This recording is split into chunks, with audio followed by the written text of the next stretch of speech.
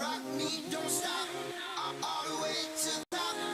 Rock me, don't stop, all the way, all the way.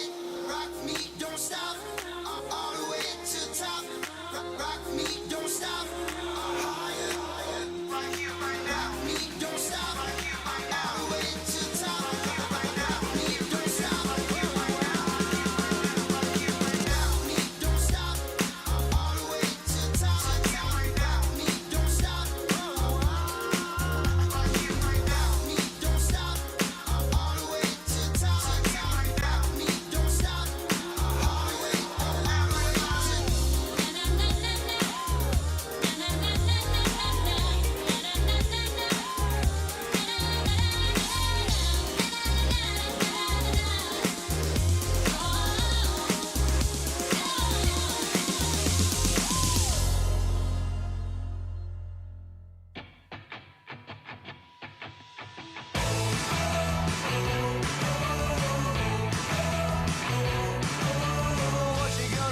What you gonna say? That I should take it easy. Standing on the edge, trying to catch my breath.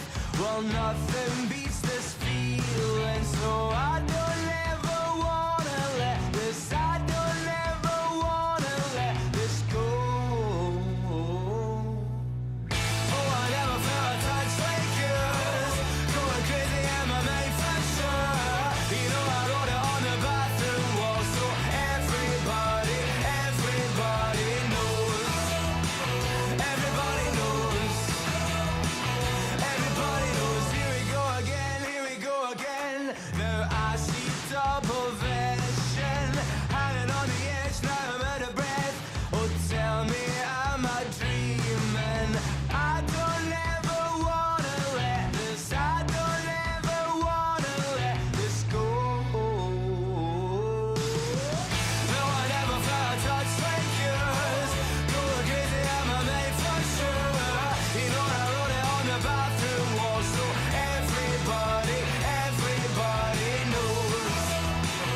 Everybody knows. Everybody knows.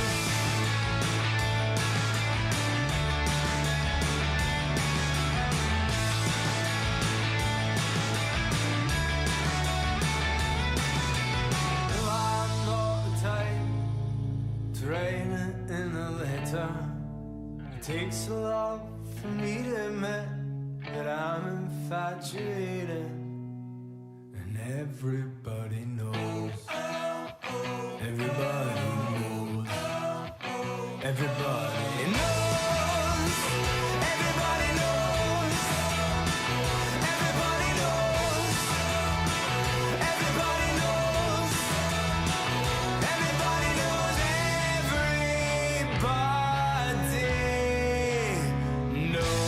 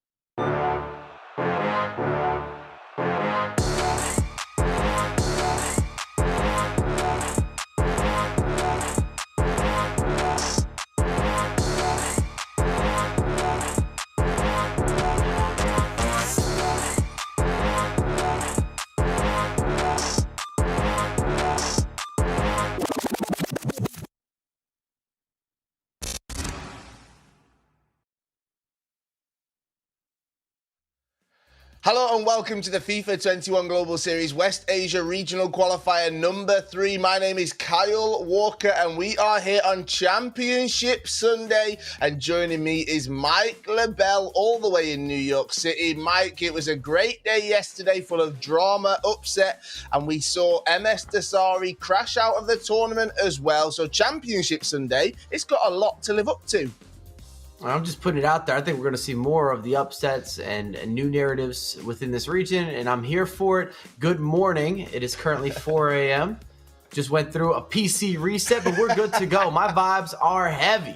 The beauties of doing all of our remote broadcasts get us back in a studio as soon as possible. But as I said, it is Championship Sunday. There's plenty of action coming your way. Some of the best of West Asia's FIFA 21 players are going head-to-head, all hoping to be crowned the third champion. Yes, it is the final chance for them to be crowned champion here in West Asia in one of our regional qualifiers. Mike, we've talked about upsets, we've talked about drama. This is really some of the best showcasing their display and their talents.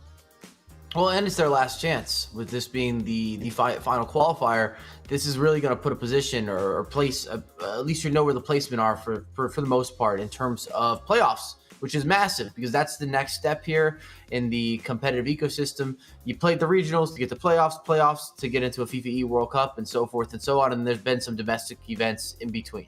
There have been some domestic events. There's been plenty of FIFA 21 action. Now, we've talked so much about how good day one was. Well, let's have a look back. This was day one at the third and final West Asia Regional Qualifier.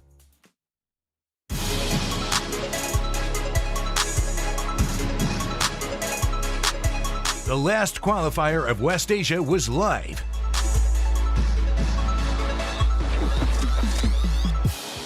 Charanjot, the perfect representative. And they were so right. The first leg between Charanjot and Zayad ended with a spectacular 3-3. Charanjot started to score goal after goal in the second leg. And in the end, he won 6-4. Charanjot sees the man in the middle. The vision is sublime. And if you wonder why, he's starting to get talked about alongside the likes.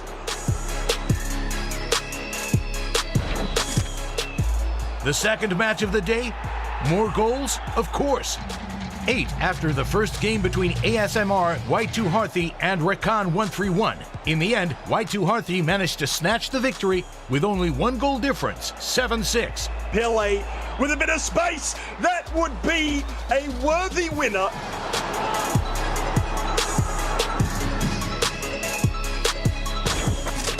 After so many goals, a match between Uae Harthi and Charanjot had to be an incredible show.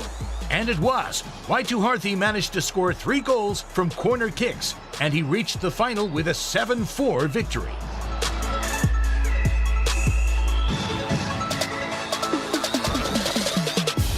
Tundra Msdossary in the lower bracket? Yes, against 0-1 Abo Fazi. And Abo managed to score first in the series. Everybody expected a response from Msdossary, but he wasn't able to do much, and Abo Fazi was a machine against him and won 6-3. Msdossary is eliminated. What a strike for Abo Fazi! Hands behind the head in celebration.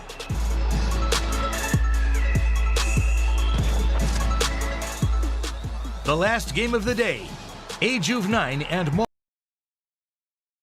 Ajuve was the favorite before the series. Mars' display was superb, and he scored 7 goals and conceded only 2. There we have it. That was day one at the West Asia third and final regional qualifier. What a day it was, full of drama, upsets as well. And we move on to day number 2. But if you're sat at home thinking, I want to get involved in some of that competitive action, well, you can with the PS4 Tournaments Open Series. Yes, this is your opportunity to get involved in weekly competitions for all skill levels, competing against your friends and rivals for unique rewards. You compete online for prizes prizes ranging from unique game-specific dynamic themes and avatars to in-game currency and cash prizes as well. Now, those who play in EA Sports FIFA 21 will have a chance to show off their skills to friends and rivals in weekly broadcasts hosted by PlayStation. And all you've got to do is go to compete.playstation.com and sign in with your PSN ID. Mike LaBelle, once again, show us how it's done. It's relatively simple and straightforward. Everything is integrated within the console. I've played in many events myself, including multiple ESL events, and it's something that everyone should get or become a part of, mainly because it gives you access to not only the tips, the insider information, but also more practice within the competitive scene. And it can really work towards being an easy gateway to get an idea of kind of where you stand, and you get to win free things in the process. I mean, free things are always good. And did you say yesterday top 64 for some of those tournaments? So, you know, I played a couple top 64. So that, I mean, look, a lot of you can make top 64. That's all I'm saying. A lot of people can make top 64. I mean, maybe. I'm not counting myself too much right there. But if you want to get involved, make sure, as I said, you go to compete.playstation.com, sign in with your PSN ID. Now, something that is very exciting, that is brand new as well, is the Uae Pro League. And we've got this short video that tells you all about it.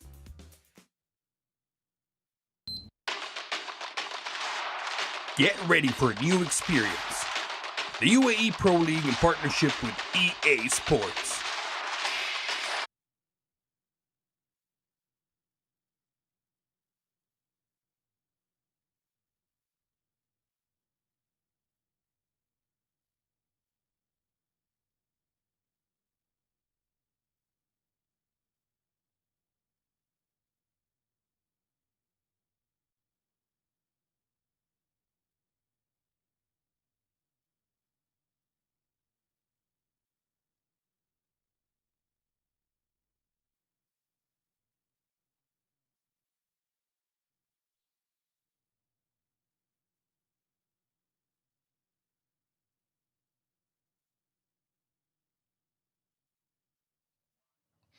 Yes, the Uae Pro League will be an official event that paves the way for local FIFA talent within the country to grow and compete on a global scale. The Uae PL will be held in different stages. You have the qualifiers on the 13th and 21st of April. Then it goes into the Uae PL playoffs, and then it is the championship on the 24th and 25th of April. Now, we do start with those Uae PL qualifiers, which will host a tournament open for the general public, competing from all over the UAE. The top two finalists will book their spots in the Uae PL playoffs. Now, stage two, that is the playoffs, all right? This will be a 16-player bracket tournament format, which will connect the two qualified players taken from the qualifiers and pool them along 14 players nominated by 14 Uae PL professional clubs. We're bringing together the pros, we're bringing together the football clubs,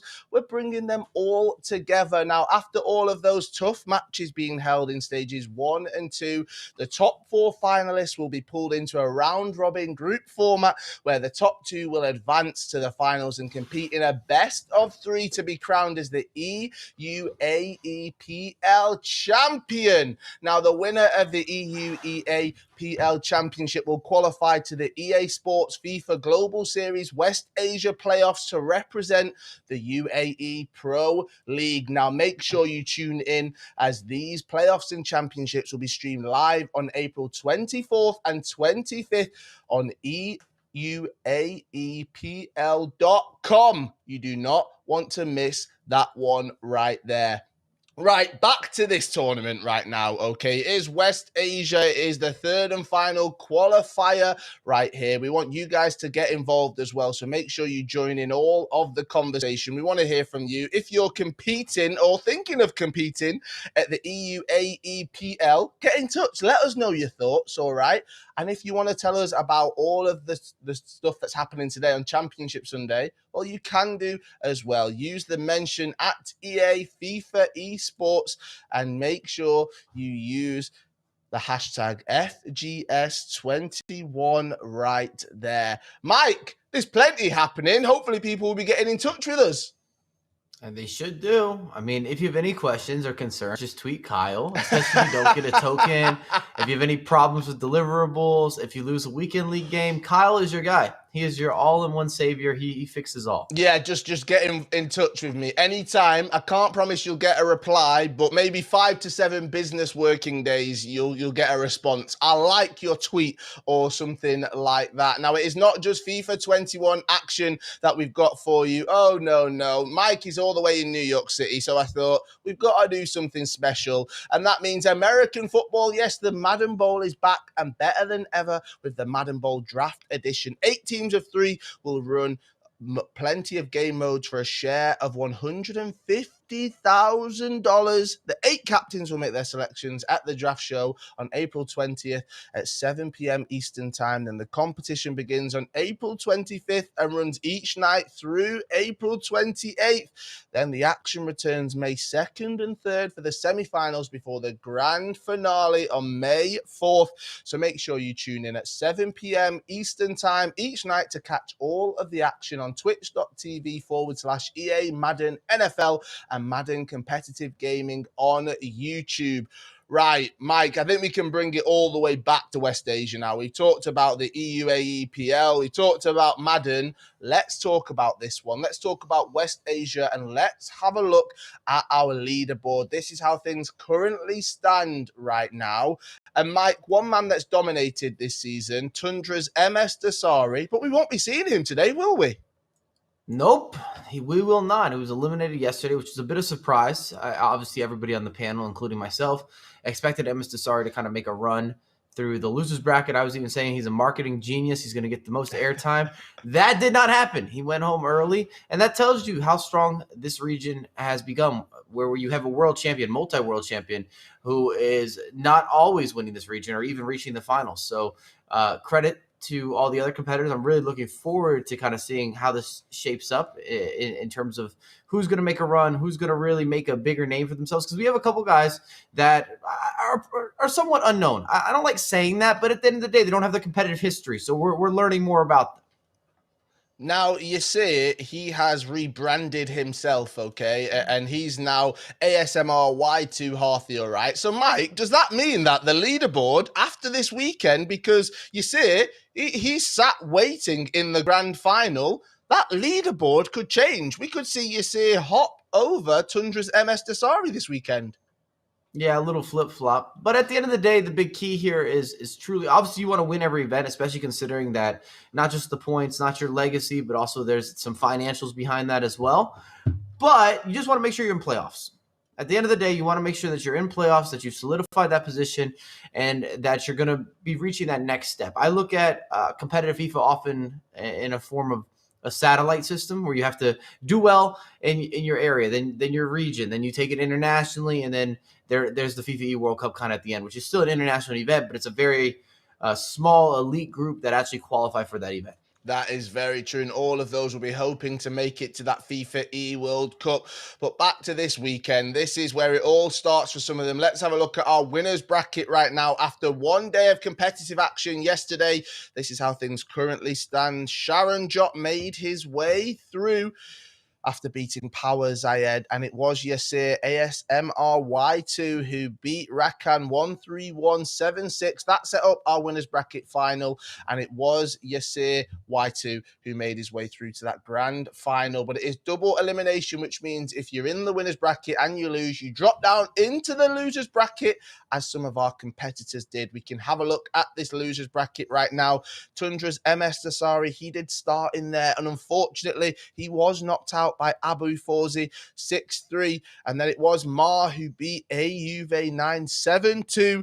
That means that in our round 2 games, we kick off with Power Zayed taking on Abu Fawzi, and then it's Rakan 131 taking on Mar. The winner of those will progress through to that round 3, and the winner of that will meet Sharon Jot, who lost in the winners bracket final, but he sat patiently waiting in the losers bracket final right there. And the winner goes through to the grand final where, Mike, if they want to win the entire tournament, they're going to have to force the bracket reset. Yeah, they're gonna have to double dip in that final, and what that means if you're brand new to the competitive scene, because it's double elimination, Yasir, now known as Y2, has been able to get to the grand final undefeated. Therefore, he's sitting pretty. And if you come up from the losers bracket, you already have a loss in hand. So that means that you're going to have to beat him twice in 2 separate series. So you're going to have to force that reset, as Kyle was saying. And will we see that? Who knows? If we're following on from yesterday and all of the drama, it's probably going to happen, and I cannot wait for it. Let's have a look at today's schedule. This is how things will unfold in front of us. If you are joining us throughout the entire day, well, here are the timings. 10 past 10. We're obviously running slightly behind. Powers Ayed taking on 0-1 Abu Fawzi in that losers bracket. Round 2, 10 past 10 Central European time. And then we've got Rakam 131 taking on Mar in the losers bracket. Round 2, match number 2. And then it's on to our losers bracket round 3, where both winners will meet at 10 past 12. And then the losers bracket final 10 past 1. And then into our grand finale, ASMRY2, aka Yasir. He's sat waiting to see who he will come up against, and then we'll break things down. Yes, we'll wheel the breakdown board out behind us for that post show, but we are kicking things off with Power Zayed taking on Abu Fawzi right here. Mike, this should be a cracker to start the day. I'm looking forward to it. It's 2 competitors that once again, and not to take the glass half empty approach, but or half full, whatever. We don't know as much about these guys. We've seen them take part in qualifiers, but this has not been these competitors have not been guys that are naturally or have been making a bunch of the broadcasts. So if you're not getting into that final 6 or the final 8, sometimes we don't get to showcase and really discuss and learn more about you as a person and more about the details of your gameplay. Often we just see results. We say, oh, this guy beat this guy or he lost here, but we didn't get to see, well, how did that game actually go? What were the details? Was it really close? Was that a true representation of the score line of how the game actually went, or are we missing something? Right, well, let's bring in Nate and Treaders, who will be casting the game throughout the day. And Nate, that is what I love, something that Mike's just said there. This is a great opportunity to shine a light on some of the new talent coming through. Even just interviewing and chatting to some of the new talent, you get to learn new things about them, which is always good. I think the interviews are one of my favorite part of the broadcast. How epic was that chat to end the show yesterday? Man was over the moon. He had his friends over. It's what you love to see. But yeah, with these regional qualifiers, more people from more regions getting top tier airtime. Who doesn't want that? Who doesn't want that indeed? Top tier airtime, entertainment. We're bringing it all on Championship Sunday, and we're starting that with our predictions. Treaders, I'm coming to you. You need to hit the top tier because yesterday it wasn't too good. I'm not going to lie to you, all right? So, Treaders, who have you got in this first matchup?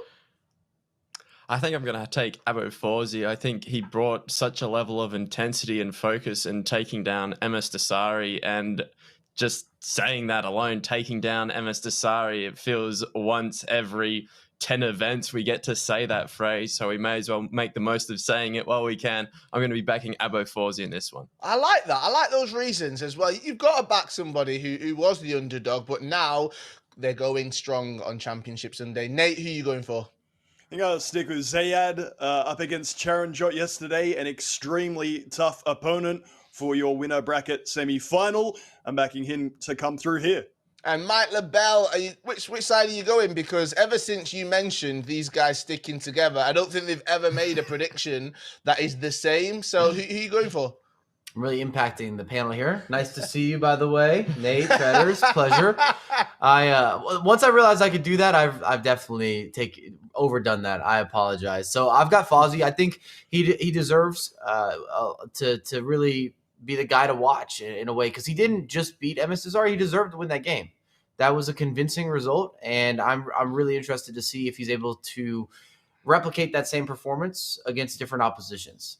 Well, let's see if he can do that. I'm going to back Abu Fawzi as well. As we get into our first matchup here on Championship Sunday, it is the West Asia Regional Qualifier number 3, the final chance to be crowned a champion here in West Asia at the qualifiers. Let's throw it straight across. Nate and Treaders, it's over to you guys. Thank you very much, Kyle and Mike. Welcome to Championship Sunday. If those words don't get you excited, you don't know your FIFA esports. My name is Nate Patrick, and I'm alongside Treaders. We are pumped up for today. One of the reasons for that, where yesterday there were some second chances. None of that today. One of these competitors lose. They are knocked out immediately. Absolutely. The pressure rises, the intensity of the games rises.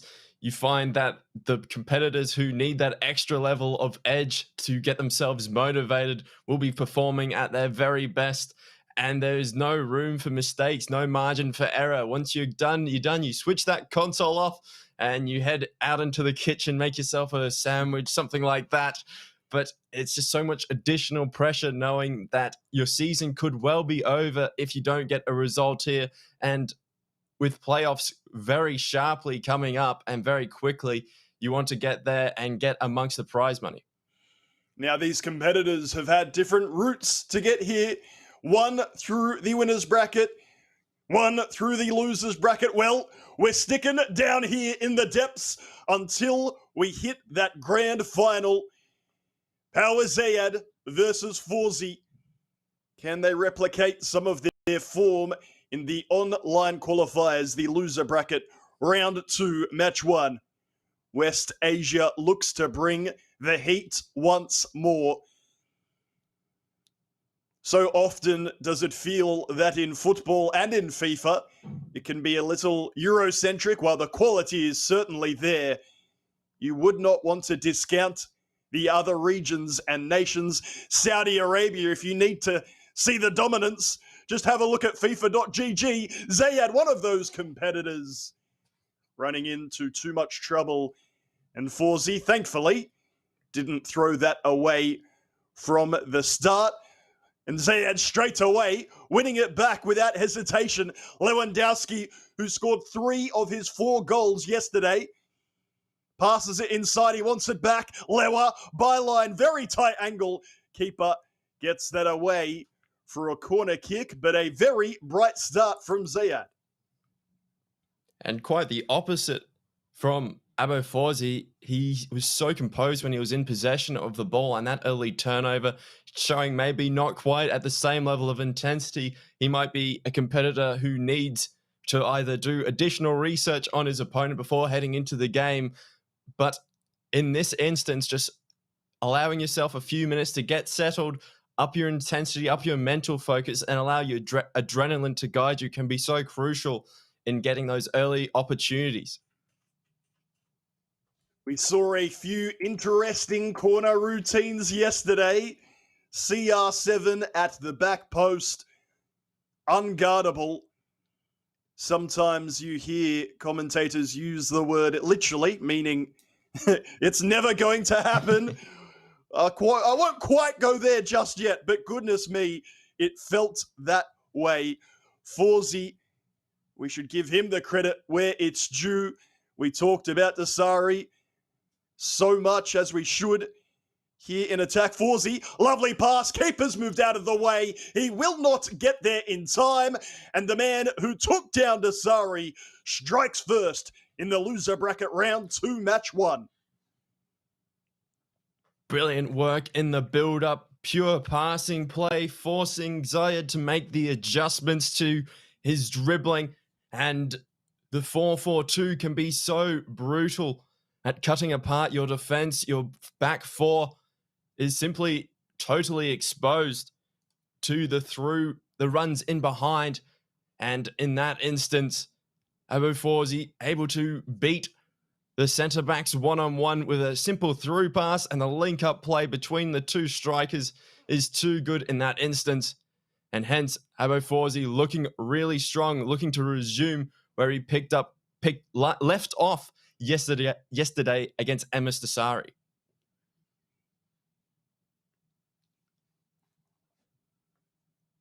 What a stunning victory it was, that second leg in particular.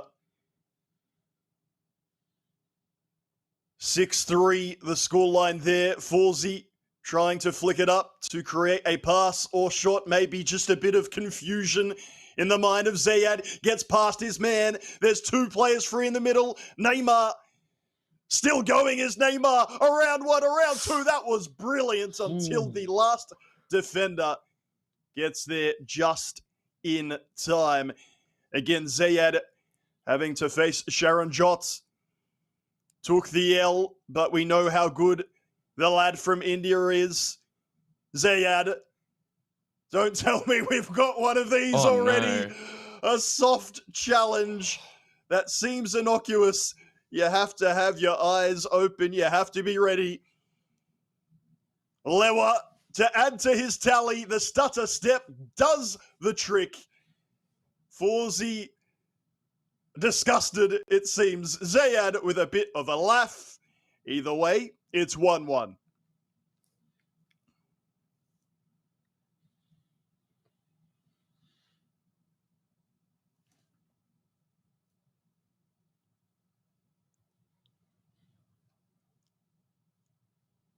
Some will say it's reward for a challenge that wasn't timed. The manual tackle, even if you slightly get your opponent in the penalty area, it does so often result in a penalty kick.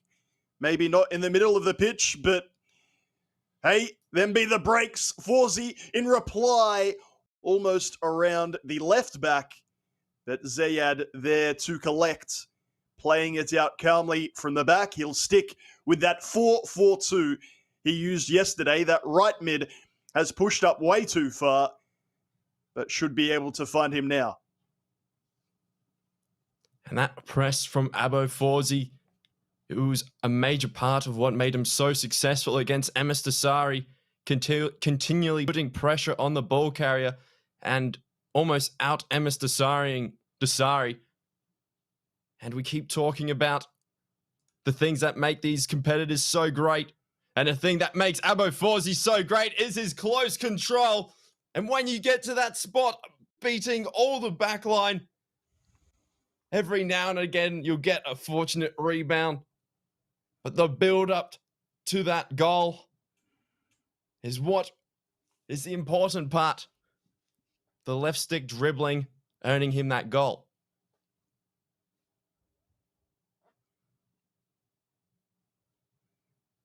He has had the benefit of a few rebound goals, if you like, but if you don't shoot, you won't get the opportunity for the follow-up. If you don't have an attacking formation, attacking strategy with players in the area, similarly, you do not give yourself the chance.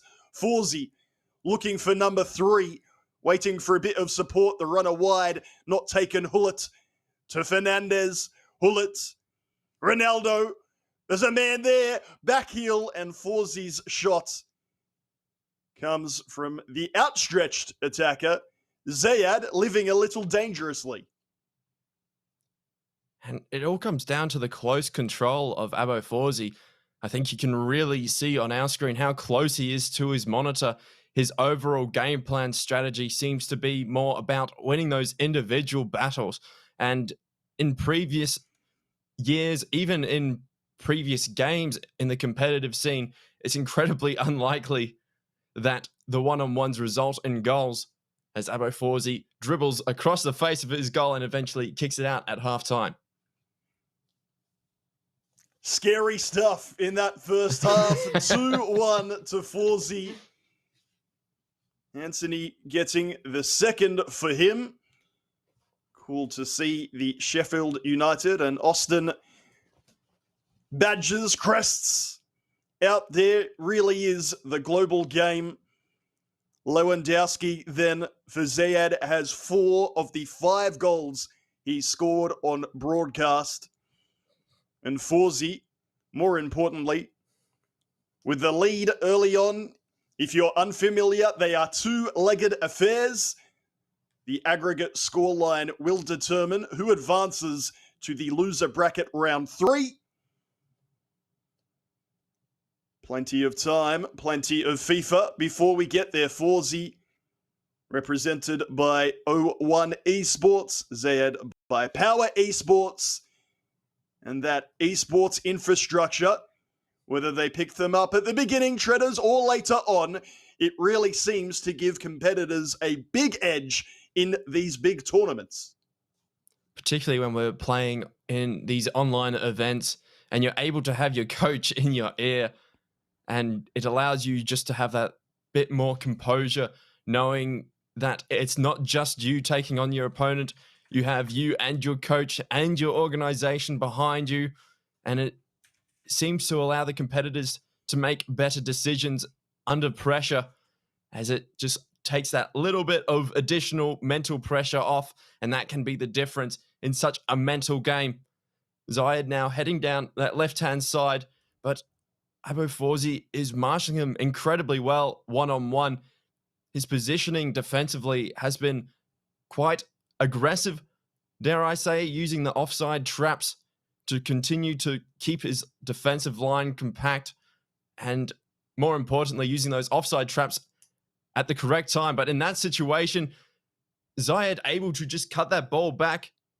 A long spell of possession here for Zayed as Abo Forzi attempts to keep him at bay. Zayed now yet again finding his way in behind, flying in for the slide challenge. Catching Zayed off guard was Abo Forzi, and now the counter-attack launch, that optimistic over-the-top through ball, not paying dividends, not paying off, and Zayed able to restart, recalculate, rethink his approach after the most recent spate of attacks aren't really paying off for him.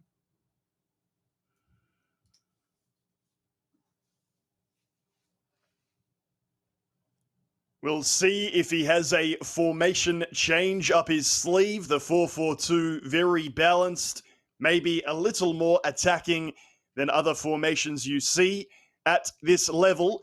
He's through here, Zayed with Traore, one of the naturally quickest foot items in FIFA 21.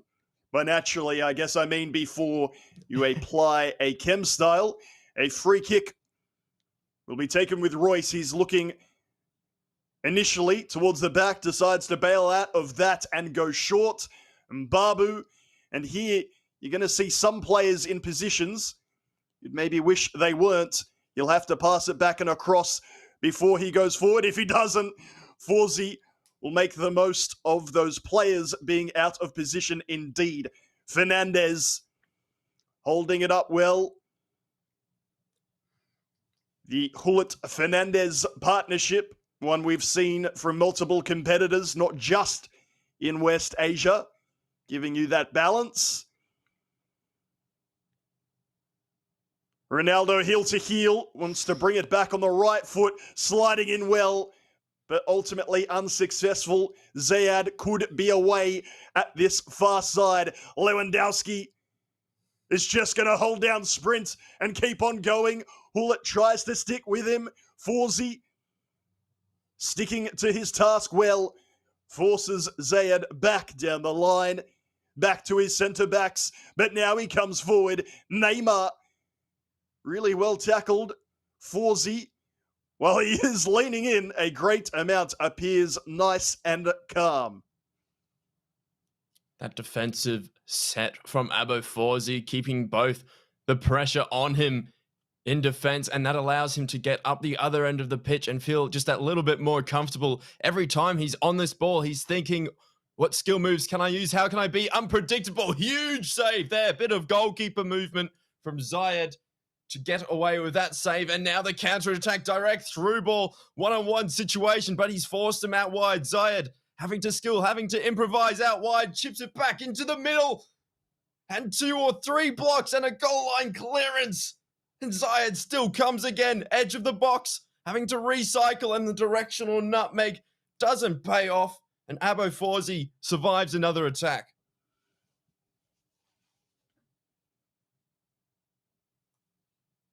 Zayed with a bit of a smile, maybe he's feeling like it's going to come back his way. Forzi, the ball inside. Ronaldo finds the man on the overlap, and he goes to cut it across. Either that's not the player he tried to pass it to, of course the pass incomplete at any rate, or he's just furious that he didn't take the shot on To be fair, Zayed gave him the opportunity to shoot, was smart enough to cover for that pass.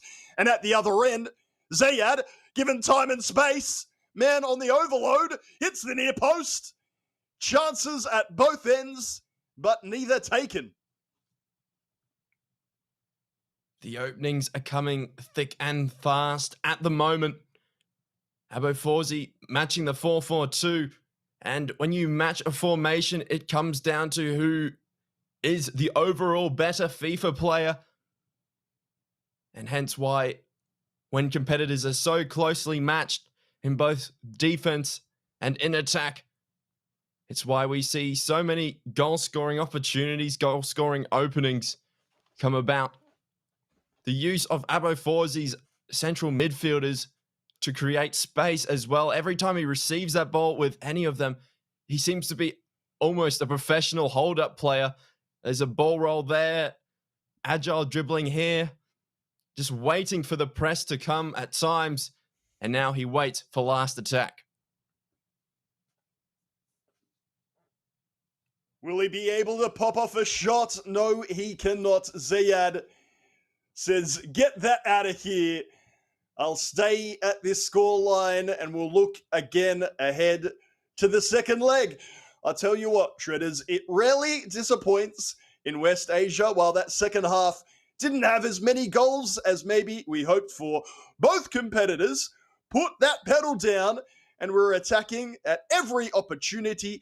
Just a few shots that hit the post, maybe a few passes that could have been shots instead. And Abo Forzi in particular just seems to bring a level of focus, a level of energy when he's on the ball. And it almost means that every single attack he has when he is in that full focus mode is so threatening. I'm still not entirely sure where that foul was or even where he pressed circle, but maybe he did. Regardless, Zayed had to capitalize on it. The stutter step to capitalize on it. But every time Abo Forzi's on the ball, he's just thinking, how can I catch my opponent off guard? A ball roll, scoop turn, three-point roulette. And the rebound there, a product of getting so close to the goalkeeper. Where else is the goalkeeper supposed to punch that ball? Control, skill move, other than directly into the path of the oncoming striker. And again, Abo Forzi's close control, skill move cancels have been incredible to watch. I'm glad we got to see that last one again. Maybe it's only Forzi himself that would know what was going on. Maybe Zayed would say, nah, I had it covered. I knew he'd try and pass across to an invisible man that wasn't there. Confusing to say the least. I love the reactions from both competitors, but how about Forzi when that penalty was conceded? Absolutely fuming, confused, maybe a little embarrassed, as we can all get on broadcast. But what about the quality for him, from him, to then go down the other end, keep on shooting until that ball goes in? Absolutely. He creates so many goal-scoring opportunities for himself.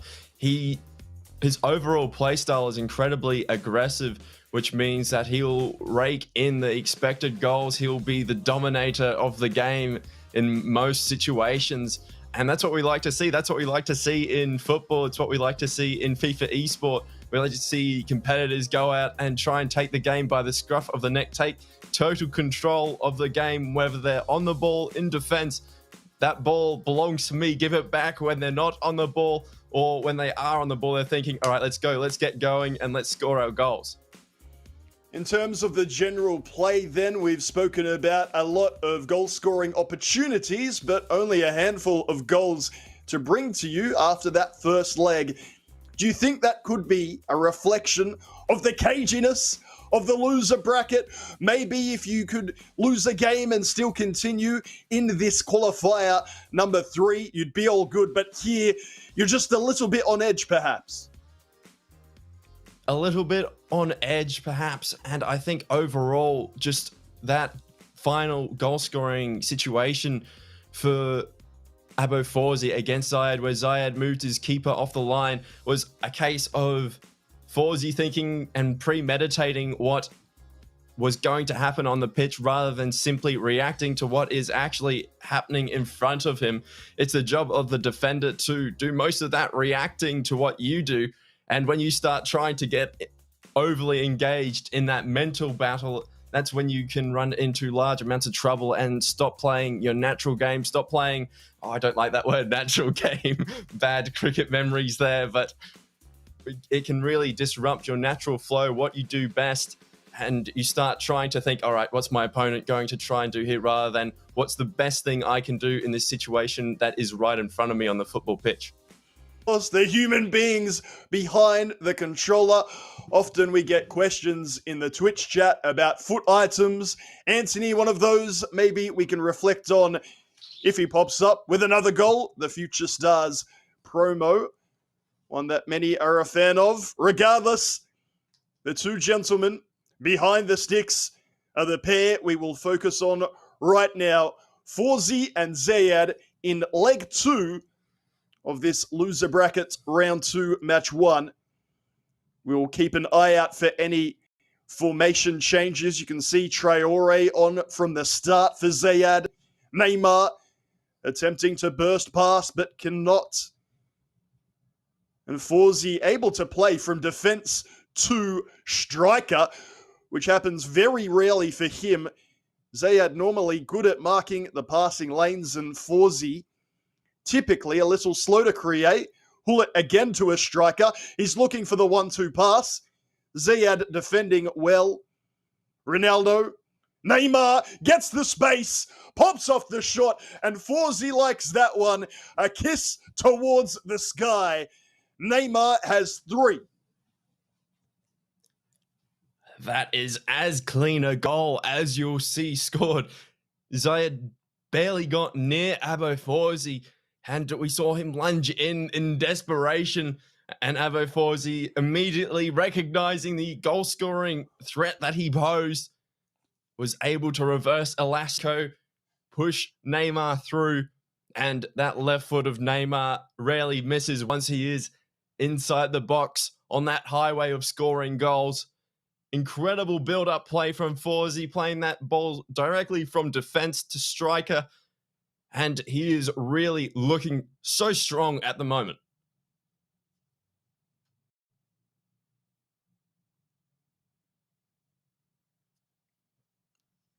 Brilliant from Fawzi to adapt. He wanted the 1-2 pass. Zayed tracked that, was good enough to hold on to the ball and then formulate plan B. What a strike at the end of it, of course. That's his 3rd goal across these legs. Neymar's 2nd. And that's a lovely through ball again. Ronaldo, the heel to heel. There's a bit of space. He keeps going with Ronaldo with 2 players free top of screen. Maybe a little bit of tunnel vision. CR7 had scored 4 of his 6 goals until this game, to be fair. Fawzi holding it with those 2 centre mids almost exclusively. Now CR7 gets involved, runs into a teammate. It works out somehow until it doesn't. Zayed concentrating something huge, and it's to his go-to man, the lower chip. Very much under hit. Fawzi annoyed he let him get away in the first place. And you can really see Abo Fawzi's overall attacking game plan in the way he holds that ball up with his 2 incredibly aggressive, incredibly attacking central midfielders. He's got Hullet and Fernandez. You'd normally see a Vieira or somebody of that type of build, but when you've got Hullet and Fernandez, who is so aggressive and could pretty much play as a striker in a lot of teams in Weekend League if you were brave enough, you see that there's just such a threat of one of those players making a run in behind in support, and he effectively has 6 players at all times on the attack, and his defensive positioning is so aggressive as well. It catches Zayed off guard at times, but because he has those 6 attackers in theory, the space will be left. There will be openings that Zayed can find if Zayed is brave enough and moves that ball quickly enough. But at the moment, he's getting caught on the ball. Both competitors getting caught on the ball in consecutive possessions, as Zayed looks to get in behind space, and a pass back allows defenders to get back behind the ball. And the threat had dissipated from the moment he passed back outside the box. Zayad a little bit more aggressive in his tackling, pushing up with his centre backs to make manual challenges. It's why you see Forsey a little slower to move forward, making sure he keeps possession before anything else. The 2-goal advantage and the defender ice skating past. Zayad spamming that standing tackle button, but yet to get the ball back. Forsey, so many passes in this move, and then again it's the centre back, and again it's straight back. Forsey, overlap, Kulusevski tries to play it inside. Zayad defending well. Only 10 in-game minutes before the half of this second leg. Time flying by. Zayad has Mbappe, Lewa. Neymar is tackled well. Forsey still only allowing the 1 goal so far. What a move to get past the defender. The 2-on-1, the player lock, but the pass is under hit, and Forsey yells out in anguish. The idea was perfect. It was just a matter of Zayad made the correct read to stop that through pass. But now that space opens up in behind for Zayad to exploit.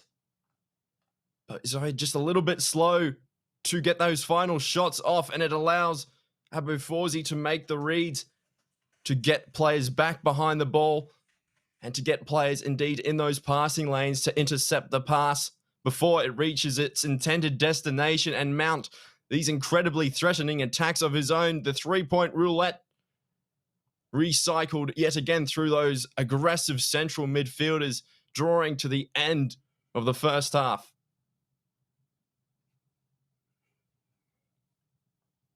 Following on from the second half of the first leg, competitors going at it, but unable to add to the scoreline. The last goal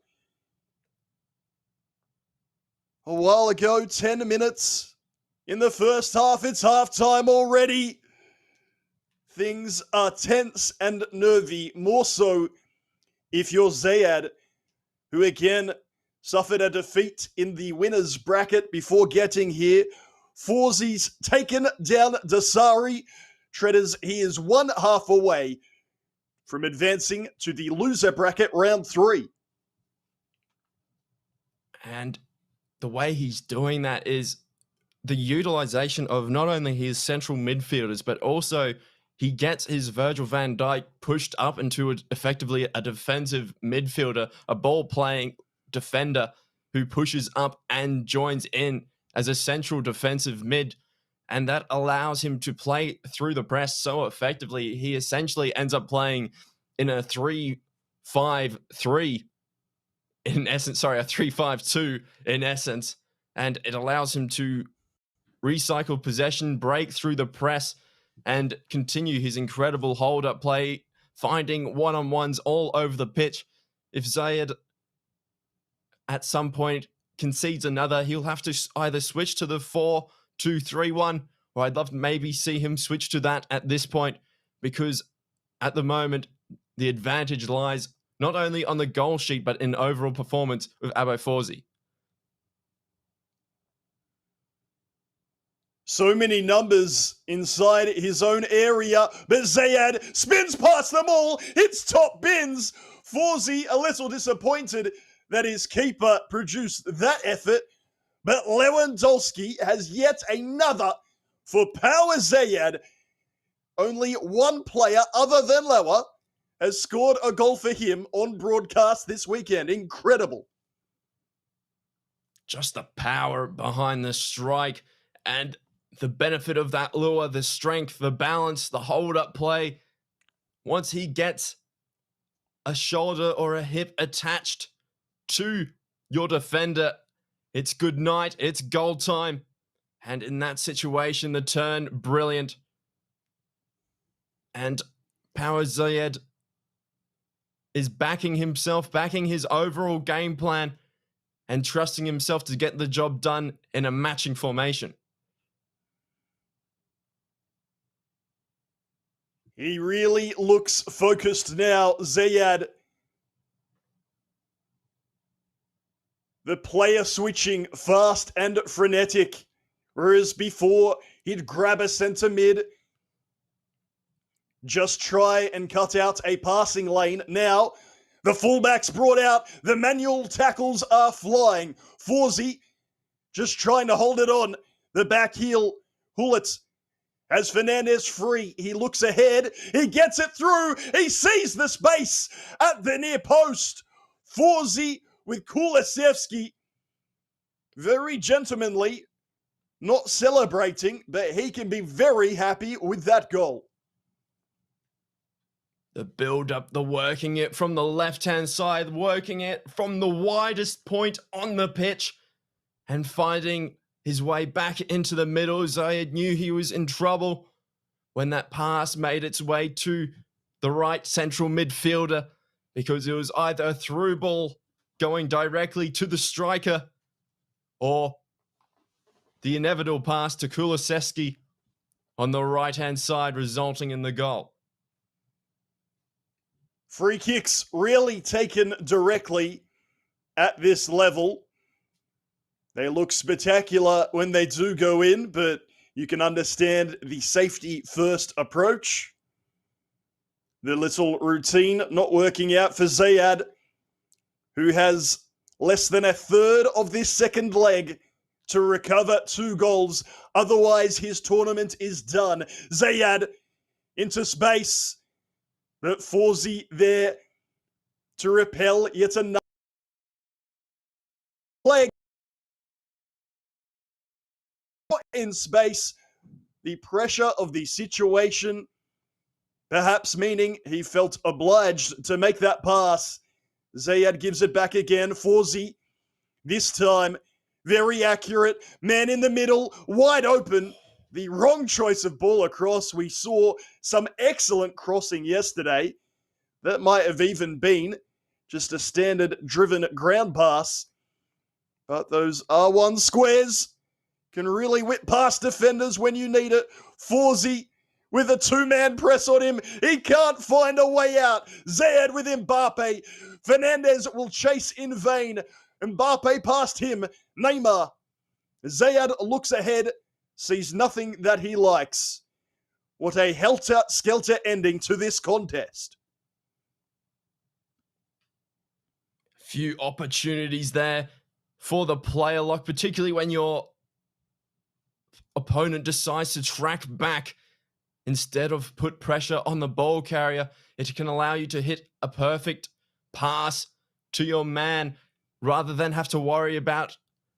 You can worry about the run that is being created. Brilliant turn there to get in behind the cross, and the save thwarts him from securing the 5th and securing the victory. Zayed almost on his last legs there. Will be desperate to get a counter punch as Abo Forsey grows and grows, gets better and better. His close control is so dangerous. It's such a threat every time he's on the ball. Abo Forsey blazes it almost out of the stadium. But that string of attacks, so threatening. Power Zayed has to be thinking about changes he can make to secure himself at the back so he can go forward. But not too much time remaining to get these 2 goals back to equalize. I wouldn't even say that the flat 4-4-2 is working for him in an attacking sense. He's already open enough at the back. There's not a payoff for it. And as you say, Treaders, Forsey could well have had a 5th or 6th. Only his keeper and the most powerful shot you've ever seen, stopping that from happening. Zayed looking to bring one back. Lewandowski's been his go-to for item. Lewandowski means it goes out for a goal kick. Nothing doing. Zayad brought down. He's not brought down. What a challenge. It bounces away. Nothing happens as it would have been foretold. Everything that shouldn't have happened just did. Zayad immediately skips the celebration and says, I wouldn't mind that one more time. Fawzi trying to skip away. Once again, there'll be a man free in the middle. Once again, he does not use the cross. Zayad just tries to bang it forward. 1 minute remaining. But Fawzi gets possession back. He heads towards the corner flag. How many minutes of added time, sir? Just one, sir. Zayad, 3 bodies on the floor. But the seconds are disappearing. Fawzi says, is that enough? Fawzi is answered in the affirmative. Zayad can scarcely believe what he's just seen. Some incredible, ridiculous, shambolic moments there from both competitors. We'll take a deep breath and say, Treaders, what did you make of that one? Incredibly intense all the way to the final whistle. I'm in shock that had so many events happen. There was the non-called penalty, and then the penalty miss, and then the goal came from it, and then Abo Fawzi seemingly forgetting how to use the square button when he's in attack. 2 or 3 situations where you think, all right, just double tap square, get those simple cross in. There we go, even player lock, but he knows he has his game plan, but that's another string he could potentially add to his bow in order to make things a little bit more comfortable in future. Well, if you're like Mike LaBelle, for instance, and you're just starting your day, you're well and truly awake after that one. Incredible, crazy scenes. But at the end of it, Fawzi good enough to go through, to break down the goals, the non-goals, and everything else. Let's throw it back to Kyle and Mike.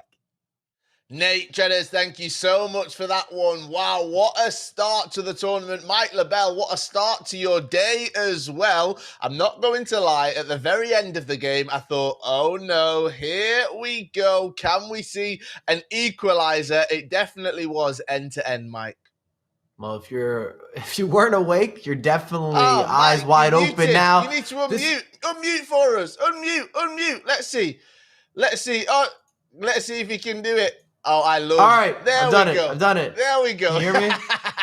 Testing. 1, 2, 3. All right, we're back. I was going to say, if you weren't awake, you're definitely awake now. You don't need a shower in the morning. Just watch that game of FIFA. Keep that on repeat, and you're good to go. You should have been uplifted. I'll tell you what. We've watched so much FIFA. The consistency that we've seen this year with the esports events in particular, in terms of so many goals, back and forth.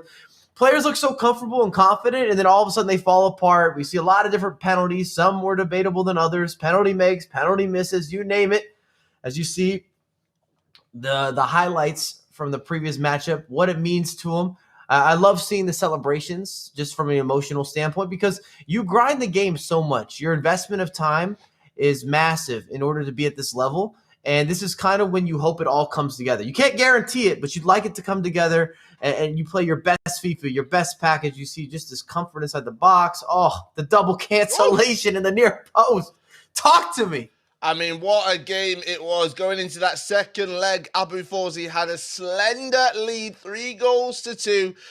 And he thought, no, we need to extend that. He made it 4-2. And it was 2-1 on that second leg right there. A bit of luck. Sometimes that's all you need in the final few minutes, making it 4-3. And this is the point that I thought maybe we will see an upset. But Abo Fawzi said, no, Kyle Walker, you're not getting it today. We're not having as much drama as yesterday. I'm not allowing this to go to extra time. And it was Abo Fawzi, who we can see by his reaction right there, makes his way through to that losers bracket round number 3. 9 shots, 8 of those on target, 52.5% of the possession over 2 legs. But it is the final score that matters, 4-3. He knocks out Power Zayed in that second round of the losers bracket. Mike LaBelle, he's going to be full of confidence now, Abu Fawzi. Not did he just knock out Msdossary yesterday, he's now knocked out Power Zayed, and he's going to be going into that losers bracket round number 3 ready to take on anyone. You can feel that he's starting to get that morning jog in. He's going for a run. Momentum is building. You can't be more confident. And I feel like those highlights didn't even do that game justice because of some of the misses, some of the opportunities that could have been converted, some of the nearlies or the slide tackles or the deflections or the late double team, the misstep, the offside trap, just everything that's going into this mental dispute or debate between both competitors. Now, that's a big thing, isn't it? Because, yes, we can focus on the final score. We can focus on those goals that went in. But it is the small margins. It's when you don't take your opportunities. That's when it can become so costly. Well, it's similar to the real sport. If you're watching football on TV, it's not always about the goal or even the pass that led to the goal. Sometimes it's the moments that lead up to it. You're almost telling that story. You have that narrative. It's not called the beautiful game without reason and logic behind it. Something can happen out of nothing. And this is just what we watch for, the unpredictable side. And there is a simulation aspect, of course, in FIFA that has that same resembling. Oh, he should finish that. Oh, he should convert. Oh, the goalkeeper moved a little early. Ooh, I didn't expect him to do that. I think that was a mistake. He overthought it. He's pump faking, double checking. He's got to go for the gold. And he will be hoping to go for the gold. And he's got to climb his way through that losers bracket. He moves on to the losers bracket. Round number 3 does Abu Fawzi. And he'll come up against the winner of our next matchup. Yes, coming up next, we stay in that losers bracket. Round 2, match 2. It's Rakan 131 taking on Mar. Who will come out on top? I'm sure we will find out very, very soon. Make sure you stick with us. You do not want to miss this. Yesterday was good. Today has started. The heat is turning up, and we will be crowning a new champion here in West Asia. It is the 3rd and final regional qualifier. Mike LaBelle, are we ready to turn it up a little bit? I'm in the building. It's still cold in my apartment, but if you can turn the heat up, that'd be fantastic. Well, the sun is shining here for once in Manchester. I need to change my lighting because it's not as good as yours. So I'm going to get that sorted out. Everyone watching, make sure you stick around. We've got that match coming up for you very, very shortly. We'll see you after this short break.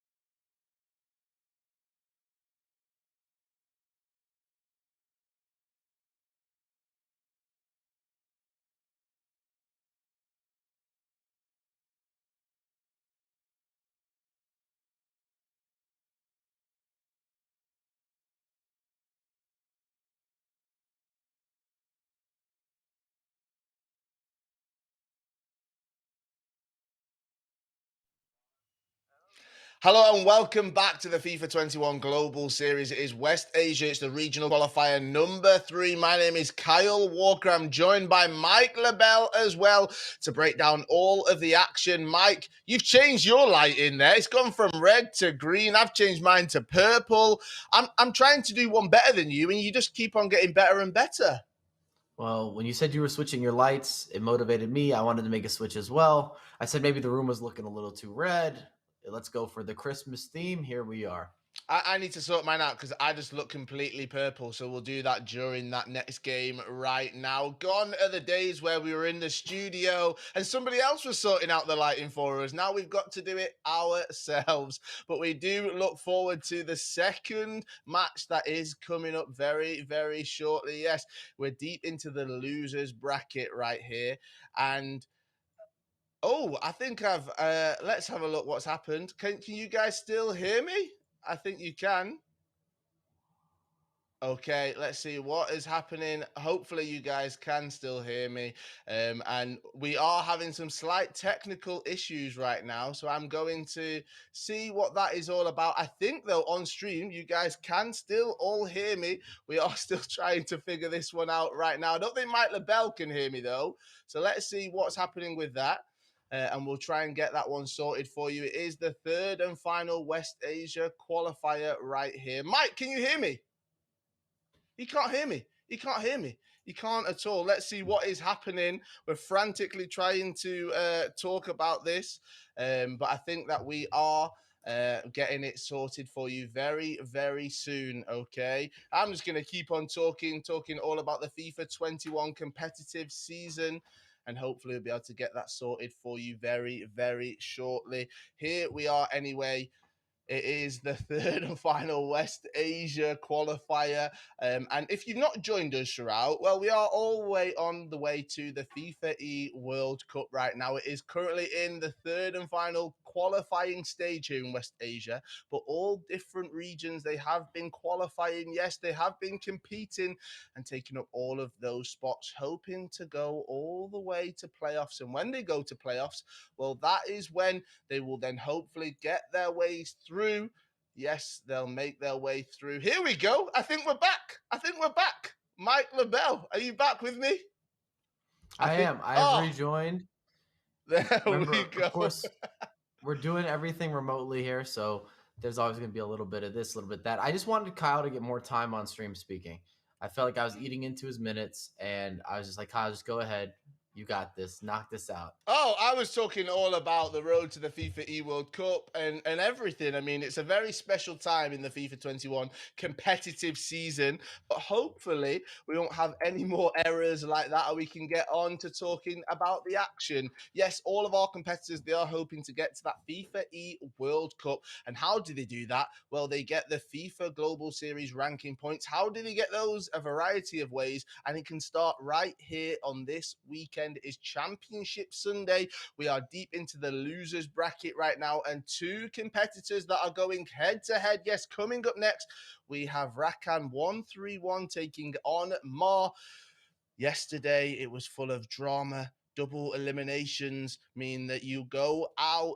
And we saw for Rakan, he dropped down into that losers bracket. For Mar, well, he had a great day yesterday, full of confidence. Can he bring that into the second day? We will see. Mike LaBelle, these two going head to head. Once again, a great opportunity to highlight some new talent.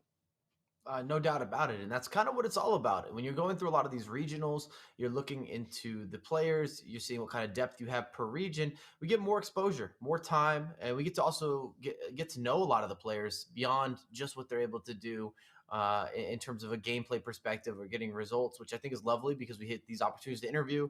We joked about it yesterday. Mars English might be better than my English. I was like, okay, this man is picture perfect. You definitely have this A1. You figured it out. You've mastered it. You are beyond fluent, my friend.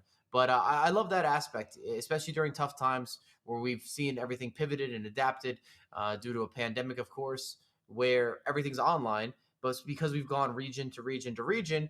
Like I said, there's a lot more opportunity for a lot of these competitors to get more airtime, to get more practice, and to work out a lot of partnerships and just work on their legacy in general. Because often, and the majority of regions, there's just not that many spots to qualify. Maybe Europe a little bit different, but every other region, you only have 1, 2, if you're really fortunate, maybe 3 or 4 spots. Therefore, we don't always get to see how far it trickles down in terms of region to region. Right, let's bring in Nate and Treaders. Let's get straight into this matchup right now. Quick predictions from you all. Treaders, I'm starting with you again, I think. I feel like I'm picking on you, all right? I'm sorry, Treaders. I'm sorry. I just trust your opinion. So who are you going for in this one?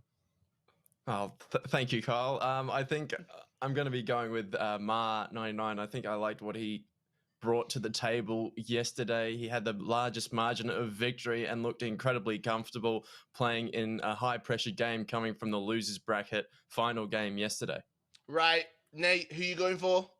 Has to be Ma. We're back together again. Treaders, not only was he incredible against a strong competitor, how great was that interview? I loved it. I was laughing out loud at how eloquently spoken but relatable it was. Oh yeah, I couldn't play in my bedroom because I had my mates over, so we went to the lounge room. Great stuff.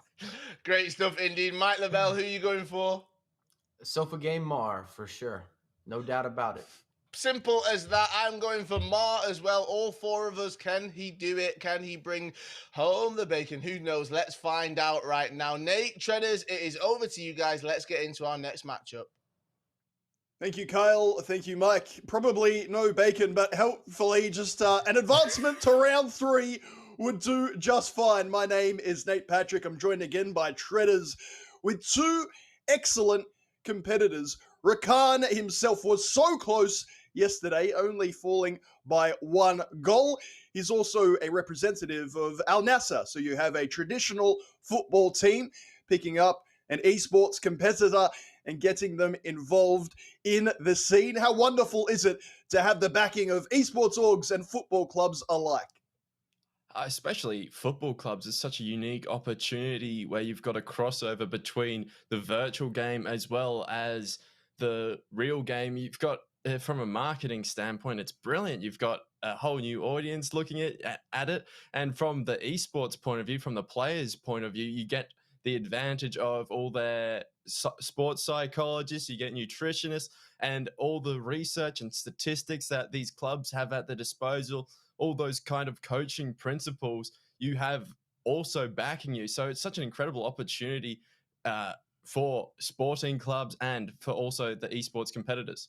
Sounds like a massive win-win, and maybe for those football teams that aren't as higher up in the world rankings, you can look up, by the way, if you weren't aware, where your team roughly fits in terms of around the world. Maybe you want to compare your local side from whatever country you're in, somewhere in West Asia, Oceania, the Americas, and so on, against the greats, while they don't get many opportunities to compete. Maybe the Club World Cup is about it. Here in FIFA esports, the worlds collide, and the FIFA will be close up and in your face when we're looking at Mars Vision. He goes that standard telly broadcast. He watches, he plays on the TV because his friends are over to help him out. It is the loser bracket, round 2, match 2, and Ma immediately with Mbappe, slightly heavy touch before the ball roll, pass inside to Cruyff, onto Ronaldo, onto Atal, and blocked by Rakan. What a terrific opener. No time for an intro, Nate. Get that all the way away. Rakan with Walker gets it clear, and we can settle into this game. And I'm curious for when we get the webcams up, whether Ma will be transitioning between the TV to his actual setup at his monitor that he says he uses for streaming as well. And there's such an advantage to playing on your monitor with hardwired connection, as we see an over-the-top through ball to the offside man, that narrow formation, so popular for Ma. But utilizing a monitor just helps you with the overall delay. There's the response time on a monitor is so much faster than that of a TV. And if you want to be elite at the game, one key way to get to that kind of position is by utilizing the monitor. Opportunity for a finesse, but well shut down by Ma yet again. He seems pretty locked in from the get-go, but Rakan, an elite competitor in his own right, attempting to directional nutmeg his way through the defense. What I love to see from these competitors, if I can just monologue for a bit, is when they receive that ball, what are they looking to do? That's how you can tell if a competitor is really at the top of their game. From the moment that ball is at their feet, are they looking to catch their defender off guard with skill moves, or are they waiting for their defender to make a move before making their own move? So if they're really on point, you'll see them execute a ball roll, execute a fake shot, or one of those classical skill moves the moment they receive that ball, or La Croqueta, cancel, anything like that to create your space. And it can just catch your opponent off guard. And from the moment you pass that ball, it buys you so much time and gives you so much freedom to just create beautiful FIFA. Ma defending well. We said it could be a byproduct of this telecam or playing on a TV.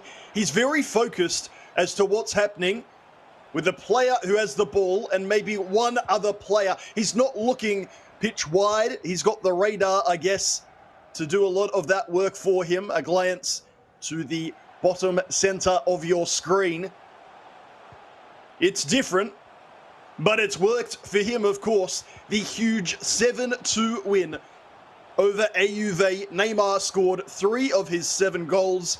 He utilizes that foot item oh so well. Rakan going forward, but good defending initially. And again, only being able to see that one pass ahead. Turns it over initially, then gets on his way. How many lofted through balls did we see that time? Edison there for Rakan. And indeed for Rakan, Pele and Mbappe had 2 each of his 6 goals. We'll see what those foot items can do for him here. Mbappe in the area, near post. How you like that? Straight away, Rakan gets Mbappe adding to the tally, and he opens the scoring here in round 2, match 2. That's the risk you run as a defender, tracking the really wide pass in the narrow formation. You can find that, unlike when you're playing in the 4-2-3-1, the 4-1-2-1-2 doesn't fill those gaps between the centre-back and the full-back, and Rakan, more than aware of that, simply passes that ball through to the on-rushing Mbappe, and Mbappe's right foot from that area, from that range, doesn't miss any of those opportunities.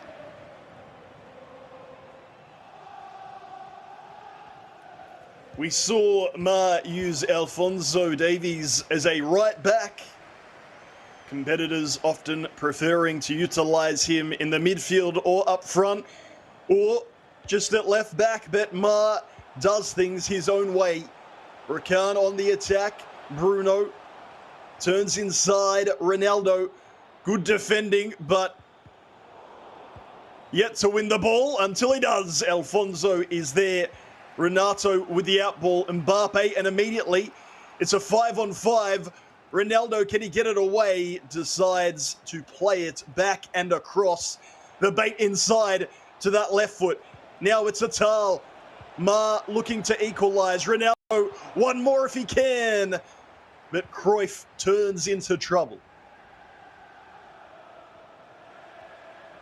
An interesting moment happened before when Rakan was on the attack. It just shows his overall intent to pass and use the width to create his goal-scoring opportunities. That was a advantage played in a really good position for either a direct free kick or a set-piece routine, and he passed up on that opportunity and turned the ball over because he took so long.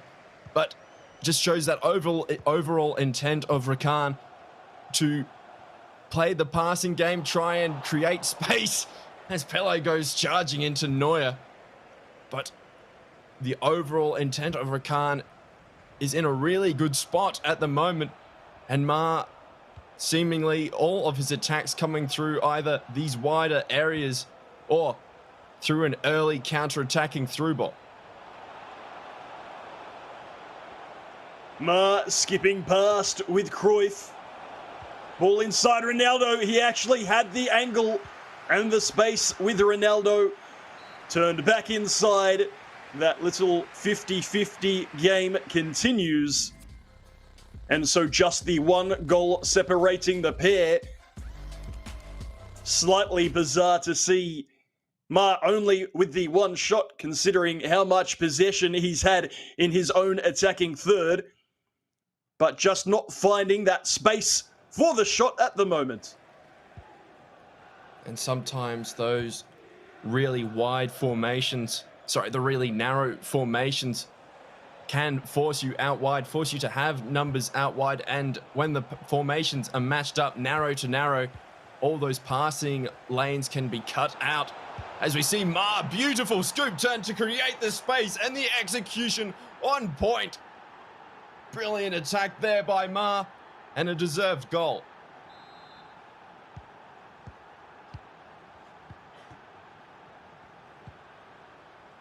R9 applies the finish.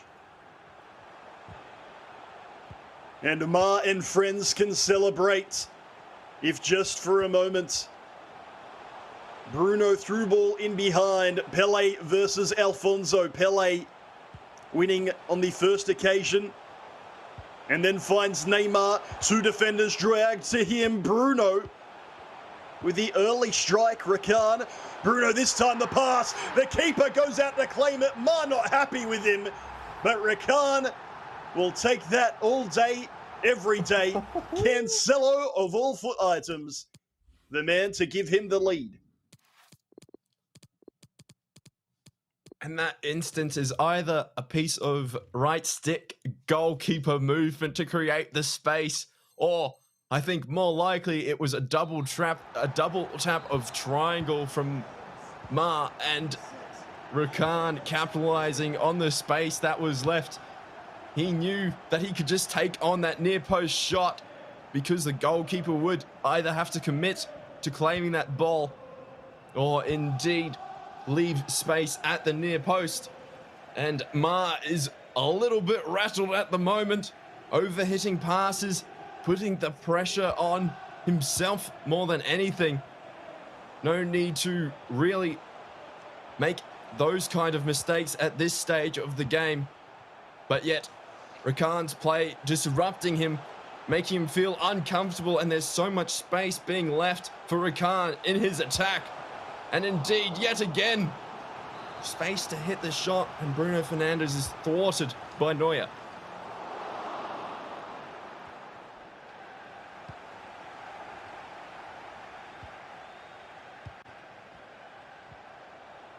Rakan playing it fast and loose, gives up possession.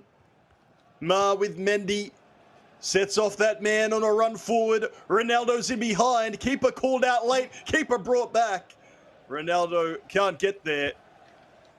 And Ma again left, just that little bit frustrated. The 19th highest ranked competitor from West Asia, while his playoffs story is more or less complete. The extra points, seeding perhaps, or just the winning feeling is what these competitors are after. Never mind the prize money as well on the line. Pele is never getting that off, first time or second. Rakan a little trigger happy. And then bringing down Ma. I guess, if nothing else, it does stop the counter-attack that Ma was so good at yesterday. Over half of his goals against Uae could be described as a counter-attacking goal. Ronaldo tries to pass inside, but Rakan has bodies in the way. The way Ma can be so clinical with his counter-attacks, it makes me wonder more and more in FIFA 21, particularly why competitors don't opt to take that snap, take that yellow card, professional foul, more in the vein of Manchester City and even Barcelona back when they were in their prime. Don't allow your opposition to exploit the space in behind that you leave by playing with so many players committing forward. So I'm not advocating for it. A number of people aren't a fan of that style of play. They think it thwarts the beautiful game, but it is an option to limit your opponent when they get on the counter-attack.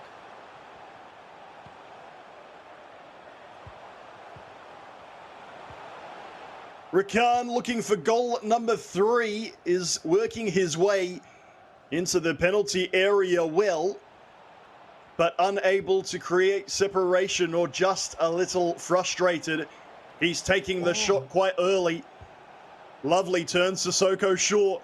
Ball goes forward. Bruno and Rakan tidies up for a moment.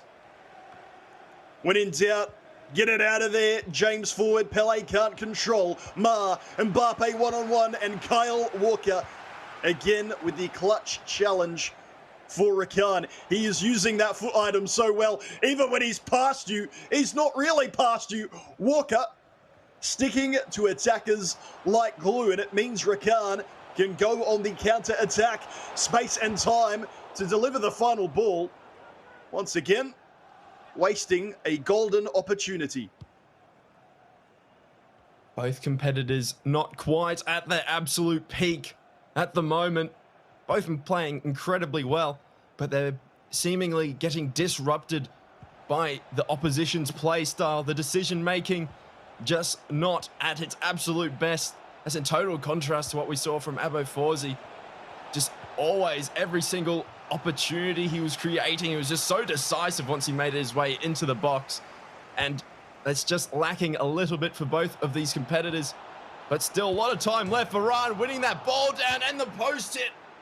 Left foot of Mbappe, letting Ma down in that situation and allowing Rakan to get on the break. Ball roll, scoop turn to open out.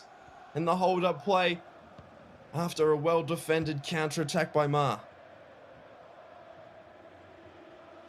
There wasn't a lot of space to shoot, but the angle almost found. I dare say it was that foot item, Kyle Walker, that shortened the angle.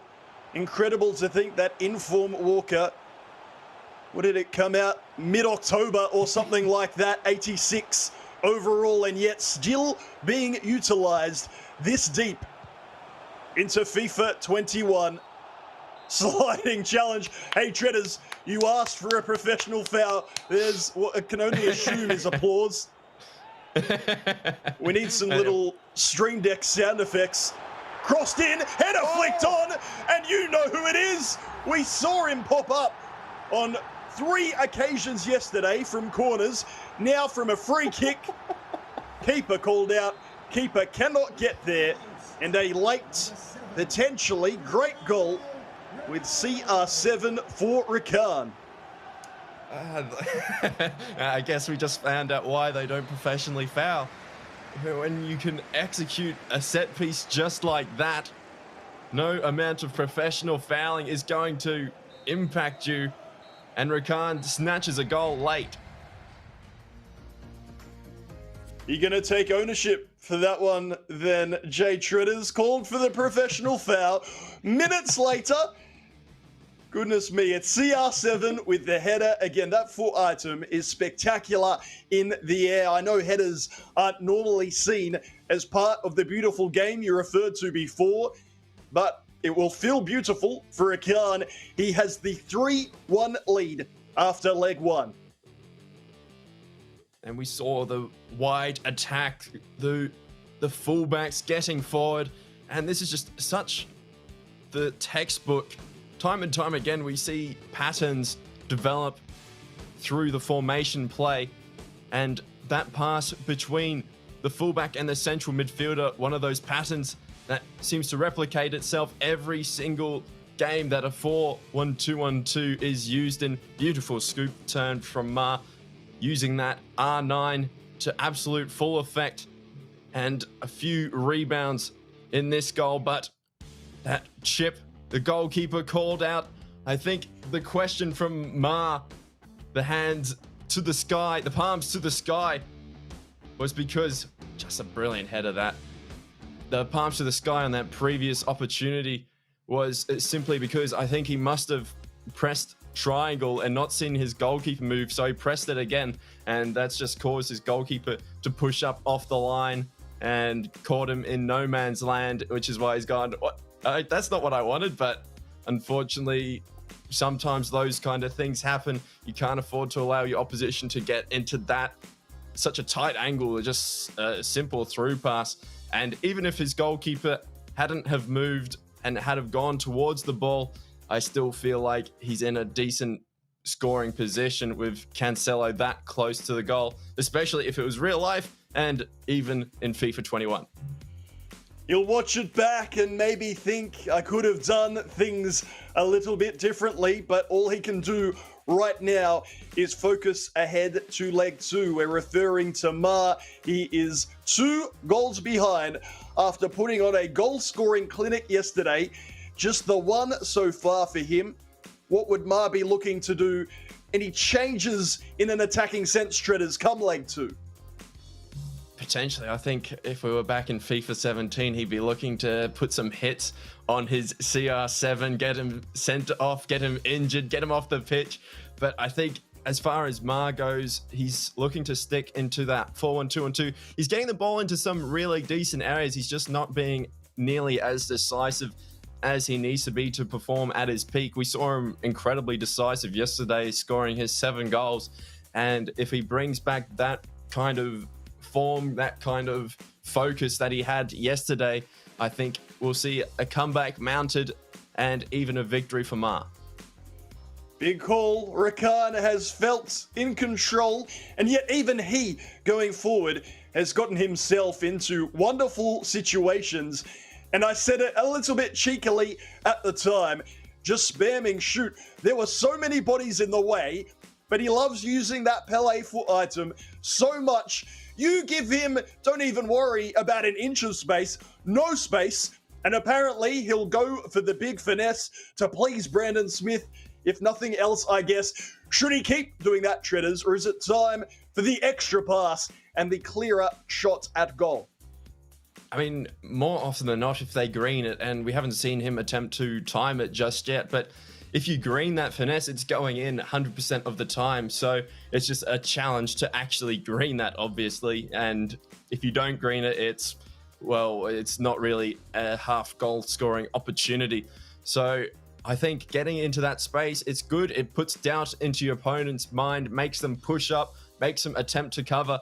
And if you fake a shot inevitably in that position and your opponent rushes out, you can fake shot, scoop turn your way around, and potentially hit it on the left foot of that Pele. Leg 2, just moments away. These competitors know that a loss here will see them eliminated from the West Asia qualifier. Number 3, Rakan is the lesser ranked of the pair. In fact, compared to the whole playing field, one might be like, how has he got this far? We talked about the backing of the football club, Al Nassr, that he is signed to. What have you liked about his play in leg 1 of this contest, but throughout the weekend so far? I've liked the patterns that Rakan has used in his build-up. He's very much a clear fan favorite of the 4-1-2-1-2, utilizing passing patterns that we've not only seen in FIFA 21, FIFA 20, even going back to really the birth of that formation being in vogue in competitive FIFA, FIFA 17, FIFA 18 with huge gorilla. I think we've seen a transition away from it, but if FIFA continues heading in the direction that it is, I think we'll see the 4-1-2-1-2 being preferred yet again because of the amount of scoring opportunities. And if you master those passing patterns, master the close control with one-on-ones, you can find so much happiness when you get those patterns right, when you recognize the way your opponent is looking to defend you. When Rakan heads out wide, he's such a large threat of either passing back or indeed, we saw that goal with Mbappe passing more centrally, so you can't afford to allow your back four to get dragged out too wide, particularly when you're matching his formation. The 4-1-2-1-2, I know a lot of you are using it in Weekend League because I was playing it myself and finding that it seems to be the go-to. I don't know, it feels like you get to that time of year when a lot of people playing Weekend League or FIFA generally Stop sweating. They use more fun foot items. I'm just going to play with 2 strikers and attacking mid. Who needs width? You know what? Fullbacks. You push up. I've got 2 centre backs at the back. That'll be more than enough to cover it. And from my perspective, I genuinely enjoy it more. It feels like a more fluid, open game. To do that in Weekend League against a Gold 1 player is one thing. To do it here on the big stage when you're playing for points, cash money, a potential playoff spot, it takes something very special, Treaders. Absolutely, and you find that for mine, I actually prefer attacking with fullbacks than attacking with defensive midfielders or central midfielders in FIFA 21. Even though it does use up more stamina on those fullbacks, they actually put in a shift. They work really hard to get back in defense, and you definitely can't say the same for central midfielders and defensive mids in FIFA 21. You have to manually drag them back. So when you turn that ball over, you can trust that your fullbacks will be eventually in position. So if you can just force your opponent to hold up enough time utilizing your central midfielders, you can actually be quite solid defensively. But in comparison, you've got the traditional 4-2-3-1 that we see utilize across the pro scene, across weekend leagues. It's just a little bit more compact. There's less options going forward because in the 4-1-2-1-2, you utilize those fullbacks not only in attack, but you utilize those central midfielders. So you end up with at least, let me do my math, 5 or 7 players in attack. So you can really get some beautiful overlapping football happening. And when you get overlaps happening in football, both in real life and on the virtual pitch, you can find so much happiness, so many goal scoring opportunities that you wouldn't otherwise have when you're trying to attack a team one-on-one. We're talking a lot about, or we have spoken about, the goalkeeper error, if you like, from Ma. But that Cancelo's even there in the first place is maybe more to the point. A lot of these formations don't allow, or you're not going to want to as a competitor, bring the fullbacks or wingbacks in a 5 at the back higher up. You go that 4-1-2-1-2 diamond, you get the fullbacks up there. It is almost every player forward. You get that chance for the overload at the top side. And sure, maybe with a bit of luck with the goalkeeper movement, but the fact is, Cancelo was there, Cancelo scored, and how precious could that goal be for Rakan? It is 3-1, and the second leg is only moments away. Competitors just making sure everything is tip-top. A reminder, your favorite competitor who's competing in this game, Rakan or Ma, they will go home with a loss. Their tournament will be done, finito, complete. We're certainly seeing not just competitors starting to announce they're done for the season. Indeed, some retiring from the esport itself. We really are, if you needed any more evidence, at the business end of the FIFA 21 season. If you wonder why we get so hyped, maybe there's a bit too much yelling at times for your liking. It's just trying to demonstrate, I guess, what is going on inside these competitors, what they're feeling. The stakes for a lot of them, it's not just one tournament. Of course, Dreaders, there could be a FIFA esports contract with a football team or club, a renewal, there's brands watching. There's so much more happening than just what's on the pitch at the time. Absolutely. The opportunities that these competitive players have, particularly in West Asia and East Asia, to link up with not only large esports organizations, but also with footballing clubs themselves, and also marketing firms who are looking at the opportunities that this is creating. You'll see talent agencies signing FIFA players to send out to do content with other professional esports organizations without actually signing them. You see football teams trying to get in on the action. FIFA esports continues to grow and grow, both in prize pool, in relevance, and in West Asia in particular. You've got the world champ playing at each of these tournaments, obviously not going through today, but he himself just brings so much attention, so many eyes onto these esport tournaments. No matter the stakes, no matter what it is, if Msdossary is playing at some point, you'll have thousands of people tuning in just to catch a glimpse of the GOAT at work. If you missed that yesterday, it was almost a formality. We thought that Msdossary would advance, but no, he was eliminated. In fact, being held goalless in his second leg. Was very humble, to his credit, Dossary on Twitter afterwards. I'm paraphrasing, but ultimately saying, if it's not meant to be, it's not meant to be. I'll be there come playoffs, and I'll be on my game and ready then. But if you did need any more reminder about the stars of FIFA esports, particularly on this side of the world, obviously you look at Europe and beyond, and Tex leaps off the page as a big star. But if you're trying to compare these FIFA esports competitors against their traditional rivals in football, it becomes very different indeed. Here in Oceania, in West Asia, East Asia, where our football leagues maybe aren't as developed, maybe they don't get the backing for whatever reason it is, it's actually the FIFA esports stars that are known worldwide. We can look at Dossary, we can look at Marcus Gomes, we can look at Sacked. The names roll off the tongue, and those are the names we love to see here in FIFA esports, and fans do around the world. In leg 2 of this game, which is now just moments away, don't you worry, the rambling is almost done. We look forward to seeing if Rakan can hold on to this 3-1 advantage, or if Mark can show us the incredible goal-scoring form from yesterday. He was focused, he's got the TV monitor up, he's sitting on the couch, and hopefully now he's ready to add to that goal-scoring collection. Treaders, final word from you. Is Rakan about to hold on, or is Mark going on a goal-scoring rampage like yesterday?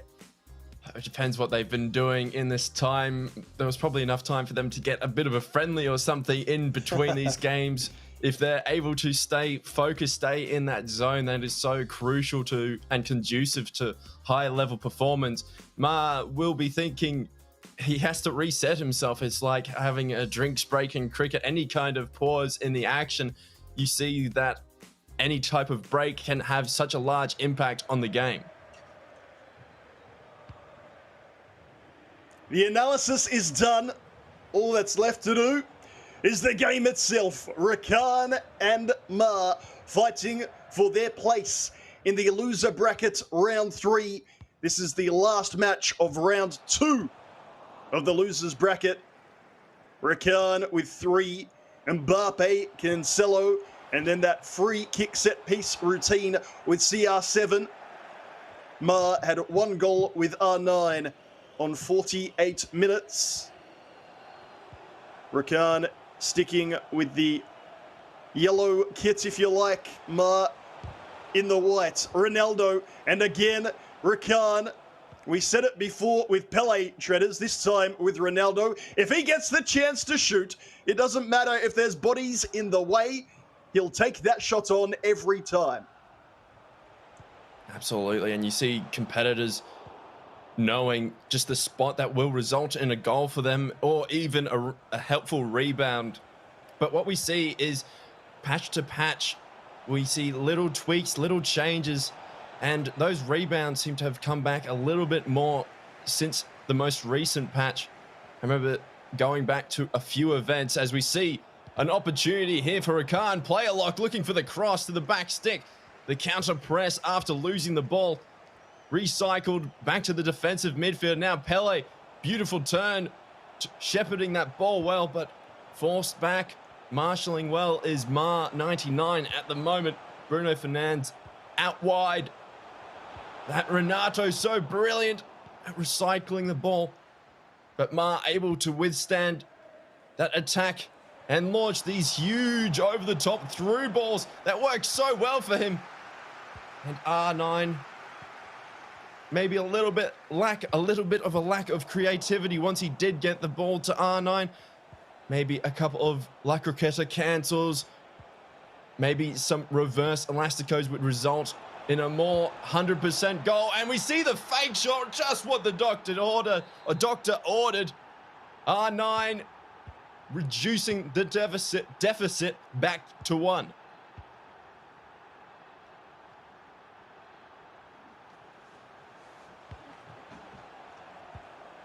Both of Ma's goals scored by R9. Neymar is doing a lot of the creative work, but R9 applying the finish again. Rakan giving up possession. Cruyff, you know what's happening. The bomb forward. Ronaldo again turns inside. Mbappe, Cruyff, Mbappe. Walker in the way. Good defending from Rakan, not panicking. You can see what every moment means to Rakan, whether he scores, concedes, fouls, or his shot doesn't hit the target. You get a cry of relevant emotion in every passage. Bruno to Renato Sanchez, forward here. Ronaldo again. Lovely first time ball, finds Pele. Mbabu stationed well from Ma. Holds the play up well. And Ma's defense has been a lot more solid in this game so far, and he's really come out with a clear game plan of those over-the-top through balls to R9. R9, quite a big, strong body, and at the moment, he's almost finding goal-scoring opportunity after goal-scoring opportunity. It's a matter of centimeters at the moment between R9 and the goal. A little bit more decisive in this game in defense and in attack is Ma, but that's not to rule out Rakan, who's got a really good opportunity to go down the wing here. Cutting it back to Pele. Pele flicks it up, cuts it back, and Mbappe on his left foot. Scoring a blinder, catching the goalkeeper wrong-footed. And, oh no, that's a nutmeg goal. Keeper should be saving that. But Rakan will take that goal regardless. The build-up was quite splendid. Is that Neuer in goal, Treaders? I think it is. I think Neuer is being a little bit suspect. To say the very least. We try not to focus on goalkeepers too much, as they are the foot item you control the least. Of course, team of the year, Neuer, 96 overall. I don't know what to say. Leaving the legs wide open. At the time, I thought it was a good driven low shot past the foot of the keeper. Well, it was past the foot, past the inside, past the instep. Goodness gracious me. Rakan will be hoping that that is the standard of fortune for the rest of this leg. Ma, again, just left in disbelief at what he's seen from his keeper. He needs to put it out of his mind and focus on the task ahead. 2 goals behind. Rakan controlling the game well. Zivchenko, you see extremely rarely, to Neymar. Bodies in the middle. That's the L1 cross to the back stick. Ball hauled up. Mbappe. Back to Sanchez. Ronaldo. Once again, Rakan says, any slight glimpse of goal, I'm hitting shoot. Ma says, any chance of a lofted through ball? I'm hitting that too. Neither successful. But the midfield, basically non-existent. Competitors surging forward. And when Ma's overall strategy seems to be more about taking his early opportunities rather than being predisposed to build up, it seems like, oh, what a move! The scoop turn sends the defender sliding. And Ma, right on the stroke of halftime, produces a moment of brilliance. You have to be ready, Shredders. Rakan was not. Ma has his 3rd goal, all scored by R9. The hat-trick complete, if you like, over both legs. And again, you see the reaction. It's why we love FIFA esports. There's been a lot of newcomers to the scene, and we hope that continues. Certainly when I speak to them and you're explaining the concept, what is it exactly that you do? The emphasis is always back on the competitors playing the game. In a way, the game's just a catalyst to talk about the humans playing it. And Rakan, I could go a montage of his reactions from the weekend. He needs to find his composure. Ma will be hoping he's locked in, ready to find one more in the second half of this second leg. It is 4-3 to Rakan. And that position where Ma scored that goal from was quite unexpected to be conceding from there if you're defending that.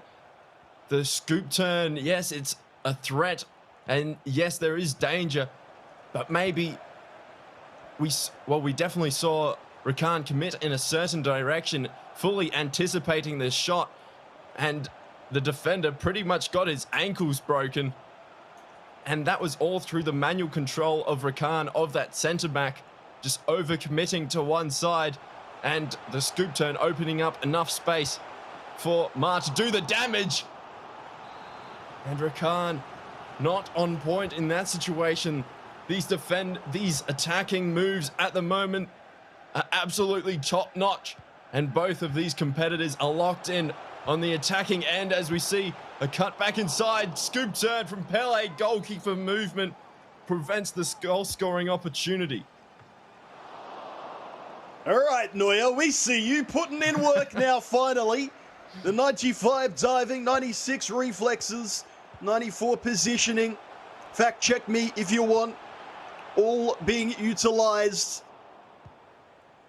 And that's what Ma has been waiting for. He can go up the other end now if he's good enough. Ronaldo versus Walker. It's slightly overhit. And again, while being very direct and straightforward, it has proven a successful route to him when looking to score a goal, at least create the chance. Rakan near side with Neymar. Has a defender to beat. It's a Tal. Midfielder brought over as well. The flat four, very narrow indeed. Ronaldo passes wide. Cancelo. Surely he won't add to his goal-scoring tally. The close control. There it is, Pele! You could tell as soon as it left the boot, it was as clean a strike as you may see. Rakan, I'm sure, saying, finally I've got one. But it was well worth the wait. And when you have a five-star skiller in possession of the ball, it's just so unpredictable what is coming next. And Rakan taking full advantage of that in that situation, restoring a 2-goal advantage through just being totally locked in and knowing and essentially premeditating before he receives that ball and keeping Ma totally on his toes. Maybe a cross from the corner might pan out, but Ma will retain possession. Thankfully for him, he needs a little bit of possession, a little bit of calm restored, potentially get some control happening in this game. But indeed, he continues to look to move the ball quickly and with so much aggression, and Rakan stays so close, but why not? R9 for Ma yet again. A brilliant run, diagonally moving that defender, catching him off guard. And the pass and the vision from Ma is sublime. And Ma continues to find a way to claw his way back in this game.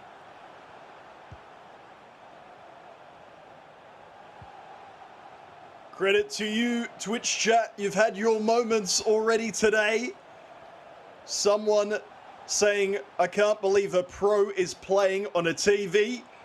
Someone replied saying, just you wait and watch. Well, right on cue. Ma scores. It's 5-4. Someone else, Neuer is on fraud watch. We'll certainly keep an eye out for that. Rakan hoping to keep things classy, hoping to keep his lead. Gives it away. And TV man's away again. Neymar with the heavy touch. James falls over on top of the ball. Goodness me. He does win it at the second attempt. And Rakan breathes a sigh of relief.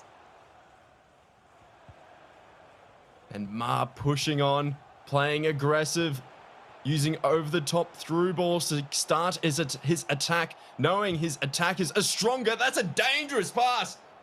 And Neuer opting to chest it down. Something we're more used to seeing in real life than in FIFA. Him being that brave on the ball. And Ma pushing forward, surging forward down the wing. Can he create a goal-scoring opportunity from this corner?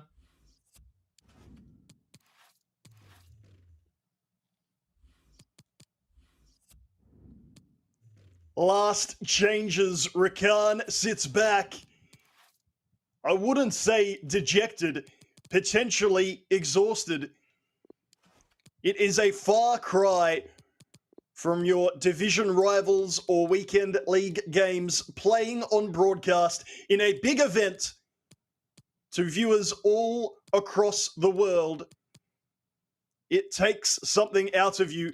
Ma looking at a 3 at the back, the 3-4-1-2 to be exact. May well want to change player instructions with only 10 seconds remaining. Kent is brought on. A foot item scarcely used. And of course, somewhat new again to FIFA, if you like. Dominated in FIFA 20, back for FIFA 21. Could he be the foot item that sees Ma draw level? Loopy looking corner. Out to Varane of all foot items, not who you want. Kent with the pass. Neymar. There are no bodies in the middle to aim at. Cancelo makes the tackle for Rakan. And we do it again. Davies brings it down calmly. Lovely header. Pele to Neymar. Rakan. You can see the eyes darting around. He's looking for the player. And it's Cancelo again. Foot items won't get the plaudits, neither should they, but Cancelo has made the right run, scored a goal, been there in defence. He's now miles up the field and turns away. Rakan knows how to use João Cancelo. He charges inside, 3 to beat, goes back towards the corner flag and eventually coughs up possession. Ma has a 3-on-4. The fourth attacker joins. Man at the top of your screen. Davies has no breath left. The 1-2 with Kent. Neymar inside. Ma. He needs the equaliser. Ronaldo near post. Oh, yes. The fist pump from Ma. He's done it. The comeback complete. 5-5. Are we about to head to extra time? Yes, indeed. Ma utilizing the body of R9 to find the top corner. This man is composed at the most important moments, but still not long left. Maybe Rakan can get the final opportunity if he plays this ball quickly. Player in the way. Time running out. Time has run out. But only in regular time. 5-5. And for Ma, it's that man on your screen, R9, that has all 5 goals. Rakan must be wondering what he has to do to stop Ma when he's using that foot item. Have you got any suggestions for him, Treaders? If he can sub out Reece James, I'd be doing that right now. He's just not strong enough to stand up to R9. It's a part of the game, having these strong foot items. You have to make a decision for yourself. Do you want to invest in your attack, your midfield, or your defense? Rakan opting to spend as many coins as possible on his attack through his R9, rather Ma spending as many coins as possible through his R9, and he does the damage. He gets the job done time and time again, just through either strength and skill, through bodying off that centre back, bodying off Reece James, and it's allowing him to stay in this contest. Ladies and gentlemen, Lock yourselves in for extra time.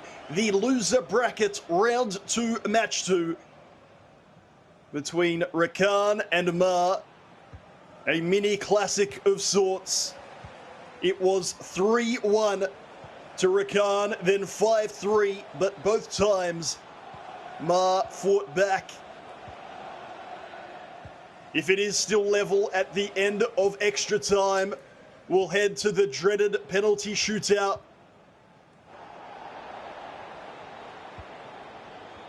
That ball does stay in play. Ma picks it up well, trying to formulate his attack quickly. Look who it is. Ronaldo cuts it back inside. Rakan with bodies in the right place at the right time. Renato Sanchez through to Ronaldo. Ma is utilizing the sliding tackle in extra time, but ineffectively thus far. Turn inside, man inside, goes near post, deflection. The goalkeeper dives for show. Fraud watch continues, Neuer. Header away for Ma. Not sure if that's a pass or deflection. Either way, things settle with just 5 minutes remaining in this first stanza. Man, that defense from Ma just before was impeccable. Jockeyed Rakan's attack the full way, and Rakan had absolutely nowhere to go and was incredibly fortunate to get a corner out of it. Ma is really turning up the threat to 11, turning up his attack, turning up his defense, and he's indeed turning up at the right time. Berber spin to create the space. The cutback is blocked, and Rakan gets away with one. Ma bringing out all the stops, and the pressure is piling on Rakan. The last attack of this first period. Ball through, shot fired, and Rakan celebrates, using up every last second of the clock. Another unsuccessful sliding challenge from Ma. But let's focus on the direct brilliance from Rakan. He has the lead again. Neymar getting it done. And he just waited the perfect amount of time, did Rakan, for that ball to get through in behind. The perfect amount of build-up play combined with skill moves. And he knew Ma's defenders would be tired. Ma opting not to sub those two centre-backs out, and instead opting to substitute fullbacks and other foot items. And so Rakan able to capitalize in that situation on the space left in behind with a perfectly weighted and a perfectly timed through ball. Ma might be looking at changes. I think Rakan is happy just for a little break. The loser will be eliminated from competition. At the moment, that looks to be Ma. He is a goal behind. Can he complete this third comeback just in this game? Diatta brought on for Atal. Rakan starts with the ball. Does he look for another goal? He scored 6 against Y2. He's got 6 here. Ma scored 7 against a Uae. Wouldn't mind 2 more. Happy just to chop down the attacker. Some good close control from Rakan, baiting in the defender, knowing that Ma's looking to make more manual challenges. That one is successful. Through the other end, Kent can't get there. Kent's barely had a look in since coming on the pitch. Rakan with the high line, turns it over. Expect things to be scrappy. Expect chances. Expect Diatta off the woodwork. The apex. A second chance. It's off the defender. Ma, as calm as you like, will have to come again.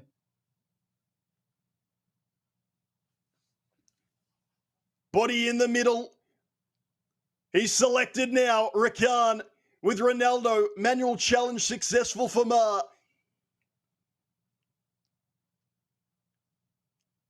Nerves of steel. But Kent, he's just not being found on any occasion. It feels like the ball is repelled from that foot item at current. 2.5 minutes left.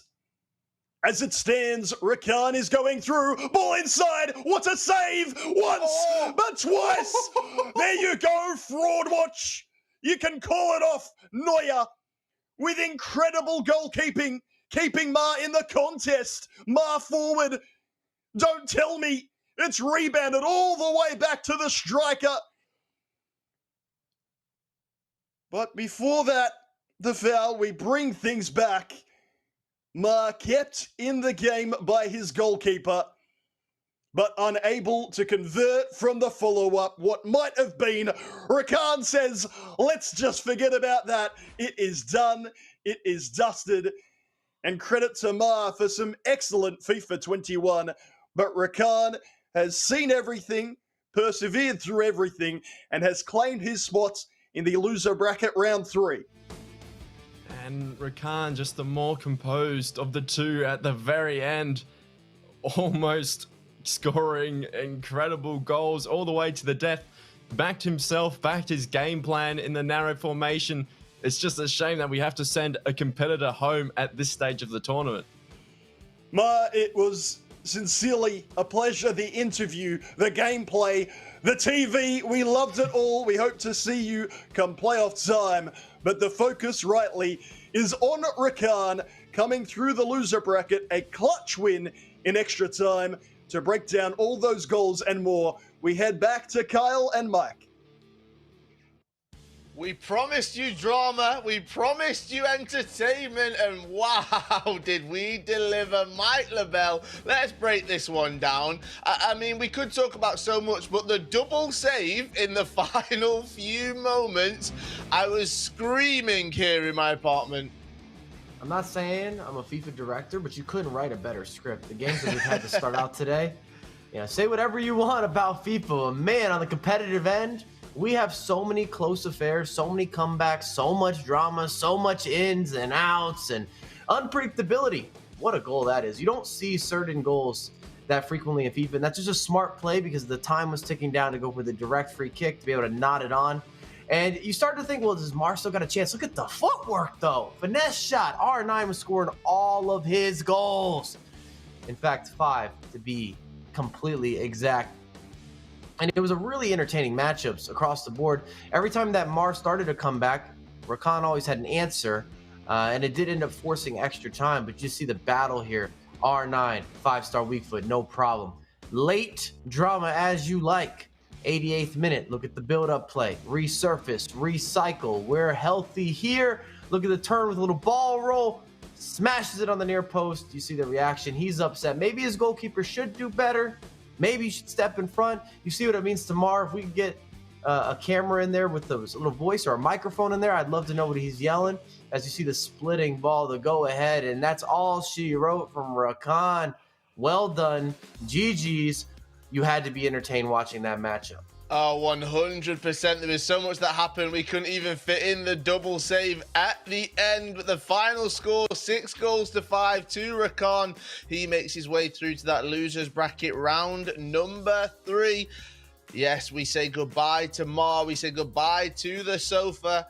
And we say goodbye to Power Zayed, who went out in the matchup just before, and that sets up that round number 3. As you can see, Abu Fawzi taking on Rakan, 1-3-1, all hoping to make their way through to that losers bracket final, where Sharon Jot is patiently waiting, and then they will make their way through to that grand final. Next up, though, we keep the action coming, we keep the entertainment and the drama coming. Rakan taking on Abu Fawzi. You do not want to miss this one. Make sure you stick around. Mike, are you good to go again?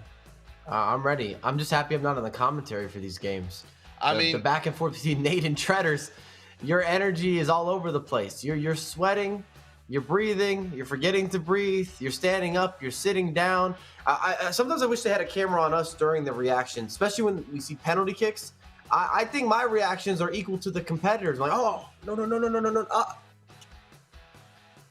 I look like a YouTube thumbnail. You read my watching mind. The games. You read my mind. Honestly, I think there's something in it. We need a camera next to the camera that's rolling at all times. Clip them up, and that can be part of the post show. All right, we'll get the best reactions, guys. If you're watching at home, do not miss out on this losers bracket round number 3. There's going to be entertainment. There's going to be drama, and I can promise you, there's going to be goals as well. This is the 3rd and final West Asia regional qualifier. We move into that losers bracket final next. We'll see you after this break.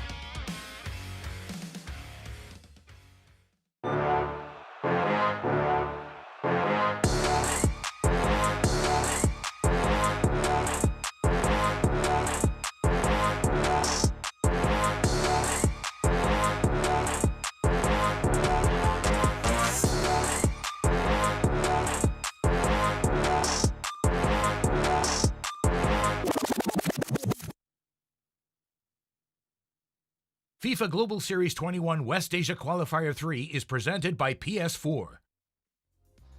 Welcome back to the FIFA 21 Global Series West Asia Regional Qualifier number 3. My name is Kyle Walker. I'm joined by Mike LaBelle, and we're moving ever closer to that grand final right there. Before we get there, though, we've got losers bracket round number 3, and then it's on to the losers bracket final, where all of our competitors are hoping to make their way through. Coming up next, as you can see, losers bracket round number 3, Abu Fawzi taking on Rakan 1-3-1.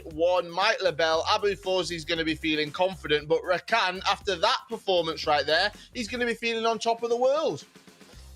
Something's got to give here. It's almost, you build both storylines up. Both these guys have to be feeling the momentum. Anytime that you're able to get the results, and maybe even more so when you win late, or you see out a tough match, it definitely builds your confidence to say, this might be my tournament. And when you start asking that question, good things are going to happen typically. They will indeed. Let's see what happens. Let's bring Nate and Treaders into the conversation. Hopefully they've had a little bit of a break. We are getting through this because we want to be entertained.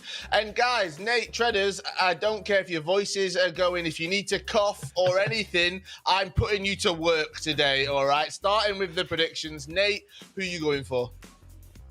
It's so close to call. I feel like, how often have we seen the hot hands, if you like, come through the losers bracket?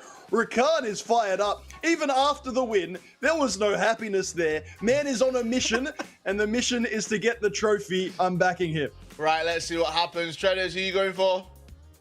I got Abo Forzi. I've really liked what I've seen so far from him. The close control, the skill moves. It's been really incredible to watch, and we'll continue to see him develop and really adjust to this level. Mike LaBelle, two competitors full of confidence, but who are you backing? I got Fozzy as well. I think that he's going to get this result. I think it's his tournament to make the run. Oh, I completely agree with you. Yes, he's full of confidence, Rakan, but Abu Forzi, he's got hot fingers and he's ready to go. Let's jump straight into it. Let's throw it across to Nate and Treaders to kick off our losers bracket round number 3. Thank you, Kyle. Thank you, Mike. We're going to go straight into the FIFA action. It's what you want. It's what we want to. My name is Nate Patrick. I'm joined by Jay Treaders. Treaders, we have seen time and time again in West Asia qualifiers number 1 and 2. And indeed, from around the world, a winner come from the losers bracket, starting there all the way through until the grand final. How important is playing back-to-back-to-back games in this format? It just allows you to keep your focus, keep your intensity locked in, no distractions, just stay in the zone, stay in that competitive flow. And I talk about flow a lot. It's just a state, a mental state you can allow yourself to get into where you not only learn the best, but it's also where you play at the best. You're at total comfort, you're at ease in your environment, and you're just playing the game. It's just you and the game, just having, I guess, an intimate chat, having a nice relationship, having a really good time, and just feeling yourself, feeling it, just a general vibe when you're playing the game. Right in to the loser bracket round 3. Forzi, the 6-3 dub against Msdossary, and then today 4-3 against Zayad. Rakan, well, you're well aware of how that's gone down. The slight loss to Uae 2. The big win in extra time just now against Ma. Can he continue the winning form? Or has Forzi had a moment to relax? Goodness knows we haven't, and it's just the way we like it. This region, Treaders, continues to produce so many goals, so much excitement and drama until the end. It's incredible to watch. You never know which way the games are going to go as we see Rakan picking up where he left off. But Abo Forzi, so resolute at the back and just so creative when he eventually goes forward. This is where he is absolutely elite. One of the best competitors in the world when he gets into the final third. Obviously not on that occasion, but defensively Rakan will be able to exploit a little bit if Abo Forzi presses up, mistimes a few challenges here and there, and generally looks to disrupt. We see competitors play as a disruptor or as a player looking to control. They're the two roles that we generally most predominantly see. Abo Forzi definitely more of a disruptor than a controller, whereas Rakan definitely seems to want to control games, but a badly timed offside trap allows Abo Forzi to get in behind, break the lines, and the brilliant vision to go all the way out wide when the offside trap was triggered at the wrong time by Rakan.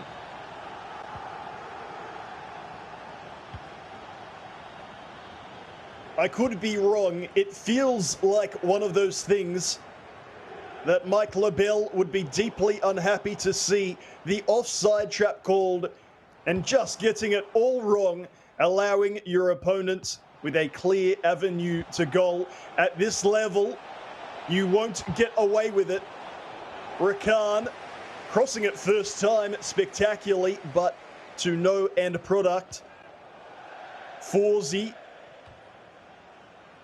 in that focus state, but that ball overhits Rakan.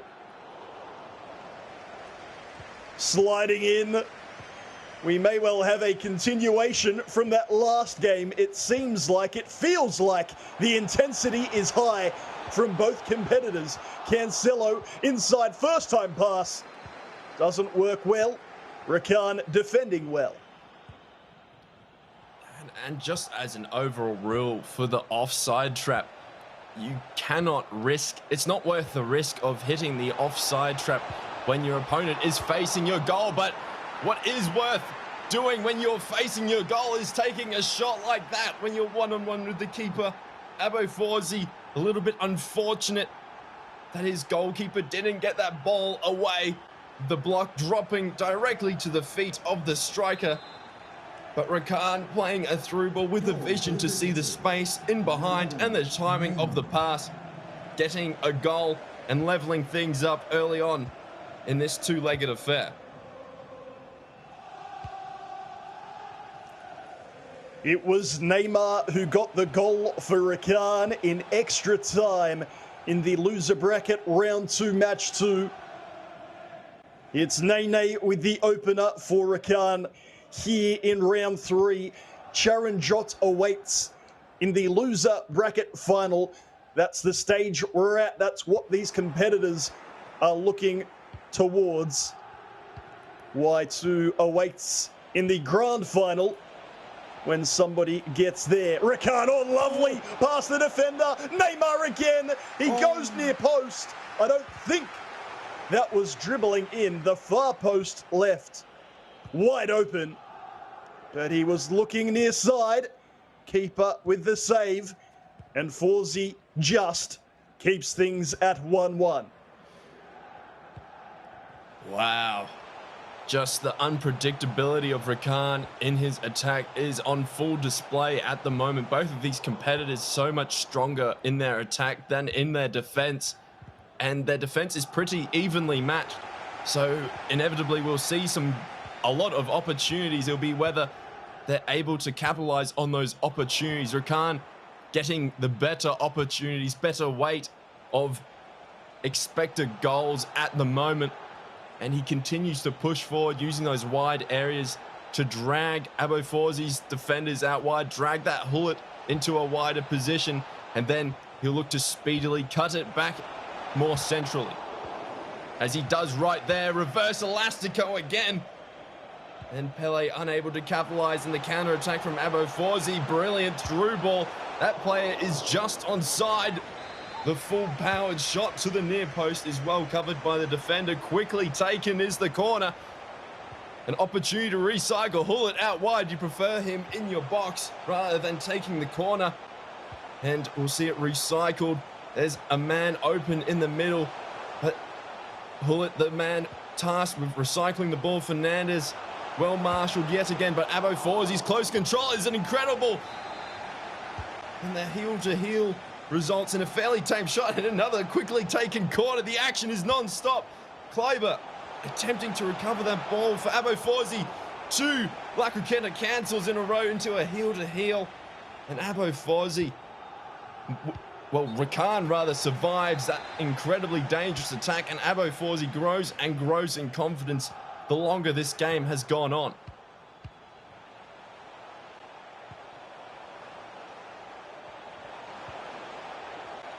No minutes of added time here in the first half of this first leg. Ball out of play. Bruno it was on 14 minutes for Forsey. Rakan responding with Neymar.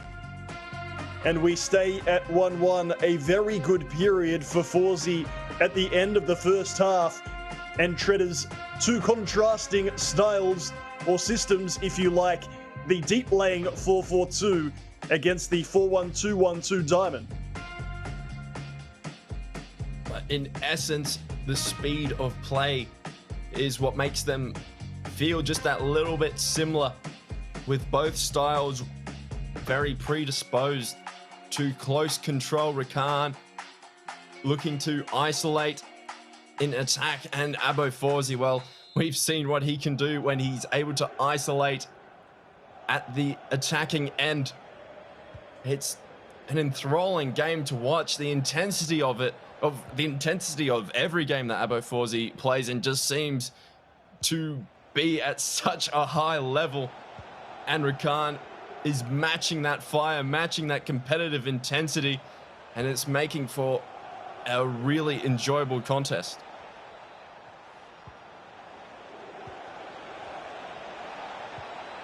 Rakan on the turn.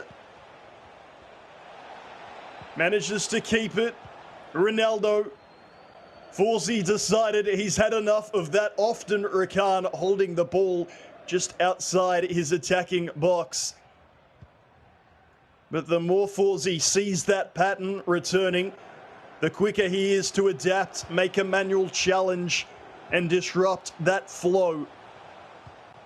Both competitors have scored great goals and a great quantity of goals. Forzi, 6 against Msdossary, 4 against Zayad.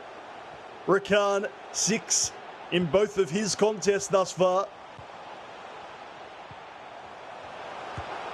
Forzi looking to add, fake shot, near post shot, yes please, and yes thank you. CR7 on 55, and Forzi has his lead once more. Man, oh man, Abo Forzi so composed, building up that possession out wide, patiently waiting for his opportunity to cut it back inside. And when that opportunity came, the scoop turn from CR7, with Rakan anticipating either a first-time shot on the right foot of CR7, or indeed a scoop turn back inside.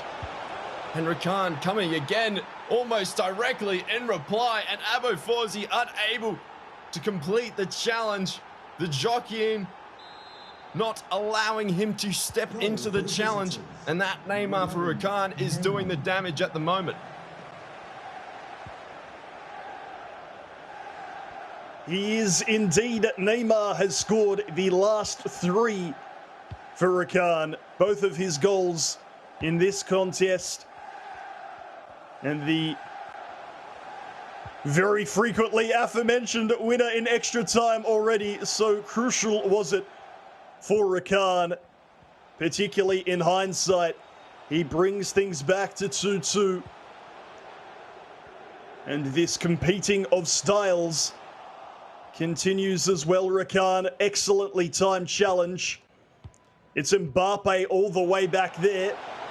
And straight away he's through. The high line has been pierced. Ronaldo against the keeper. Goes far post. Hits it into the top corner. Rakan says, "Get behind me, lads. I've taken the lead for the first time in this game." Rakan winning that ball back. His defensive game plan is what's doing the job for him at the moment, forcing Abo Forzi into wider areas. And the moment that ball is turned over, Rakan speedily pushing that ball forward. And that CR7, when he gets in behind, even if your foot item does catch up with him, you'll find that he's able to hold you off and prevent you from getting any kind of challenge on the ball. And Rakan composed. Abo Forzi had rushed his goalkeeper out as well to put the pressure on, but Rakan held his nerve, waited for the perfect moment for him to strike, and when that moment came, Rakan was up to the task, and his defense has stepped up to another level.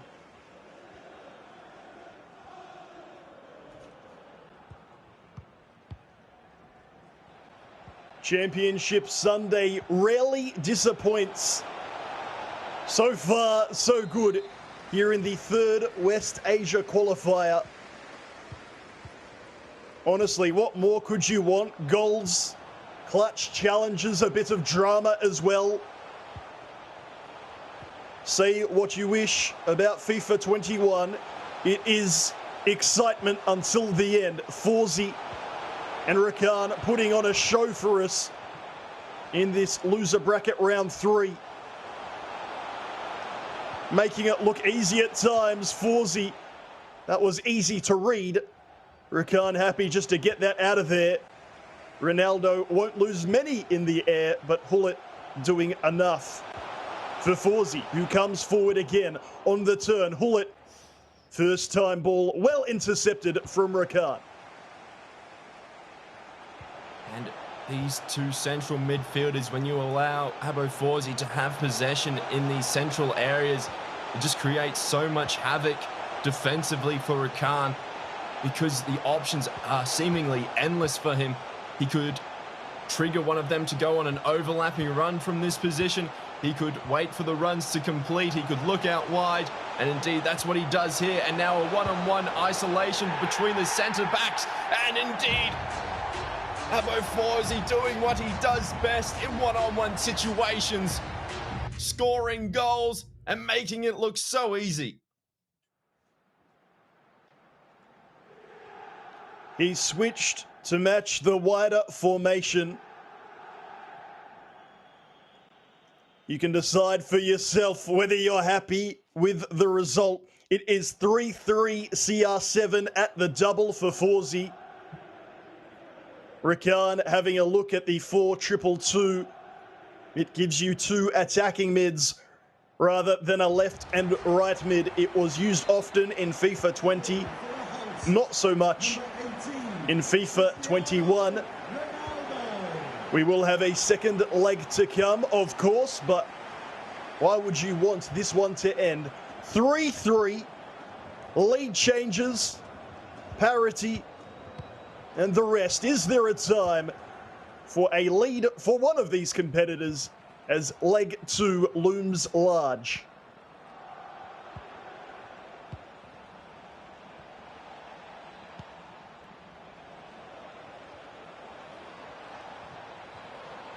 Rakan with Pele, runs into the space vacated on the left. His attacking mid had made the run inside. He gets the corner, driven pass out to Sanchez, Cancelo, Mbappe. Defenses reset, so he has to go back until his does the same.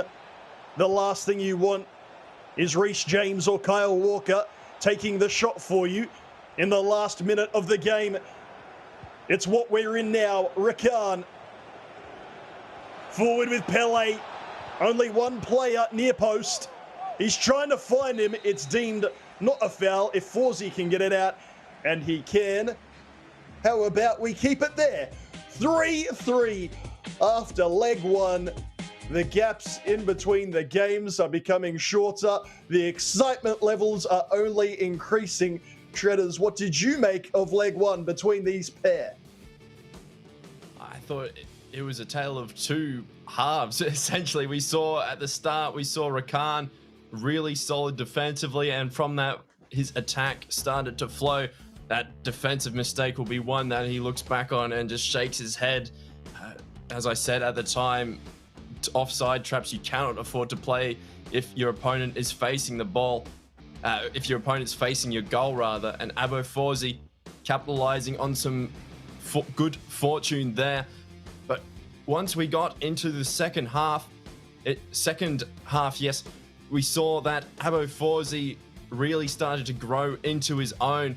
And even though Rakan did score 2 goals to make it level, it was still, I just felt that Abo Fawzi's overall gameplay had just stepped up to another level, particularly as we got towards the back end of the game.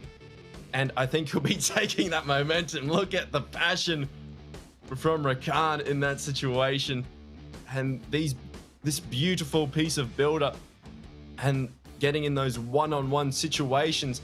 FIFA 21 to this point, from a competitive standpoint, hasn't really been about getting into one-on-one situations with the defender or even 2-on-2 with the strikers. It's been more about pass, move, and then bang, you've got a simple one-on-one opportunity with the goalkeeper.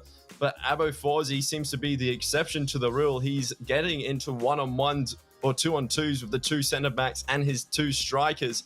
And from there, he's able to produce some pieces of brilliance, some magic of his own. It's been brilliant to watch when he's at his absolute best. And it's a play style that it's incredibly hard to replicate at any level. Few can do it, quite simply, no matter how much you might practice. And maybe a few in the Twitch chat or somewhere else are saying, I could do that. I've completed skill moves. I've done it in weekend league, pro clubs. Okay, sure. It's another effort here. I'm not trying to, I probably am belittling you a little bit. Let's be frank. You're watching the best for a region. If you don't see your name on those FIFA.gg standings, maybe don't comment and instead turn your attention and respect to the competitors we're watching right now. As you say, Treaders, very difficult to replicate here. It's not even so much the execution of the skill move, but the timing and when to perform the skill move itself. And it's also about his ability to read the defense. You might be able to execute these skill moves against a defender who's giving you about 15 meters of space because they're worried about you getting in behind. But these competitors, they stay so tight to you when you're on the ball, and it's only a matter of a bad touch or a wrong decision from you and you're losing that ball. And when the threat is there of them going up the other end to score a straightforward counter-attacking goal, or their attack is just that brilliant, you have to make every single possession count and be at the very top of your game in pretty much every sense of the word, in every possession. It is incredible to see what competitors are doing in FIFA 21. It feels like every year the skill level just gets higher. The skill gap between the best and the rest increases. And it's a pleasure to sit here and call the action. We hope you are watching on, learning something and enjoying it too. However, there is a lot on the line. These competitors looking to face Charanjot in the loser bracket final. Leg 2 is underway. Take notes, get out your notebook, do whatever it takes to learn.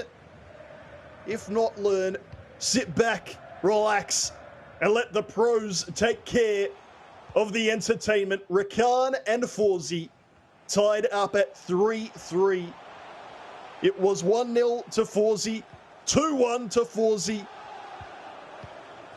Then Rakan taking the 3-2 lead. We're back at 3-3. It will be interesting to see if Neymar continues to be the go-to foot item for Rakan. He is scoring and assisting so many of Rakan's goals over this weekend. And it's a term we talk about quite a bit in basketball. It's the gravity of him as well that has an impact on the game. You see Neymar on the ball and you're immediately thinking, I got to get him away from the ball, and that opens up so much space for the other attackers. We saw in the previous game with Ma, we saw his R9 having a similar effect, obviously not getting the result, but we saw him drawing players, or he should have been drawing players because he was effectively allowed to run rampant at the attacking end. And it was only through Rakan's brilliant attacking play that he was able to get that result.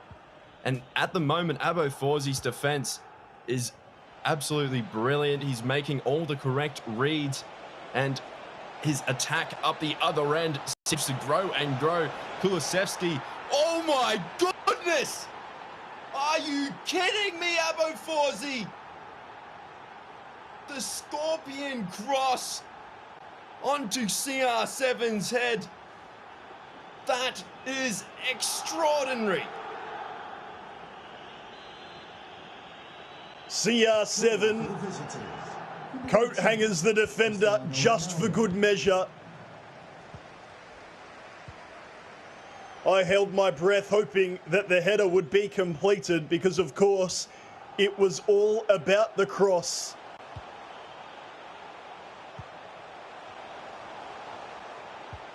Wow, Rakan, how are you feeling right now? Can you respond in kind? What a save! The follow-up comes off the defender for a corner kick. And once again, the Ronaldo on keeper battle. Something we will see, that header out for a goal kick. The competitors have probably moved on, Treaders. I'm still reeling from that goal. That goal should be worth more than one.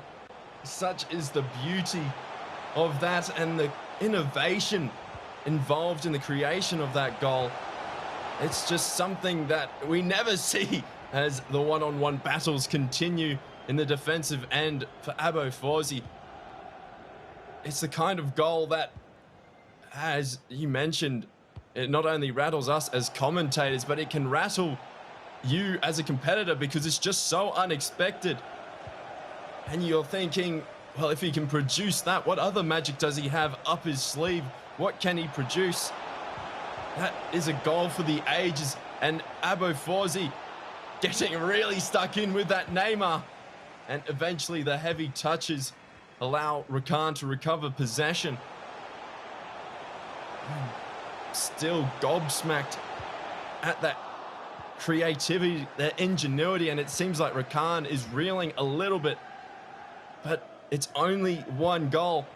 This halftime break cannot come quickly enough for potentially both competitors. It's got a little bit scrappy, possession changing hands, but the defense has been quite good. But the attack has dissipated just that little bit. But it's only a matter of time before one of these competitors lock right back in and get back to their absolute prime, as we see Rakan getting back to his prime. And that ball going out for a corner. Rakan not opting to cross it straight into CR7. And the keeper for Abo Forzi able to get it clear. And maybe a counter-attacking opportunity here. That player was making a run directly up the middle for Abo Forzi, but he did not opt to take that option, preferring to head out wide, look for a 4-on-4, and indeed this 4-on-4 can be so strong, so devastating for him if he's able to execute, and not able to execute on that occasion through some brilliant defending from Rakan himself.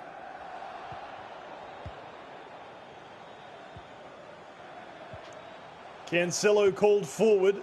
The right back pushing on, creating width. He gets it now. Up against Van Aanholt. Turns him around in a circle.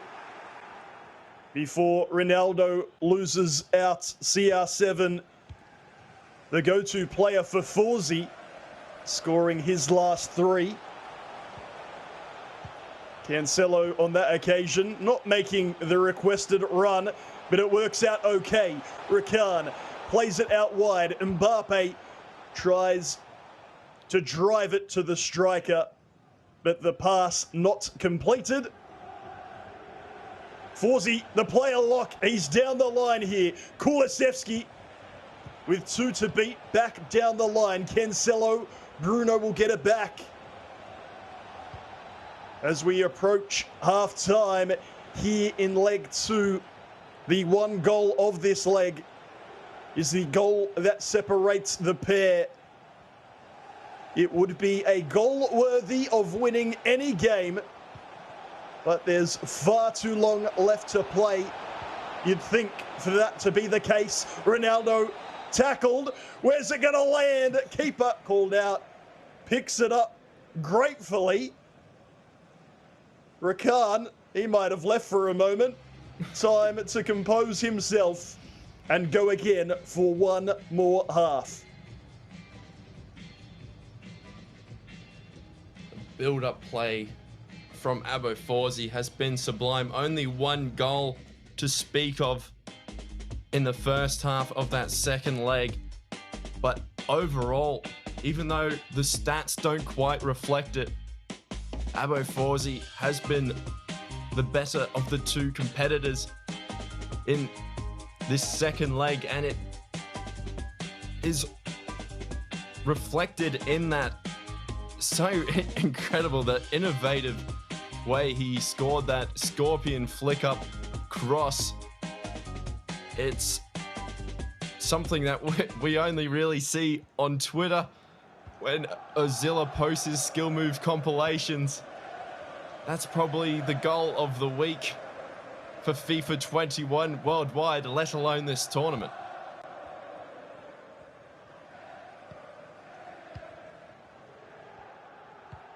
Forsey might be able to reflect on that goal, get the clip, share it around, but only if he's successful. It will mean nothing if he cannot hold on and progress to the loser bracket final. It is he with possession in this second and final half. First time ball inside. Ronaldo turning away. Lovely work. Oh, Forsey. The brilliance continues. He looks directly down the camera lens and says, that is what I'm made of. The near post finish. Too good. And he has a 2-goal advantage. And Abo Forsey is just so locked in. The intensity just wears you down as a competitor. And Rakan is looking absolutely rocked at the moment. And Abo Forsey able to sit back quite comfortably, absorb pressure, disrupt his opposition. Once he is able to get back, a cutback, not incredibly well directed. But now the counter-attack for Abo Forsey is on if he's able to link it up. But forced back by Rakan. But he's still in possession of the ball, and while Abo Forsey is in possession, the threat is still there. But Rakan now with a counter-attacking opportunity of his own. The play style of Abo Forsey is conducive to the counter-attack. He likes to get bodies forward, even though he does play really well in 2-on-2 situations. He needs support in the build-up. And so Rakan looking to move that ball forward quickly, whereas Abo Forsey sits on possession just that little bit more, trying to create the perfect scoring opportunity. And that is what he's talking about. That is what Abo Forsey is made of. And hands on your head to celebrate. Why not? When you're creating goal scoring opportunities just like that.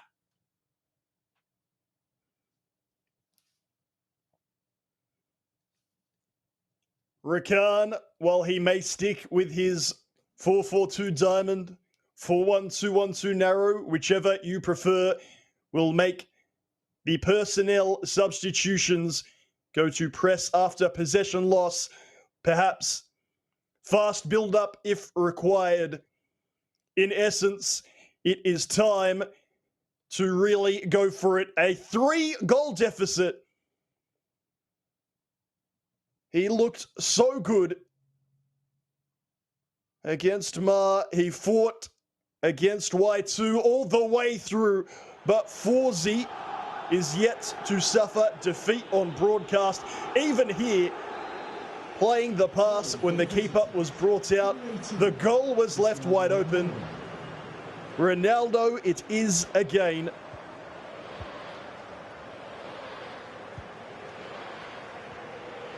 Can Rakan do something incredible? Goodness knows this region never fails to disappoint. Near post, oh goodness gracious me, the keeper gets there. Rakan will play it short. He drives it across Sanchez, Mbappe, Rakan, near post, far post, who even knows? It sails away. And Forsey, with a quick draw of breath, may well look to go for even more goals considering how high this press is. There is simply no room at the back, just to sit back and pass it around. There's so much room in midfield between his two central midfielders, and this is where Rakan can press on. Abo Forsey so unique in his play style, utilizing not only his central midfielders and his attackers, but that Virgil van Dijk is almost the most important player on the pitch for him because of the way he uses him not only in his build-up, but the way he marshals his defense. But Rakan still marching on, couple of rebounds. But Abo Forzi able to swing that ball out wide once winning the ball back. And that through ball is almost kept in play, but Rakan winning this ball back, needing 3 goals to reduce the deficit. But Abo Forzi putting a stop to that attack within the own half of Rakan. Rakan will continue to push forward, but time is running out. Forzi, so much space in behind. Does he want to try it? Or does he do what many would deem is the sensible thing and just hold the ball for as long as possible? You have the clock on your side.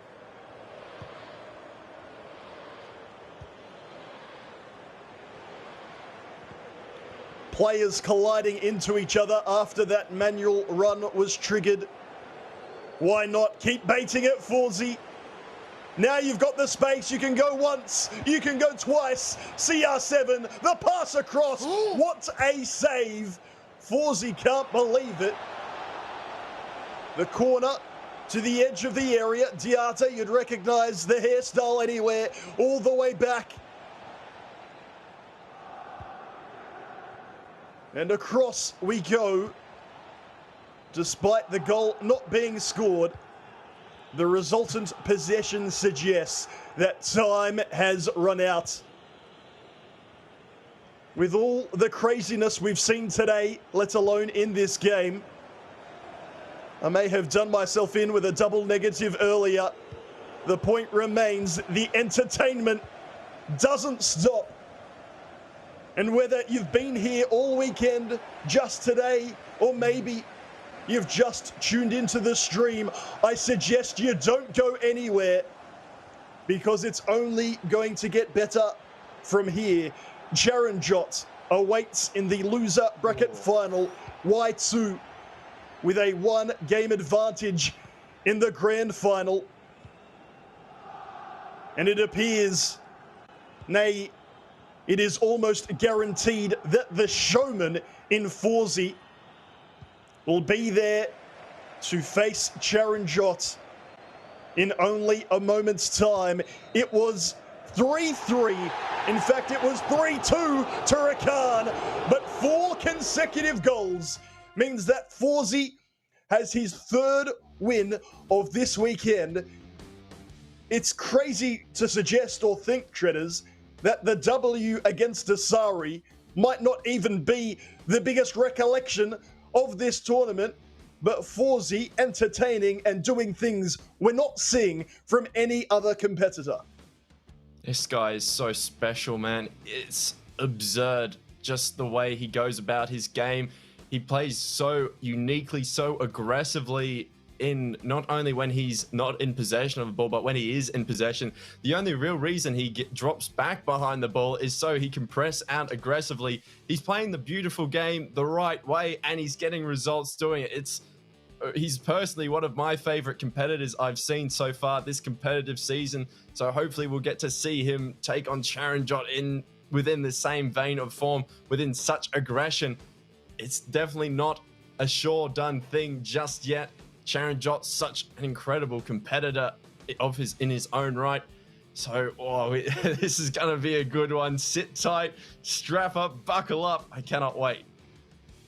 Treaders can't wait. I can't wait. Wherever you're watching from around the world, we hope you're as excited as we are to break down that incredible victory and that incredible goal. We'll head back now to Kyle and Mike. Wow. We promised you goals before it, and that delivered. And entertainment as well. 10 out of 10, the value of this FIFA 21. Mike LaBelle, what do you make of it? What a special performance. I'd say Forzi's very special, very unique, unorthodox. It's difficult to predict how he's going to score some of these goals in terms of the creativity that we're seeing him utilize, and just some of the the ways that he's able to be more complex, especially in very tight areas on the virtual pitch. It's easier said than done. Oh, what a goal that is, with the La Croqueta cancel across the body.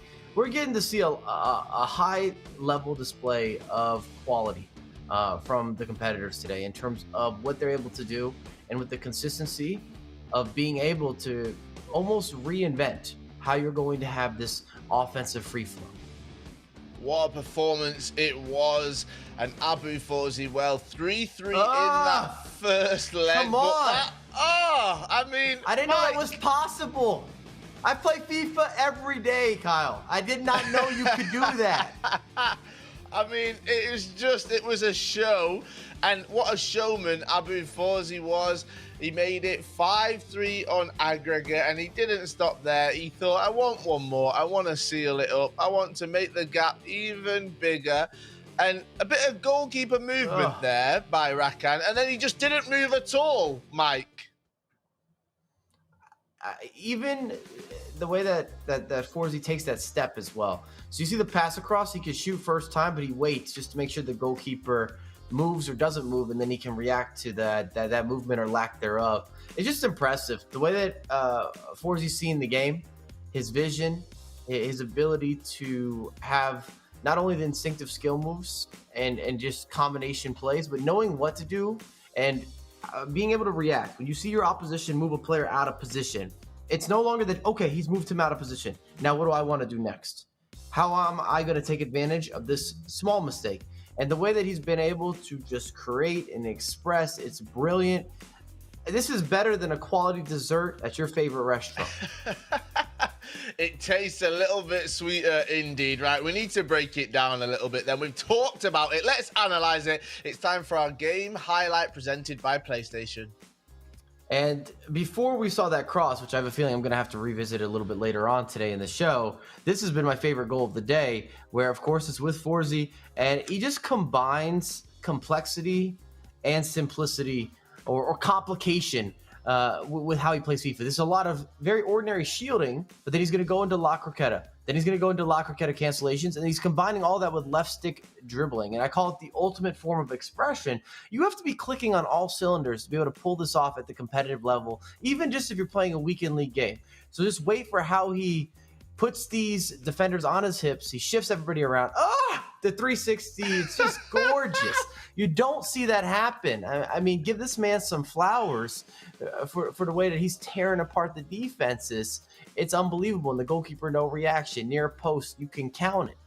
He is full of confidence. And Mike, beating Msdossary yesterday, that was just the tip of the iceberg in a way. It feels like he's going on to cause some huge upsets in this tournament and really make a name for himself. Well, as you can see, he's a confident player as is, but I think getting by Msdossary, or beating Msdossary, and that was convincing as well. It wasn't a lucky result, and getting that result, you can see it's propelled him. We are seeing the best version of Fawzi, hands down, no debating. This man is here to shake things up on the broadcast, and he's doing just that. And Fawzi versus Cherenjot is going to be an unbelievable matchup too, because both these guys look to go forward. They're both offensive masterminds. They have a lot of that additional creativity and just general free flow and reactive ways of playing FIFA, so I can't wait. I can't wait as well. Cherenjot 1-2 from India taking on Abu Fawzi right there from Saudi Arabia. These two going head-to-head in that losers bracket final, a spot that they will hoping to take one step further. Can they make it to the grand final? You will find out right here. Make sure you stick with us. You do not want to miss this one. I promised you goals before we went to the last break. This time, I'm promising you goals, entertainment, and more tricks and flicks, and let's say showmanship as well. They're showcasing all of that talent. Make sure you stick with us. That losers bracket final is round the corner. We'll see you after this short break.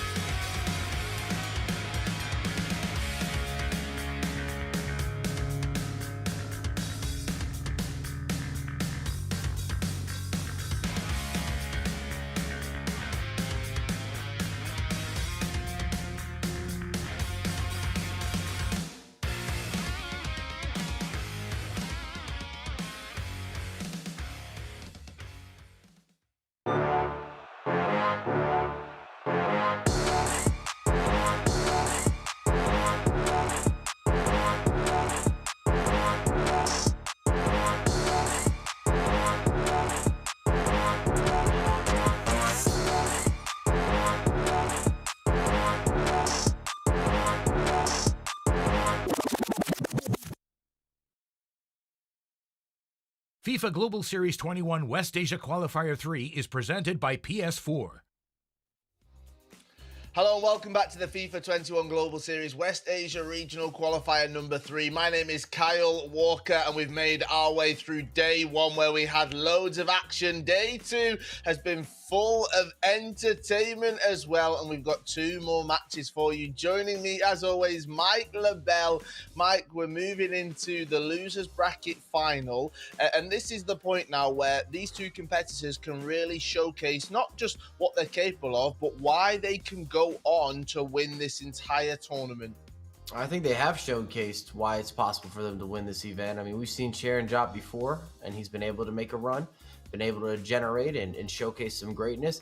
And what Forzy's been doing, I just never seen it before. Some of the combinations between the skill moves, the intricacies, just almost a real conversationalist. And he's speaking that FIFA language inside the box. He is indeed. He's speaking. I love that. The FIFA language inside the box. I'm still blown away by the scorpion cross and then the header. And yeah, it is incredible, some of the skill moves we're seeing from him. And if it's getting your juices flowing, if you are wanting to get involved in some of the competitive action, well, you can do. If you think that you can get a scorpion cross across the box and showcase that talent, well, you can do with the PS4 Tournaments Open Series. These are weekly competitions for all skill levels, even if you can't do the Scorpion Cross, all right? You compete against your friends and rivals for unique rewards, and you compete online for prizes ranging from unique game-specific dynamic themes and avatars to in-game currency and cash prizes as well. Those who play in EA Sports FIFA 21 will have a chance to show off their skills to friends and rivals in weekly broadcasts hosted by PlayStation. All you've got to do is go to compete.playstation.com and sign in with your PSN ID. Mike LaBelle, show them how it's done.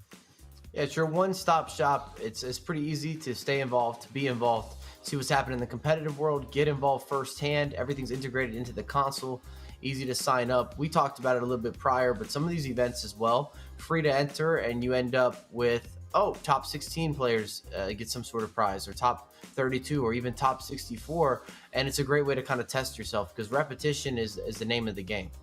I'll start to enter them when it's top 128, and there's only 128 competitors. Yeah, that's what I'm going to say. Right? Yeah, you get a participation trophy, and then Kyle's coming in. Got it.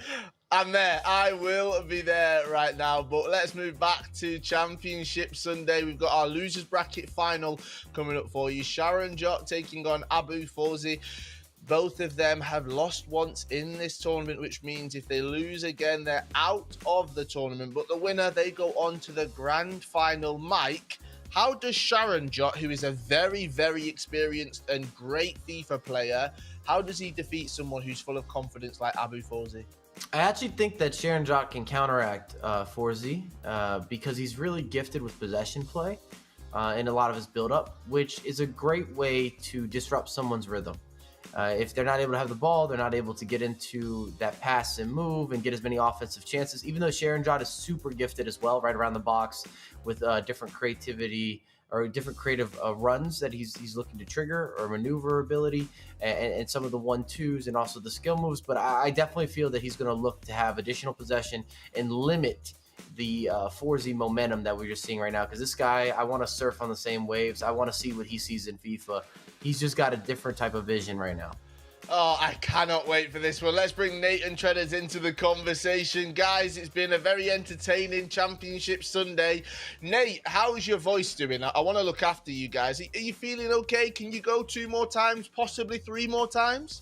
If the FIFA's this good, then yes, please. We can go all evening, all night, bring it on. Those goals, that Scorpion cross, just sublime.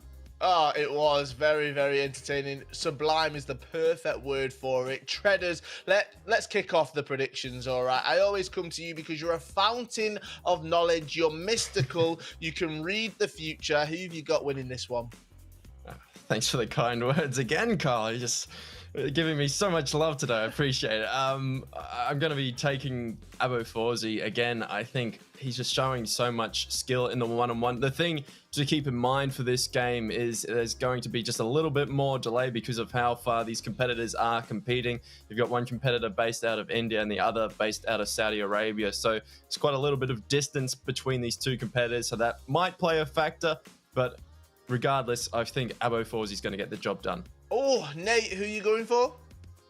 I'll stick with Charon Jot. Again, a tough loss. He could be in the grand final if one or two moments went his way yesterday. I think they will go his way in this loser bracket final. And Mike LaBelle, who have you got? This is really hard because I haven't seen some of the complications that Forzi's been able to generate, and I hate going against him. But something tells me that Charon Jot's going to really disrupt the way that he wants to play and just limit and restrain him from having these same types of opportunities, or at least the amount of opportunities. And Charon Jot's going to cause problems, so I'm going with Charon Jot. Because it's a final and we might have to speak to one of them, I'm not going to call anyone. So I'm going to throw it over to you, Nate and Shredders. It makes it awkward. I've got to ask them the questions, haven't I? So I'm not going to give a prediction on this one. Nate, Shredders, it's over to you guys.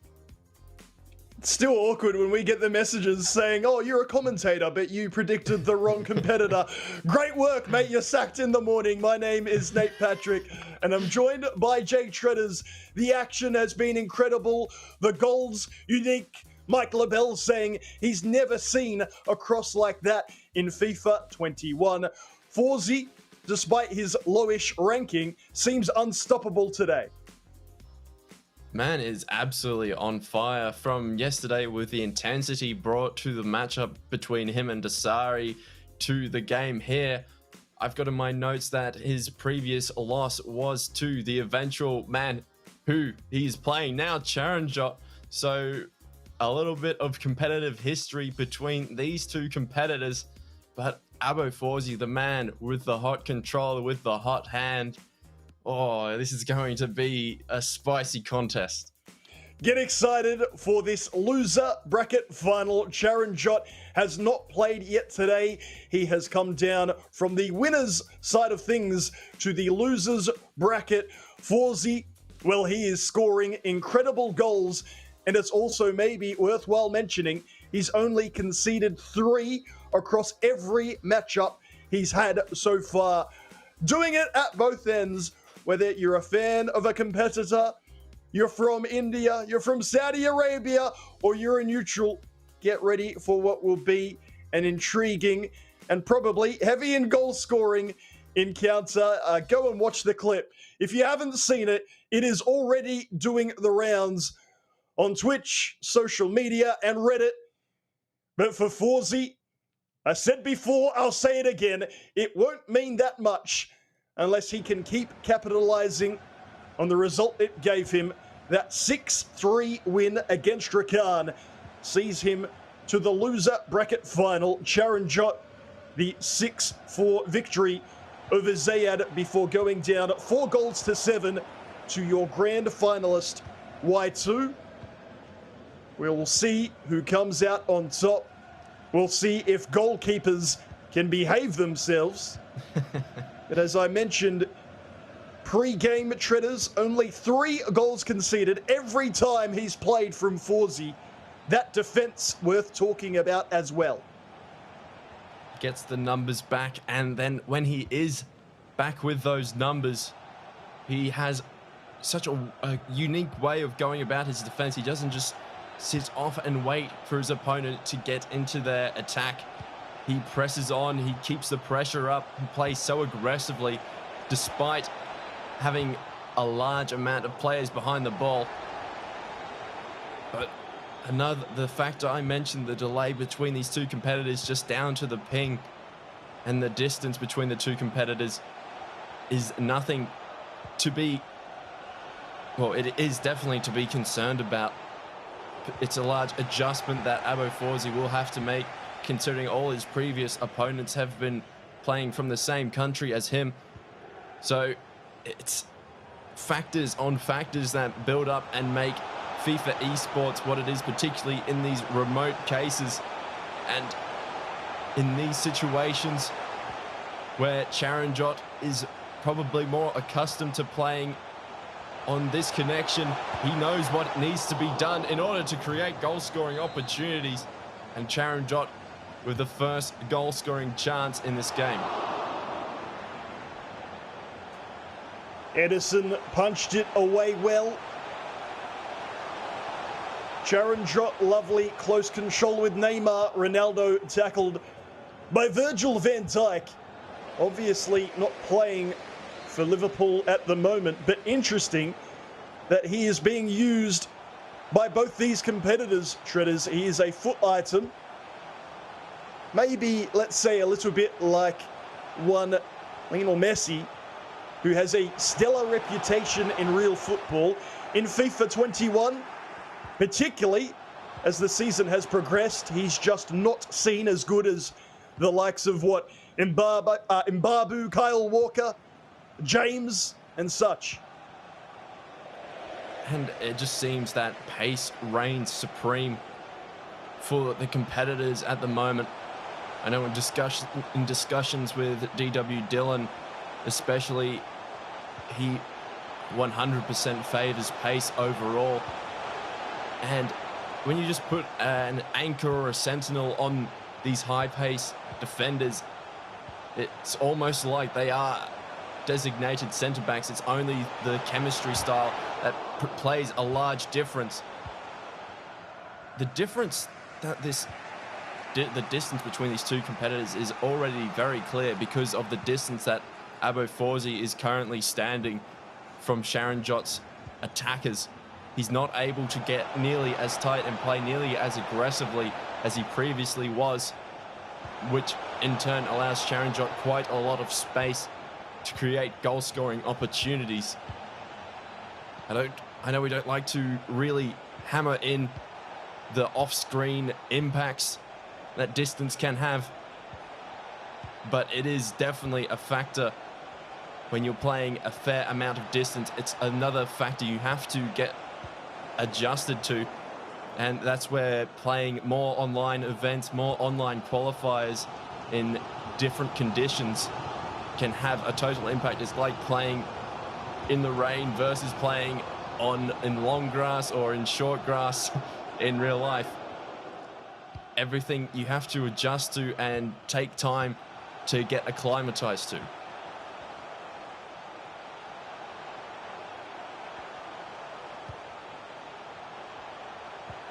No goals just yet as these competitors settle. Charanjot with 6 and 4 respectively. We've seen what he can do, really announcing himself to the world stage in Qualifier 2.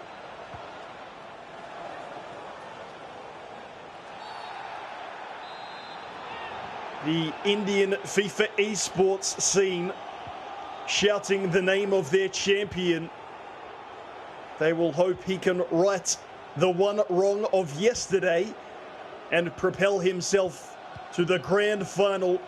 Those are the stakes. That is how close we are to the end. What a save, Nick Pope, and the follow-up into the side netting from Anthony when the goal was gaping, but not to be on that occasion for Forzi.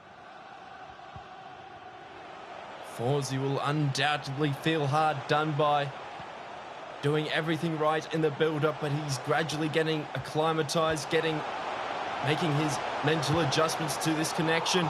And Charanjot thwarted once again by Edison and Abo Forzi's goalkeeper movement. But Charanjot will look to reset and get the final attack of the half. Maybe Forzi still thinking about his goal-scoring opportunity earlier. Anthony, you'd think on his favoured left foot, would have at least hit the target, the future stars item. 82 finishing, even with a chem style, maybe the reason that wasn't on target, taking it first time. Charanjot prefers this 4-4-2 defensive to central defensive mids rather than pure centre mids. and just making a sub there at right mid, Treaders. Adjustments are plenty for these competitors. Atal with his 5-star weak foot, and whether that is the foot birthday version of the item remains to be seen. But when you make those adjustments, it allows you to be a little bit more comfortable in possession, because you don't have to worry about stamina. That heavy touch letting Abo Forzi down, and Charanjot gets away with a wayward pass there. But when you make those adjustments, when you make those player substitutions, when you're on the ball, stamina plays a role as much as it does when you're tracking back, when you're trying to chase after that man, getting in behind. Abo Forzi looks well and truly at home on this connection now, and playing much like we saw him previously, albeit just that little bit slower.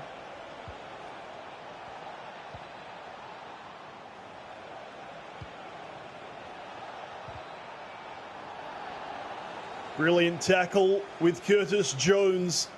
Charanjot nice and patient with his defending. Not the time to bring that out with Hullet in the way. And Kulusevski thwarted by Mendy. We thought we might have seen the end of Mendy in competitive FIFA. Not just yet. Mbappe against Cancelo. Charanjot trying to keep possession, but Forzi doing well enough as we get towards the end of Championship Sunday. Chances will be at a premium. Defenses tighten up. That ball to the back stick, not bad, but Nick Pope using all of his 6'7" frame to tap that away from danger. Forzi with one or two excellent chances, but Nick Pope, so far so good. Forzi comes again. Kulusevski, James to Mendy. And away the competitor from Indian goes just for a moment, because Kulusevski's there again. An inspired foot item selection going forward and winning the ball back. Hullet to Neymar. Ronaldo. Forzi gets the isolation, but Charanjot says, I'm just going to keep jockeying. No need to go for the manual challenge in a tight area centrally. I'll escort you away from danger and eventually regain possession through Atal. That's incredible defending there from Charanjot, and he deservedly is able to strike on the counter-attack. Marshaled the CR7 up the other end, now cuts it back and turns back into the defense. Edison was totally over to one side, and that was enough to put Charanjot off. Man, that defending from Charanjot just before, where he jockeyed his way and went one-on-one with CR7 all the way from the center of the pitch out wide, just is testament to how reliant Abo Forzi is in those one-on-one situations and how determined he is to beat you in one-on-ones. And Charanjot really showing his defensive game at the moment. And eventually, when you play really well in defense, you get opportunities up the other end. And Charanjot out wide again, this newly subbed on foot item Atal. Most likely the new foot birthday edition. And now, as we see time and time again, gone out wide, cutting it back. Another incredible save. Abo Forzi and his goalkeeper movement. Name a more iconic duo. This is a display of the highest caliber, from the goalkeeper movement to the passing moves to the one-on-one dribbles, and now the set piece routine not quite executed, but Charanjot will keep the ball, keep possession.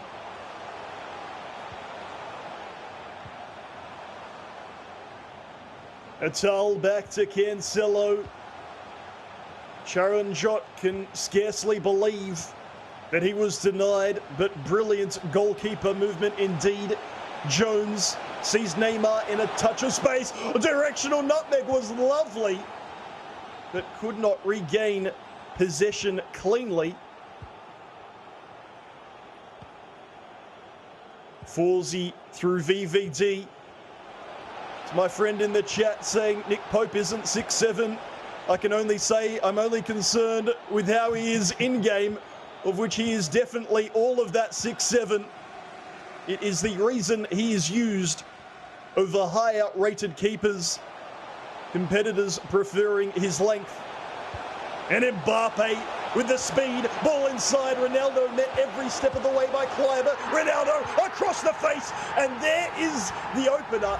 Forsey disgusted with his defender, but Sharon Jot calmly plays it across, taps it in, and Neymar breaks the deadlock.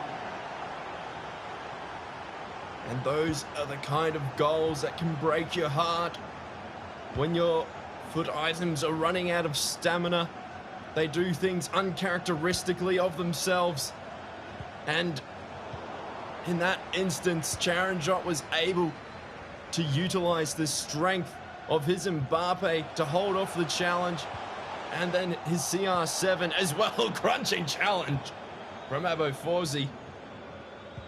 Gets him possession back to that goal. Sharon Jot utilizing the strength of CR7 to get in behind, and then the simplest of cutbacks resulting in the goal. Last opportunity, Forsey, Diata.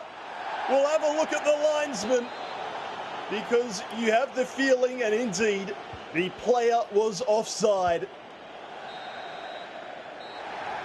An exclamation point at the end of that game, but only one goal to bring to you. Sharon Jot with the moment of cool to dribble around, and then the vision to see the player in the middle. The highlights will be brief, Treaders, but this is what happens when you hit finals time. Just becomes more and more intense. Nick Pope with that initial save, but Anthony on his strong foot as well, only able to find the side netting. And then we saw this goal from Sharon Jot, Mbappe bodying off Van Dijk, and Van Dijk simply not strong enough. And then Kleiber just caught in no man's land, lunging into challenges, and then Abo Forsey disgusted, and Sharon Jot just scored a decent goal. Maybe he concedes. There's a little bit of lack involved in it, but you have to take the risk in those situations in order to get the reward. And in fairness to Sharon Jot as well, his defense has been absolutely sublime, and so theoretically he's earned the opportunity to go up the other end. Indeed, and again, you see the nervous laughter, because these are the high stakes. The reactions are incredible. We love seeing Forsey and friends get excited, get passionate. This isn't just a game. This is a career. This is a livelihood. There is prize money and playoff positions on the line. Sharon Jot, though, Treaders, it is with the 1-0 lead. And while we're saying only one goal to bring to you, how good has his defending been? It's just been absolutely perfect. I think the best portion of that game, my personal favorite portion of that game, was when we saw, I think it was CR7 controlled by Abo Forsey directly in the middle, and Sharon Jot just stood him up. He said, all right, let's do this one-on-one, you and me, no one else on the pitch. I'm going to jockey you all the way out wide. And Abo Forsey was just waiting for his opportunity to get in behind to beat the man one-on-one so he could continue his attack. But such was the quality of Sharon Jot's defense, that opportunity never came, and eventually the ball was turned over, and Sharon Jot created an opportunity up the other end, but that one in that instance wasn't the goal. But it's those types of plays, those types of defense, that type of defense that can really change the course of the game and create scoring opportunities, especially if you're counter-attack is so strong, and if your opponent is low on stamina trying to play aggressive and is so strong on the press like Abo Forzi is. There were so few stoppages in that game. Competitors seemingly happy with their formation, the foot items that they've selected, and indeed the gameplay itself. However, it is Charanjot who is slightly happier as we look towards this all-decisive leg 2. 1 goal to Charanjot. Forzi, who has been a goal-scoring machine, denied at every chance here. That miss with Anthony, I wonder, Tritters, will we see a drop for leg 2? Competitors so rarely change their foot items in between legs, but a miss like that, and you may well be out of the squad. Charanjot seeking redemption, seeking his place in the grand final, up against Forzi, who is still stuck on 16 goals for the weekend. Hullet through for Charanjot. Players in the middle, but the Hullet on the other team with the interception. And there is the early lofted through ball. Nick Pope headers it away. Kulusevski blocked by Mendy. An exciting opening 7 or so minutes. Forzi showing an adaptability already. He does not often launch those over-the-top through balls. Maybe realizes he'll need to mix up his attacking patterns as we go. Charanjot at the other end, slight contact, but ball 1. And Forzi still with Anthony and still getting let down. Kulusevski away. There are players in the middle. One of them is Neymar. Neymar with 2 to beat. An extraordinary pass and the finish to match. Charanjot offers up an apology, but he need not say sorry for the roulette pass to provide the assist. He doubles his advantage. And that all came from him taking that ball out wide, risking the directional nutmeg, risking the turnover, risking the change of possession. And from there, once he got that ball back, it was only a matter of time before he managed to find a pass through to the other side. And Charanjot's vision did not let him down on that occasion. And he scored the deserved goal from the end of that build-up. Abo Forzi plays so aggressively in defense when his players are set.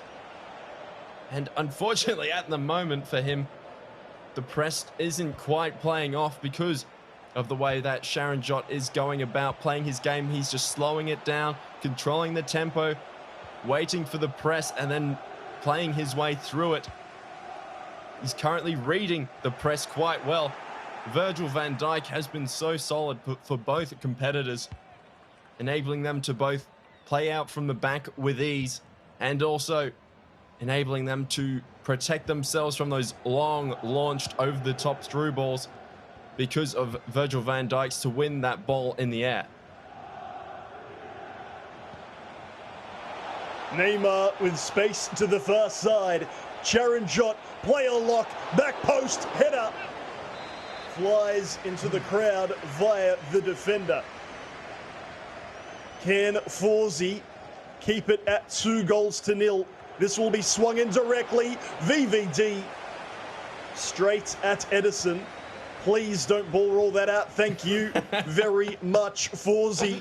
Goodness me, my heart leapt a beat. You do not want to see a mistake, a giveaway at any level of FIFA esports, let alone here in the loser bracket final. Forzi, thankfully, bailing out of that. And now attacking Neymar, Cancelo, VVD, and Charanjot still has not conceded. Straight away at the other end, the player had already made the run and is a yard or two offside. I think I got so used to seeing Rakan play those passes in behind that I fully anticipate Sharanjot to launch that the moment his player got the ball, play that through ball, and now the flick up, not quite what Abo Forzi wanted, as you can tell by his expression. But regardless, it is what happened. And Sharanjot getting players in the positions, making the adjustments well. He's just that little bit more well acclimatized to the current playing conditions. And you can see that through the lateness of Abo Forzi's players switching in particular. And Sharanjot is able to just skill his way through, almost a giveaway from Abo Forzi. But now, the aggression that we saw, the intensity that we saw in the previous games, just not quite there. And credit to Sharanjot. He's really stepped up to the plate, coming from not playing at all so far today. And he's getting incredibly close to going through to the overall grand final, where Yasser is waiting. Y2 Hathi just waiting, watching, anticipating. And Sharanjot so solid yet again in defense. It's just getting a little bit one-sided because of the fact that Sharanjot is in total control at the moment. Abo Forzi, the disruptor, unable to disrupt the flow of Sharanjot at the moment. And the more that Sharanjot gets the ball, the better his attack becomes. And I think that's a classic case of commentator's curse to end the half.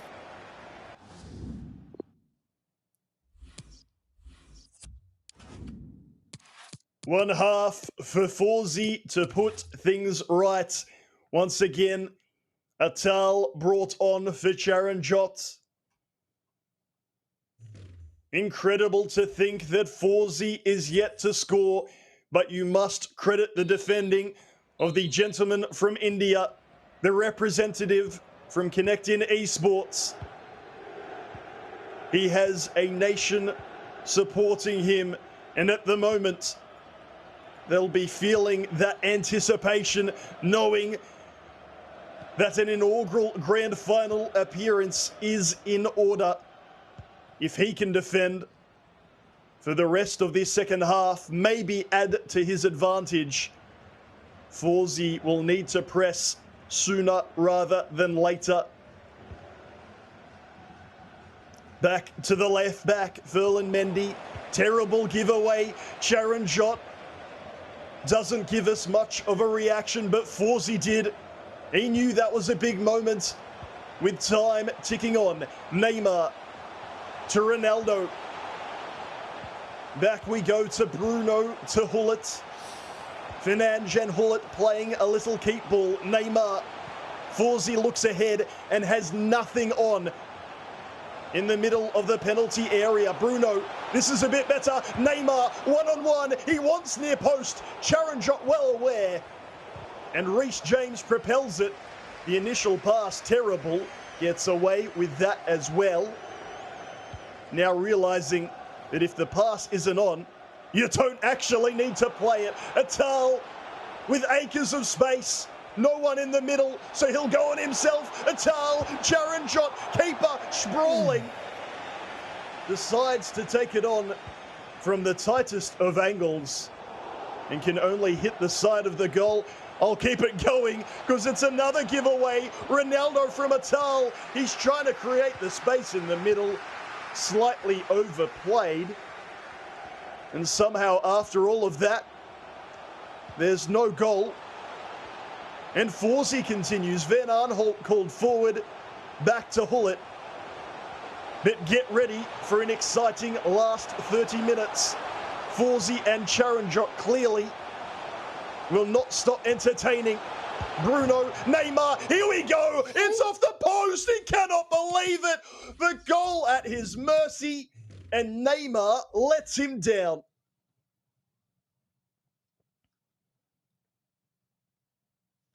That is insane. The build-up from Abo Forzi. The tides turned in this game. Abo Forzi looking the aggressor, looking the more comfortable of the two competitors. And that post hit, you felt a goal was coming. But in that instance, Abo Forzi unable to convert it. Only able to strike the post with venom. But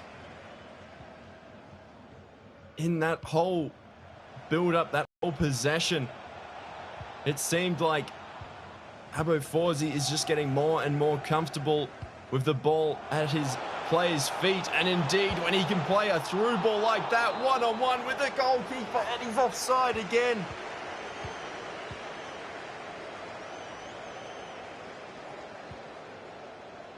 Calm yourself, Joshua. The flag was up early. Yes, the play allowed to continue a little longer than I'm sure Forzi would have wanted. If it's offside, then can we please restart? And we will go again.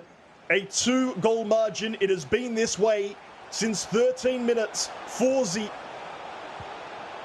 can he find his first? Pass central, Bruno, left alone, Diata, one more, it's lovely, but Nick Pope pulled across the face. The shot a little disappointing, but we can move straight on. Cancelo has been tackled early. Sharanjot, another giveaway. Diata, not a bad man to have for a one-on-one opportunity. The defensive mid doesn't want any of it, and Sharanjot doesn't switch. Diata, it is all one way for Forzi, and yet he is unable to capitalize. Diata, James tackles twice unsuccessfully. Forzi knocking on the door, but will it open? Bruno to Kulusevski, past the defender. Forzi back heel. Look how many bodies are up in the box. Only the two centre-backs back for Forzi. And yet Sharanjot, for now, holds his opponents at bay.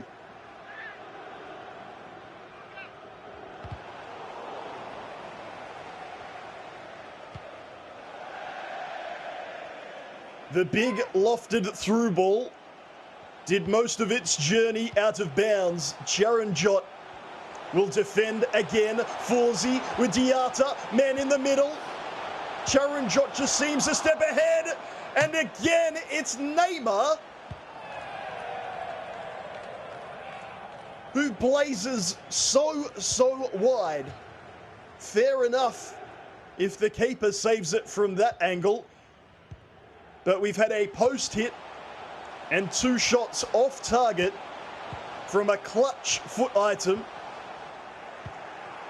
for every contest for Forzi, apart from this one. Sharanjot at the other end. A 2-on-1. Sensibly, Forzi waits. Sharanjot says, I've got time on my side. And a friend in the corner flag. He heads wide. And Forzi may well look back upon all those opportunities, of which none have been successful.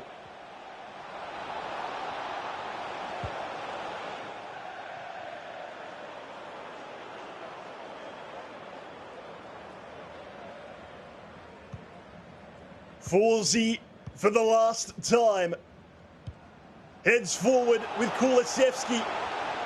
It doesn't have to be the last time, he says. If I can get one now, maybe I can get 2. Kulusevski, how has that done that? Nick Pope stands up tall.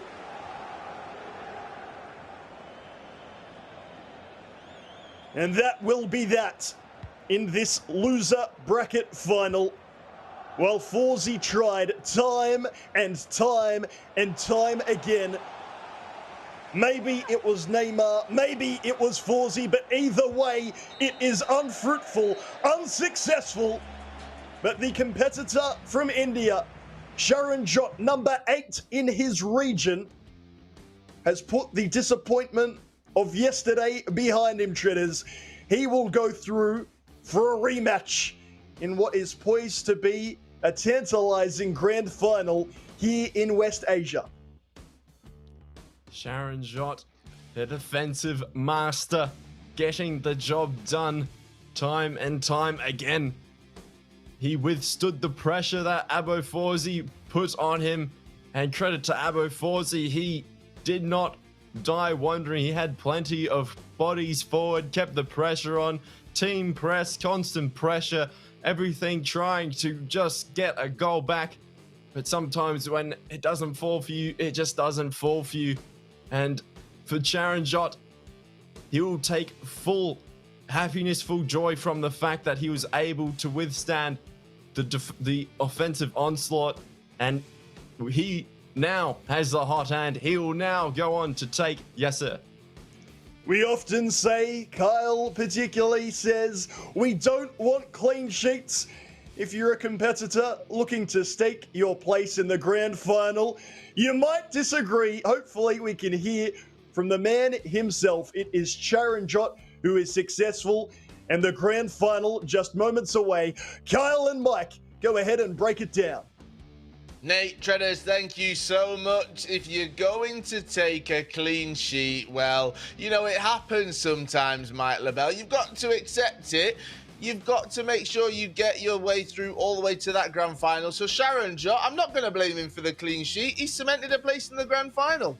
Well, the goal is to get results, and this also could have been a game that didn't have a clean sheet. We saw the post hit multiple times. We saw a couple occasions where there could have been a finish for Forzi. It didn't happen, though.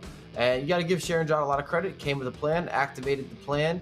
As I said, kind of in the previews, it's a beautiful goal there. Can't miss from there.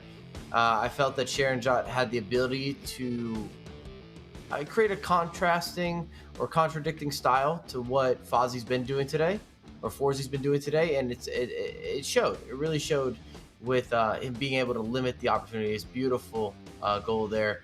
A bit of a flare pass. We're seeing a lot of flare today. We are seeing a lot of flair today, indeed, and he managed to win the first game 1-0. In the second game, he managed to win it 1-0 as well. Abo Forzi was not happy with that miss at the end.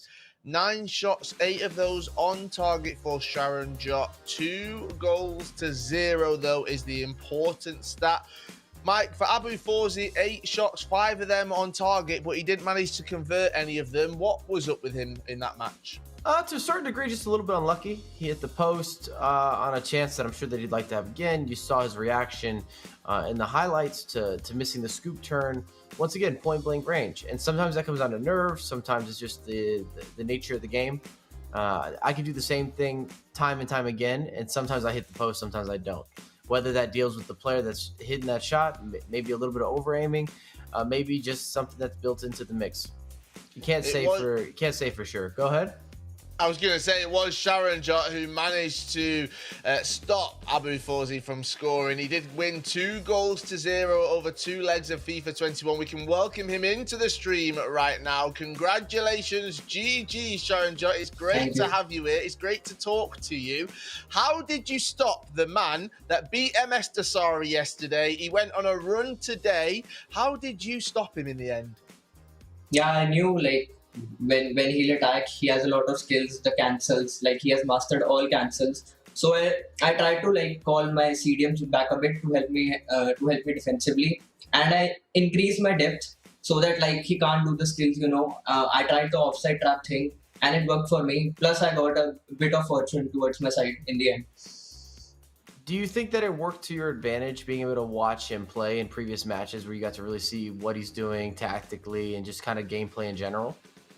Yeah, it definitely helped. Plus, like Fauzi and me have played a lot of friendlies prior to the broadcast, so he knew how I played and I knew how he played, which I think favored me, to say so.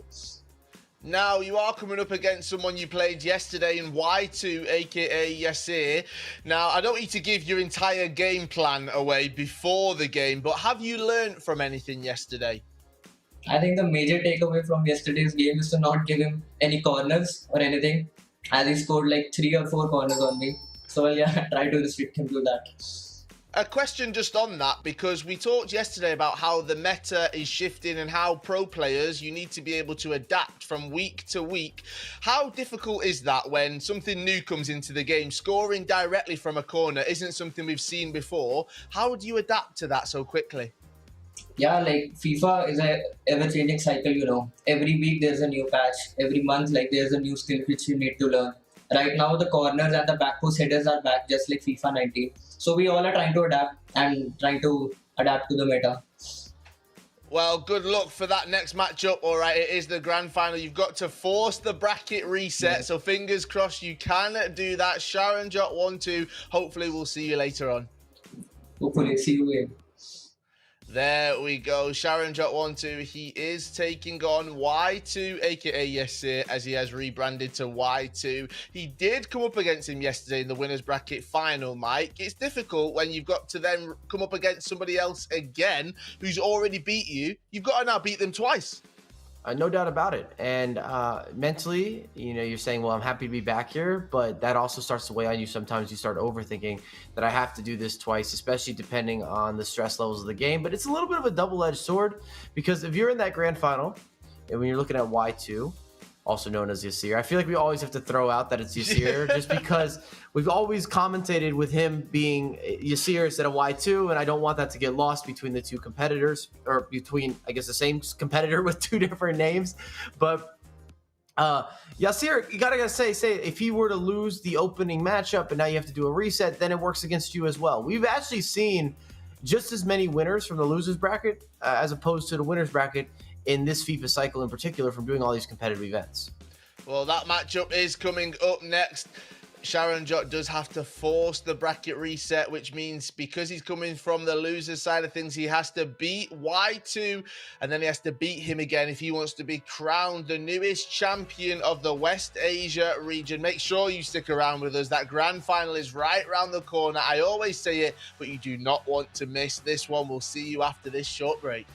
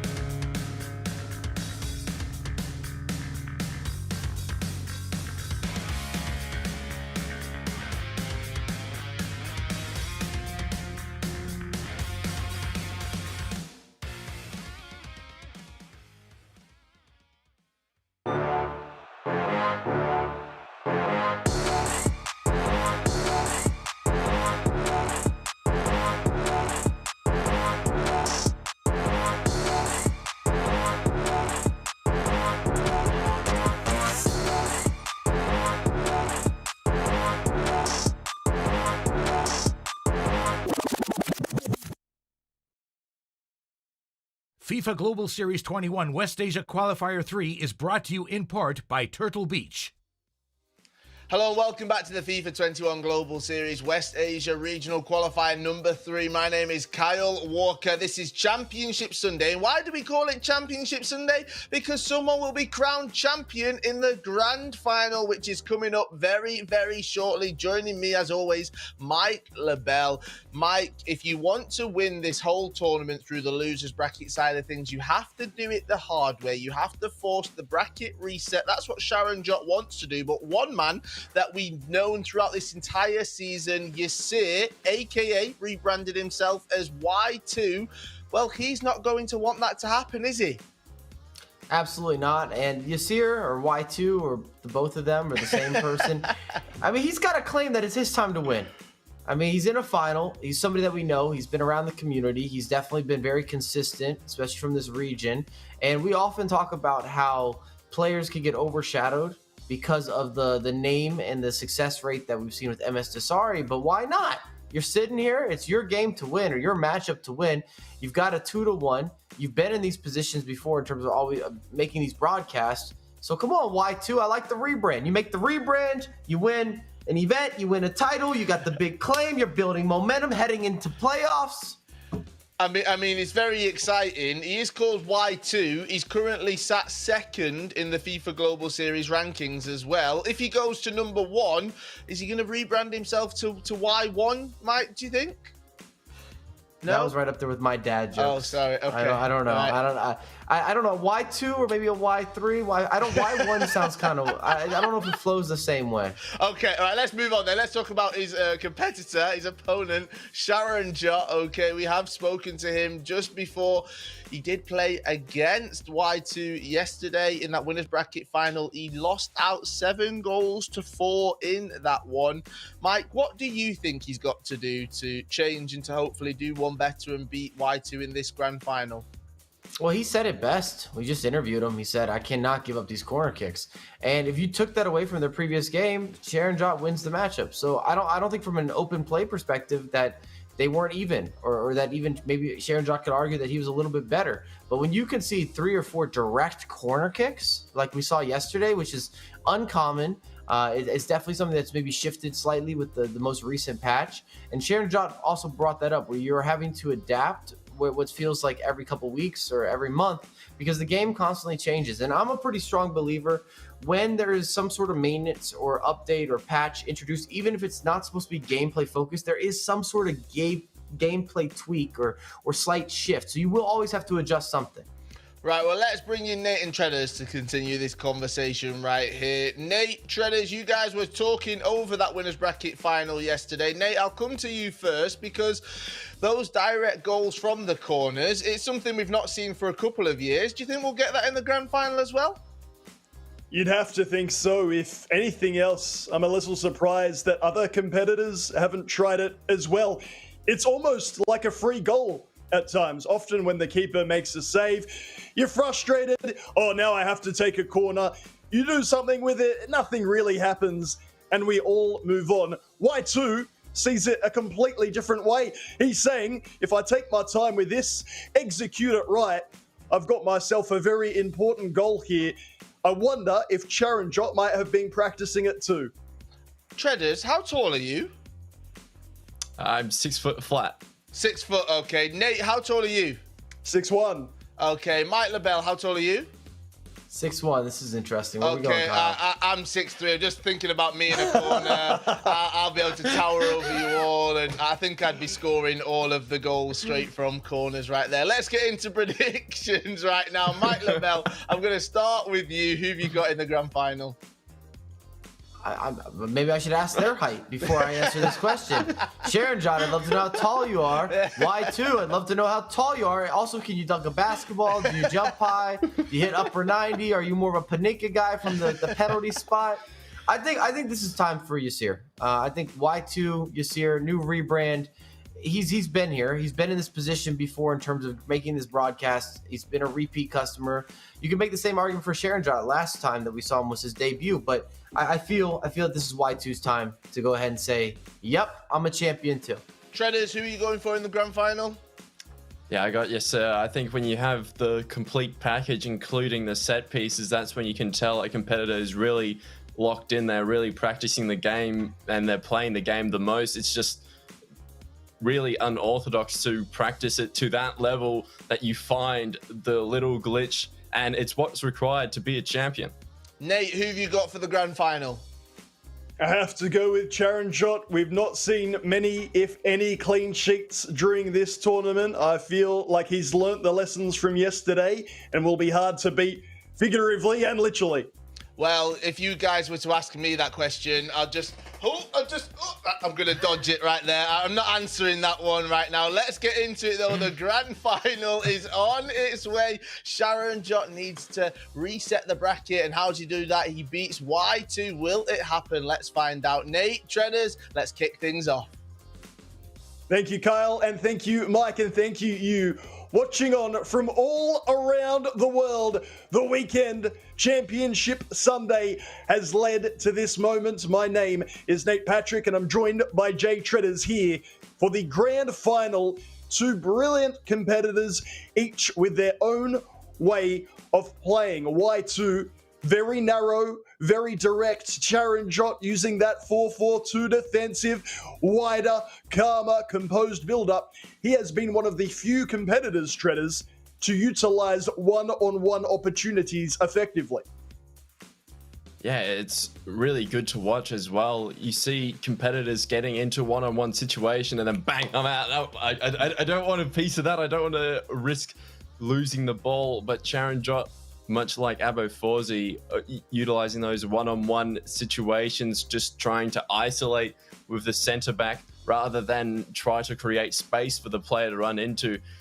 Again, FIFA 19, FIFA 18, even FIFA 20 to an extent, you're looking to make those one-on-ones, but in FIFA 21, you've got to try and create space for the player to run into in order to create effective goal scoring opportunity. Or so that's what we think so far. Charanjot and Abo Forzi have proved the exception to that rule.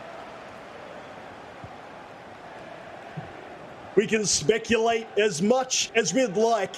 The different game plans, the different game styles, the attacking opportunities. We love the variations that FIFA 21 have brought about. And here in the FIFA 21 Global Series West Asia Qualifier 3, we have reached the summit, the grand final between Y2 and Charanjot. If you need a reminder of their journeys, it was a 7-6 win for Y2 over Rakan. Then these two competitors met. The 7-4 result in favor of Y2, separated by those 3 corner routine goals from CR7. Y2 here with Alfonso, ball inside, repelled by James. Charanjot beat Zayad 6-4 before he faced Y2. Then the 2-0 win over Forzi, the first clean sheet over 2 legs.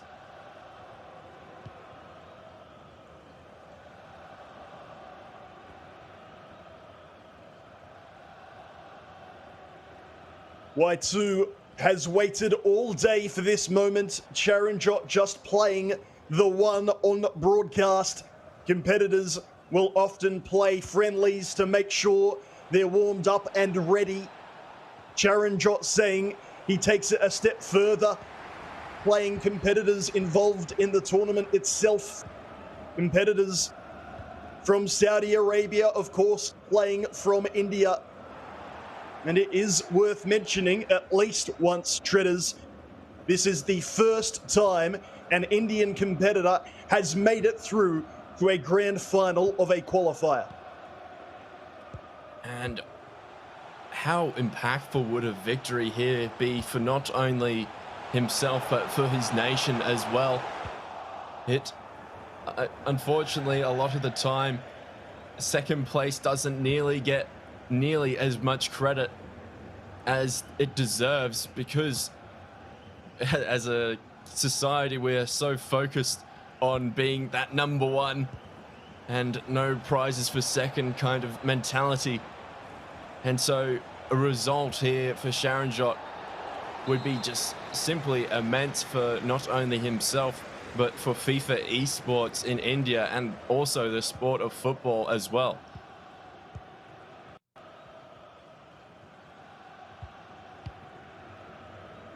If you're wondering which particular foot items to look out for, well, Y2 used CR7 brilliantly for the corners, but it's that man Pele who has scored 8 of his 14 goals over the weekend.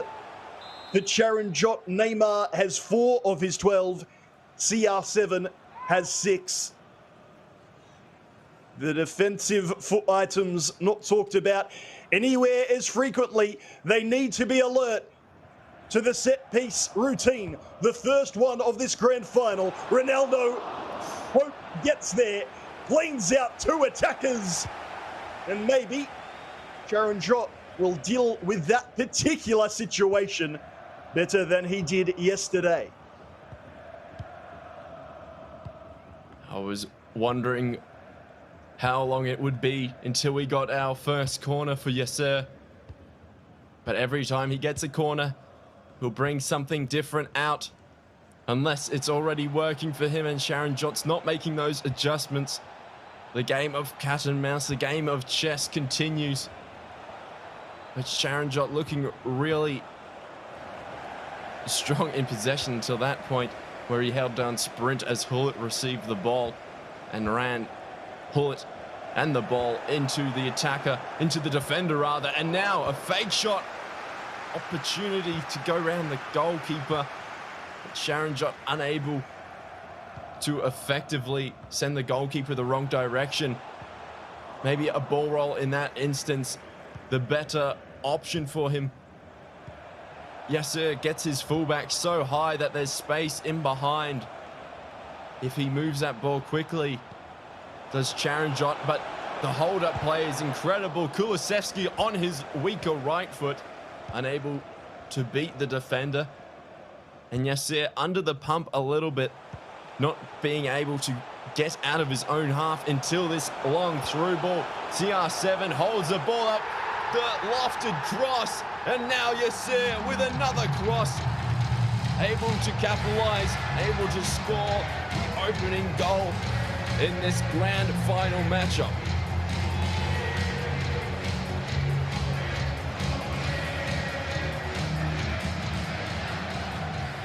Renato Sanchez with the easiest of tap-in headers.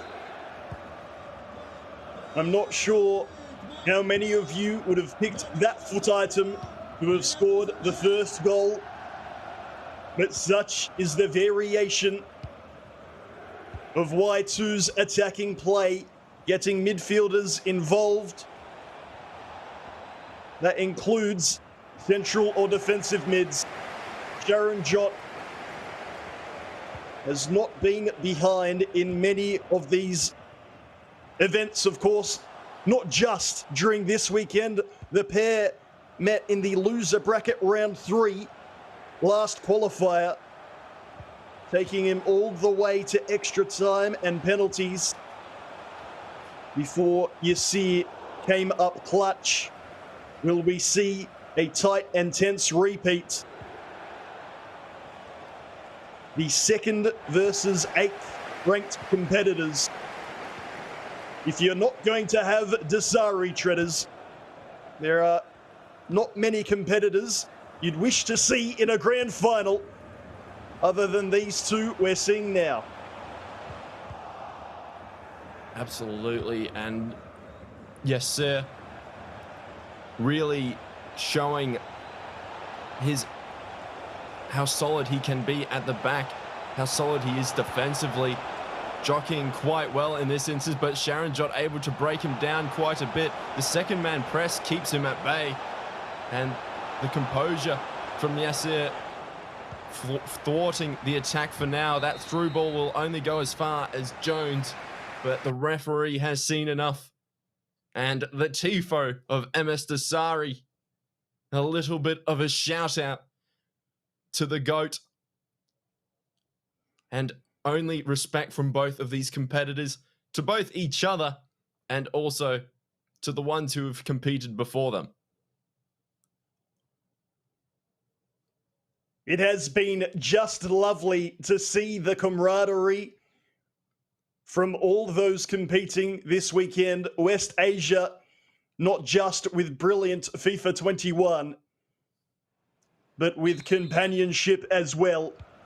Just the one goal in that first half. If you need a reminder of how the grand final is slightly different, well, Uae is yet to lose during this entire tournament. That means Charanjot would need to beat him twice, because only 2 losses can eliminate you from a regional qualifier. Well, Uae would hand Charanjot his second loss in this grand final over 2 legs. We would need no reset. He would lift the trophy, collect the cash, and we'd be done here. Not what Charanjot wanted at all.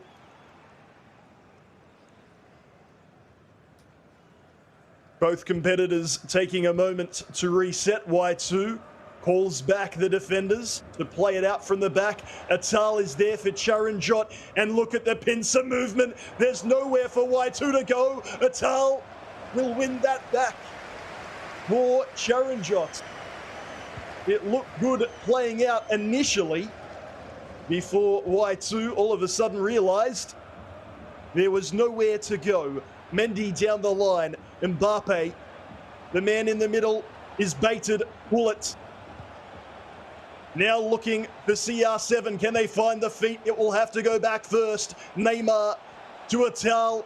CR7 looms large at the back post. Now central. Jones finds CR7, who Charanjot just loves using. To repeat the statistic from earlier, he has scored half his goals this weekend with that foot item. Really good defending from Uae thus far. Neymar, Blosterman with the challenge. Potentially, we've just seen the defending of the champion in weight.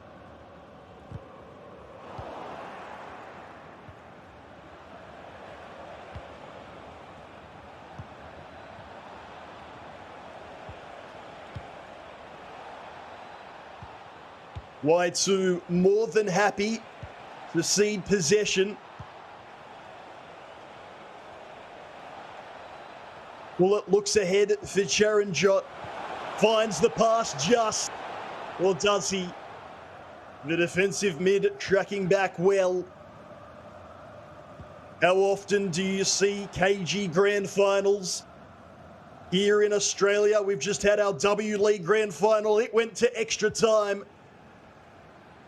Everybody treaders seems to get that much more tense.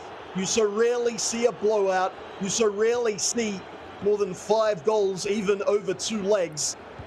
What you do see is brilliant defending, and Uae has given nothing away over 2/3 into this first leg. It comes down to how risk averse the competitors can get in these games. They don't want to risk being more than 1 or 2 goals behind, and from that they don't even risk being 1 or 2 or 2 or 3 goals in front. And so overall the game becomes quite tense, incredibly cagey, compared to when we're in the winners bracket. We see quite free-flowing, high-scoring games, and when there's a $5,000 difference between first and second place, you can totally understand it. And when the seeding in the playoffs is so important as well, it's the difference between playing against Msdossary or playing against Yasser. It can allow you to get so much of an advantage in those early bracket stages, and it could even, depending on the structure of the playoffs, result in you not having to play nearly as many games as you might if you are in a lower seed. So plenty on the line here, and it's really showing out through the overall gameplay of these two competitors playing so cagey. And again, Charanjot thwarting attack after attack of Yasser. But up the other end, Yasser is being just as solid defensively as Sharonjot is up the other end.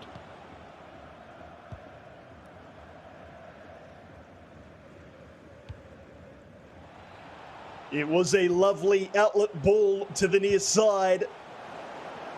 But centrally is where Y2 is concentrating his defensive forces.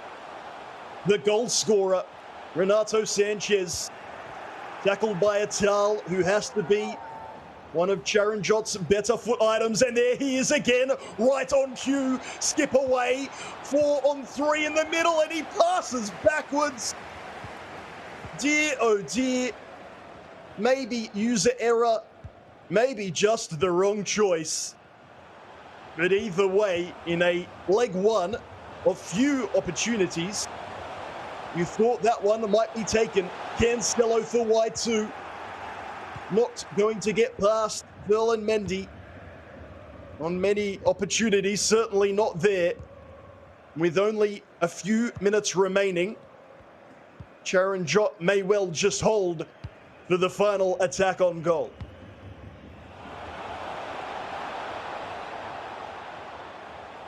His go-to foot item has been a Tal. Whether he realizes it or not, Cancelo back to James. He'll go far side. The 1 additional minute. Look ahead, if you will, at the white jerseys in the way. That's what stands between Charanjot and an attempt on goal. An inconsequential card to Neymar. What has been of consequence is the one goal we have to bring to you, and it is a goal that sees Y2 one step further towards claiming his crown. Triggers the first grand final appearance from an Indian FIFA esports competitor ever. But for Y2, there's no Msdossary, a brilliant opportunity for him to do better than he did in qualifier number 2 and claim himself a crown. Absolutely, and not only claim himself the crown of this tournament, as we see the sole goal scored, a lofted cross, and Renato headering it in, but it also, a victory here, will also solidify himself as the #1 player on the rankings as well, with all the FIFA Global Series points calculated up to this point. So being able to have that not only on your FIFA esports resume, but just mentally having that in the back of your mind, knowing, oh, I'm doubting myself a little bit today. Hang on, let me just go online and have a look at the rankings that can tell me what I really am, which is the #1 player across both Saudi Arabia, across West Asia as well. So overall, it's such a big deal if he's able to get this win over Charanjot. But Charanjot, he's playing incredibly well, to be fair. He's playing a risk-averse play style. He's not taking too many risks on. He's trapping the ball well. He's getting the ball, forcing the ball out into wider areas, which is where there is less threat on goal. And so from that, Yasser has had incredibly limited attacking opportunities. So Charanjot, credit to him, limiting the attack of Yasser. But Yasser obviously got that early goal, got the header, and so from there he'll be feeling a lot more comfortable from that heading into the second leg. And what about that goal? Renato Sanchez with the header, of course. It's more about the attacking build-up and the play, the L1 square cross towards the back stick. Doesn't that just show you, and everyone watching, the variation in his attacking play? And the vision as well. You could argue that he had the option of doing a low-driven cross with R1 square, but in that instance, he sees the run coming. He realizes Renato's just a little bit too far behind the play. You could even argue that an option on offer is just a driven pass, but the right option, the most likely goal-scoring option, is to loft that pass up and, well, loft the cross up. And Renato, well, that foot birthday item, he seems to just be a pretty special foot item.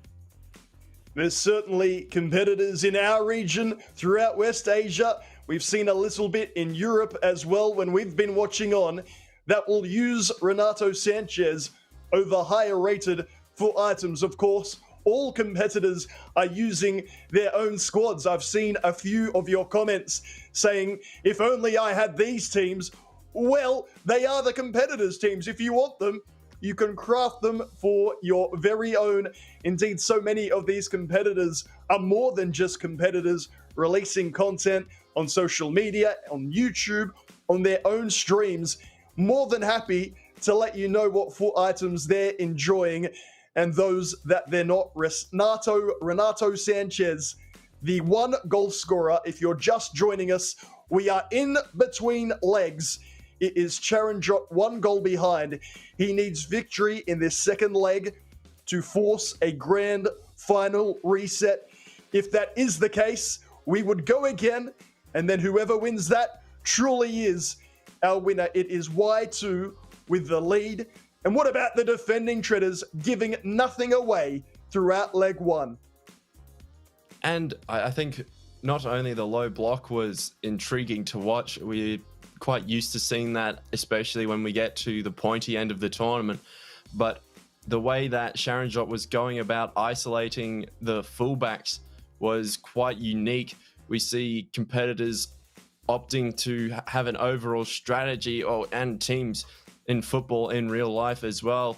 You might allow your opponent only to have that ball in the real central part of the pitch from a distance, such as your Burnleys, your Crystal Palaces, and allow them to pepper you with long shots.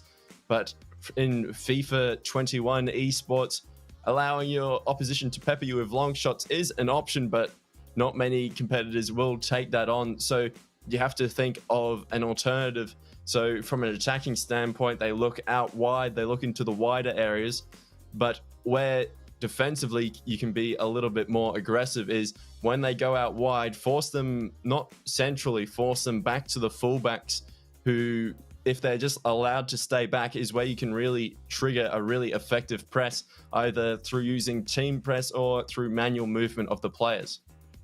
Something for the competitors, particularly Charanjot, to think about as well. How will he overcome the low block? Y2 has already beaten him in Qualifier 2. He's beaten him already this weekend. Does he have anything else up his sleeve in leg 2? 1 goal behind, needing the dub to force the reset.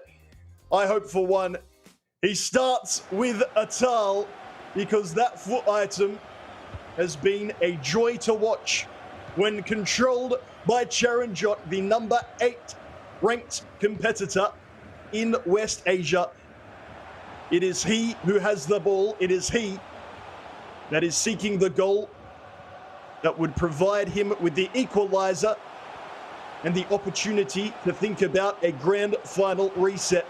Mbappe, Klosterman has been rock solid for Y2. Renato Sanchez giving it away, however, in reply. Kulusevski to Hullet, first time ball. Ronaldo, Charanjot with a bit more space in the middle than he's used to. Yes, who's there again? Klosterman getting it done for Y2.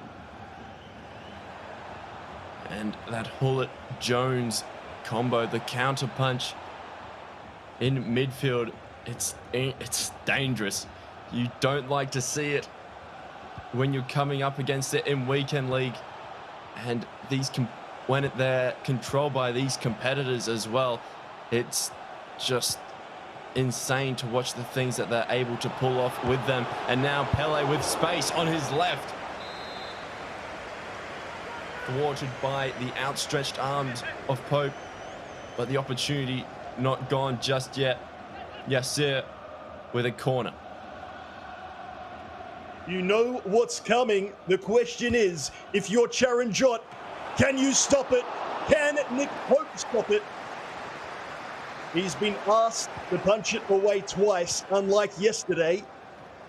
He has been successful on both occasions. Cancelo trying to thread the through ball as Charanjot pulled his wide midfielder to make the run.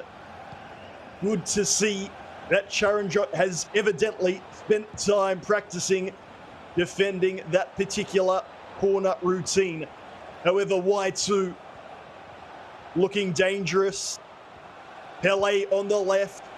It's a good weak foot, but it's not a great one, and it was not good enough. For the shot, CR7, what has he got on the left? Really good defending. Charanjot predicting the turn back near post. And he keeps that scoreline at 1-0. And when Yasser had that corner routine yesterday, Charanjot simply attempted to zonally mark the back stick, just waited for the ball to get to that before reacting.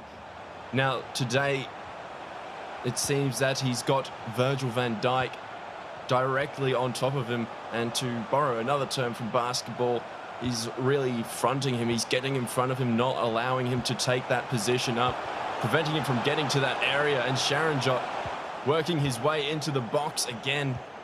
But it's expertly defended again, and that's been the theme of the game today, expert defense. And the attack, a lot of space for the attackers to work in when they're on the counter, but when they get up the other end, there just isn't much space to be found as the competitors get players behind the ball. There always seems to be a player either ready to make a block or a player ready to make the tackle. The distance between the defender and the player on the ball is being expertly controlled by both of these competitors so far. Future stars, Reece James with the block, another to add to his collection. Charanjot, in response, he tries to dish out the same medicine that was handed out to him. The crucial difference is that header is stronger, wider, and out of play. Both of these competitors favoring CR7 over any other primary striker option. And so from that, you get the threat in the air. And he's just a massive target, whether that's from a goal kick or if it's just at any point of the play. If you can get it in the air, unless he's up against Virgil, then you might find yourself in enough space to either knock the ball onto another one of your attackers. And from there, it's a scramble to get bodies back behind the ball. That long ball from Hullet to an offside man. And this game ticks on. Yasser still not fully comfortable. And it feels incredibly level, despite the fact that Yasser is the 1 goal up. But the opportunities being created aren't exactly high quality. They aren't opportunities that you think should be scored, except for that one from Yasser. But now out wide to Cancelo, not a towel at the moment for Charanjot. Cut back, and Klosterman yet again. It feels like if we were to commentate Weekend League, we'd be singing the praises of Klosterman time and time again.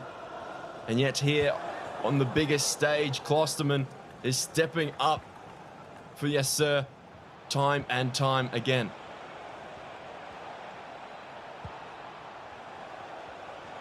It's all good and well to invest your coins in your attackers. But if you splurge at the back, you may well stop the goals at the front. It's Ronaldo denied by Pope.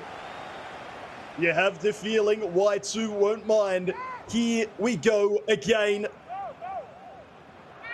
CR7 looms. Nick Pope, that's well close to him. An awkward looking punch away to keep it in the danger area. However, Kulisevsky, I believe, getting involved and bringing about a eventful end, if you like, there. Still 0-0 Treaders. What are we looking at towards Charanjot to change in order to get the goal he needs? The changes don't particularly need to be made. It's just a matter of when he's getting into that final third, does he have the variety at his disposal to make the opportunities count? At the moment, Yasser is creating those opportunities, and those 3 shots on target are for once reflective of the opportunities created. But unfortunately for Yasser, he just hasn't been nearly as clinical as you'd expect him to be. And so Charanjot is still in the contest. And if he's able to bring that intensity, bring that focus for this 45 minutes, the final 45 minutes, he will find himself back in the game and maybe potentially in the lead.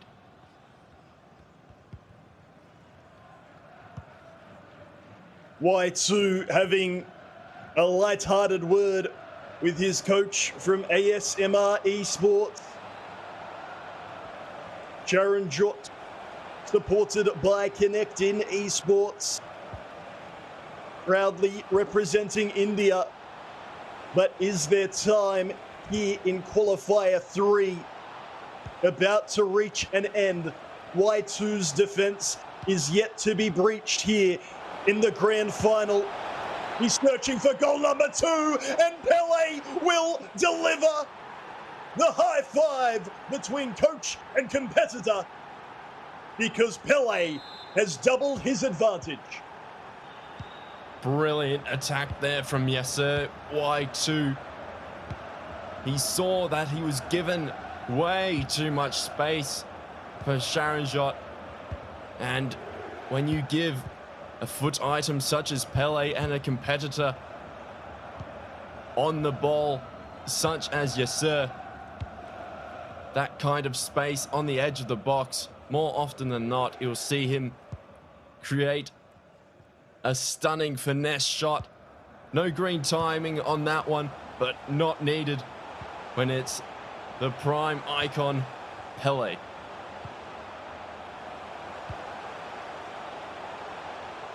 In previous iterations of FIFA, perhaps 2-0 might have seemed a scoreline too daunting to come back from. Not so in FIFA 21. The only real question is Charanjot good enough? Can he find something different to find those goals? Y2 with Renato Sanchez, Kimmich, his partner there at CDM. Possession almost as valuable as a third goal itself. Neymar can go wide to the fullback if he wishes. Goes inside to Kimmich. Mbappe. Charanjot yet to press. That will need to change soon if he wants to recover this ball, because it is repeat, reuse, recycle from Y2 at the minute. Charanjot may be now starting to realise the centre-back drawn out, base in behind. Cancelo is there to cover. That surely, Treaders, is the last time we see such patient defending from Charanjot here in the grand final. Well, now Yasser will be anticipating the more aggressive style of defending. In that instance, he was just happy to anticipate the conservative, the more responsible style of defending. But now Charanjot, because he's got himself into a 2-goal hole, he's going to have to find a way to keep the pressure on and still limit that damage, whether that's by a press after possession loss to ensure that when he does get up the other end, he is able to capitalize on any good fortune, any kind of rebounds, or capitalize on a switch off from Yasser. And it's going to have to be more bodies getting forward. The substitutions will have to be aggressive for Sharanjot. But Y2, Yasser seems to be the man that can close out games. And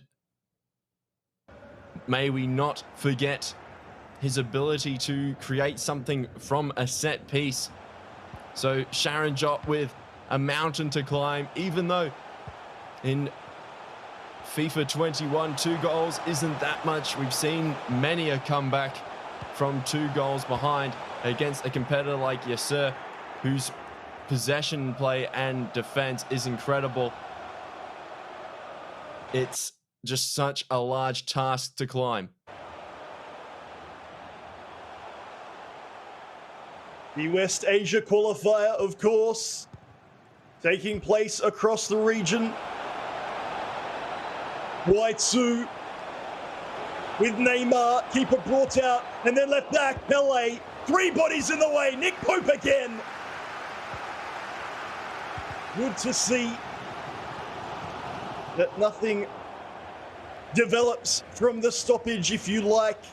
Game back on. Sharanjot will get the ball back because Cancelo has overplayed it. Y2 can't believe it. And that is a good first-time ball. Mbappe to pull it, run through the middle. It's Neymar, but the pass too heavy. Y2 hand over heart. If you're wondering how much this means to the competitors, to Y2 particularly, you need only open your eyes. Neymar inside, Nick Pope is there. The sliding challenge from Sharanjot was dangerous, but in the end, I guess it did the trick. Sometimes you have to risk that, particularly when you're 2 goals down. The 3-goal deficit would have been too much. And now Sharanjot, because has taken that risk, able to find space out wide. But every time Sharanjot makes that move, it just feels like Yasser has an answer. And now Mbappe bursting down the wing. It's the 80th minute. It's normally around this time that we see competitors go into full game management mode, particularly with a 2-goal advantage. You'll see him hold that ball up at the corner flag. A smile on Yasser's face. Seems like his coach is quite a funny guy. And sometimes that's what you need. You need someone to calm your nerves in the pressure situation, to take you out of the moment, so that when you do go back into focus, you have focus mode on the game. You have another level that you can adjust to.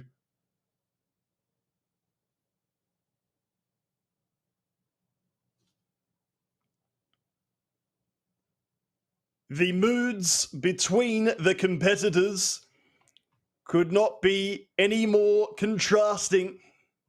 It does appear or feel that Y2 is confident with his lead, knowing as well that there's a set piece, and for the first time, he's happy to take it short. Treaders called it. Game management is the order of the day for Y2. Sharanjot now starts to press.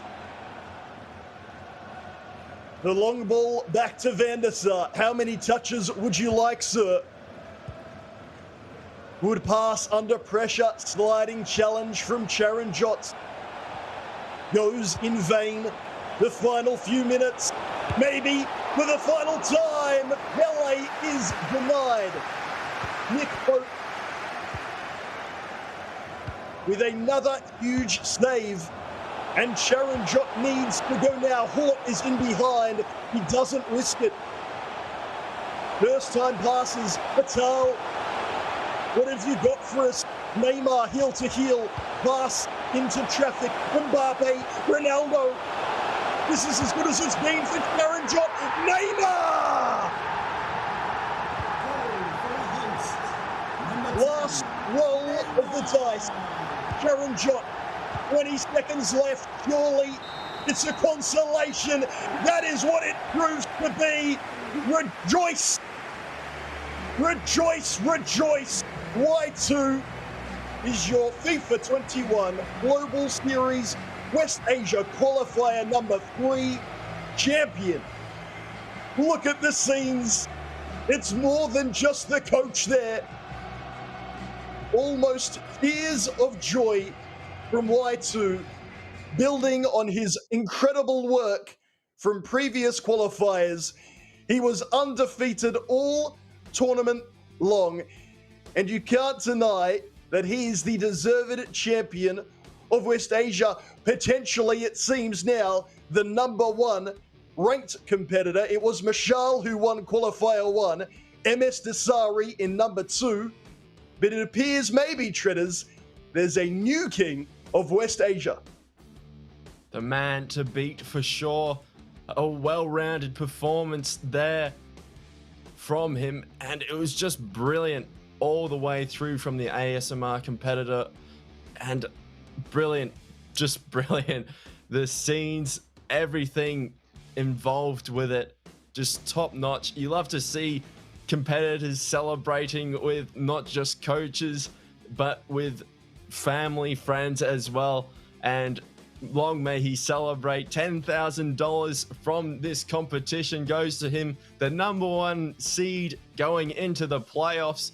And he is definitely the man to beat. So well rounded. Such an incredible performance from him, not only just today, but yesterday as well, and throughout the whole season. Full credit to Yasser, and condolences for Sharon Jot, who put on a worthy fight, but just couldn't get the job done.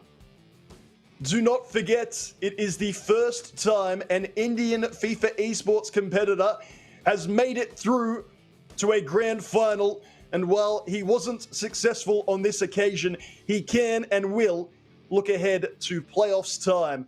From Jay Treaders, myself, Nate Patrick, that's it for us from West Asia. Qualifier 3 has lived up to the billing, and it is Y2 whose name sounds around. We'll throw it back now to Kyle and Mike to review that pulsating grand final. Nate, Cheddars, thank you so much. Wow, what a grand final that was. Again, there could have been some late drama, but it was Y2, aka Yasser, who we've seen all season long, who managed to get the win. He only needed to win that first game over 2 legs because he went through the winner's bracket side of things. Mike LaBelle, let's break this down. What did you like from our champion, Y2, aka Yasser? Well, it was a very intense matchup, and I think it's important to look at the tactical approach. Both these guys have been able to prove that tactically, they've been a little more sound than the rest of the competition. It's a big reason that they're here. It's not just about finishing or the skills, but also how you're setting yourself up for success. And with Y2 in particular, he's been fantastic in the air. You see this beautiful cross here, Renato Sanchez, exactly how they teach you. Head the ball down. The same when you're connecting with the volley, connect with the volley, hit that downward. It's a great finish. You really just can't miss from there. And then we saw him really go into control mode. He could have had more goals, to be fair. Y2 had a few chances that just didn't convert. But overall, he did a really great job of frustrating Charanjot. And then when he did have a chance, he was able to capitalize on some of the big moments. I'm sure that he would have liked to finish maybe a couple earlier, but you see what it means to him. The celebration is there. He's got the fresh fade. I wish I could grow a mustache like that. His coach is excited. And Charanjot made a late, but it was just too late, basically, to make this effort. Scoring in the 90th minute, Y2 had already killed off a lot of the clock. Often the clock is your best friend when you have a lead, and this is a perfect example as to why you try to do your best with game management, because a late goal really didn't change anything for Charanjot. What a performance it was. Control mode, as you said, from Yasser, aka Y2. He gets a hug. He pulls at his shirt, he reps his badge, the camera nearly goes all over the place. What a performance it was there for the ASMR man. Yes, you can see 10 shots, 9 of those on target. That final score, 2 goals to 1. And for Sharon Jot, Mike, look at that. 3 shots, only 1 on target, which he managed to convert. Control mode, I think that's the saying of that grand final right there. Well, they have another saying too, that the more that you have the ball, the best offense is often, or the best defense is a great offense. And in this case, by great offense, he had a lot of possession, and he really disrupted the flow to playing FIFA. And we talk about it a lot, but it's so important if you want to have success, especially at the competitive level, not only being able to adapt and pivot and knowing different formations and having the tactical awareness, but also the fact that sometimes even if you're not necessarily scoring a bunch of goals, or even if you're defending perfectly, if you can just disrupt the flow and make it where your opponent cannot connect, he's over-guessing or overthinking, or he's estimating or guesstimating, it doesn't come together properly, and it doesn't have that same give and take, and you're not telling the story. There's a little bit of a dance that's involved with playing FIFA, the same way with football, I almost feel like. And if you're not in rhythm, it's a problem. It's a problem. That's the point that I'm making. I mean, luckily enough, we've both got lots of rhythm, just like Y2, aka Yasir. That's what he had right there. Let's break down some of today's gameplay, though. It is time for the game highlight presented by PlayStation. It just doesn't seem right. And congratulations to Y2 Yasir all day, every day. But I think we have to go back to Fozzie and just showcase this goal, because you just don't see this happen ever in the competitive community. And what makes it so special is that it's the complete unpredictable. And I have this arrow showcasing where you're looking to make a pass. Whether it's a low driven, it's a whip cross, it's a normal pass, a double tap. Nope, not today. We're going to juggle this up, and it's going to reverse the other direction. And it's just, it makes you feel a certain type of way. Can you remake and replicate that goal in FIFA? Sure. A lot of people will never score a goal like that. Let's just be transparent. But the fact that you did that at a competitive event, at a pro event, bright lights, flashing lights, all the attention. The man is out here defending at the best. He's upper echelon opposition. You pull that out of the hat? Absolute magician. Oh, a magician indeed. I still am blown away by it from there. Let's see if it has made our top 5 goals of the day. There's been plenty of them. In there, Kyle. I hope it has. Let's have a look. It is time for the top 5 goals of the day. Well, okay.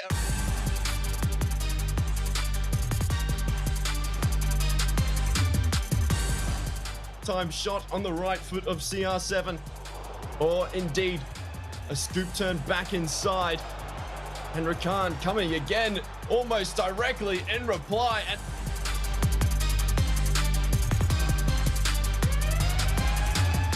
at the moment, the advantage lies not only on the goal sheet but in overall performance with Abo Fawzi. So many numbers inside his own area, but Zayad spins past them all, hits top bins. Fawzi a little disappointed that his keeper produced that effort.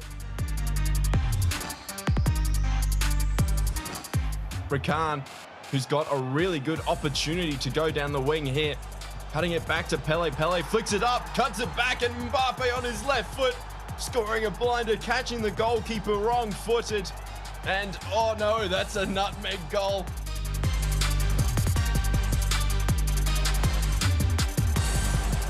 Kulusevski away. There are players in the middle. One of them is Neymar. Neymar with 2 to beat. An extraordinary pass and the finish to match.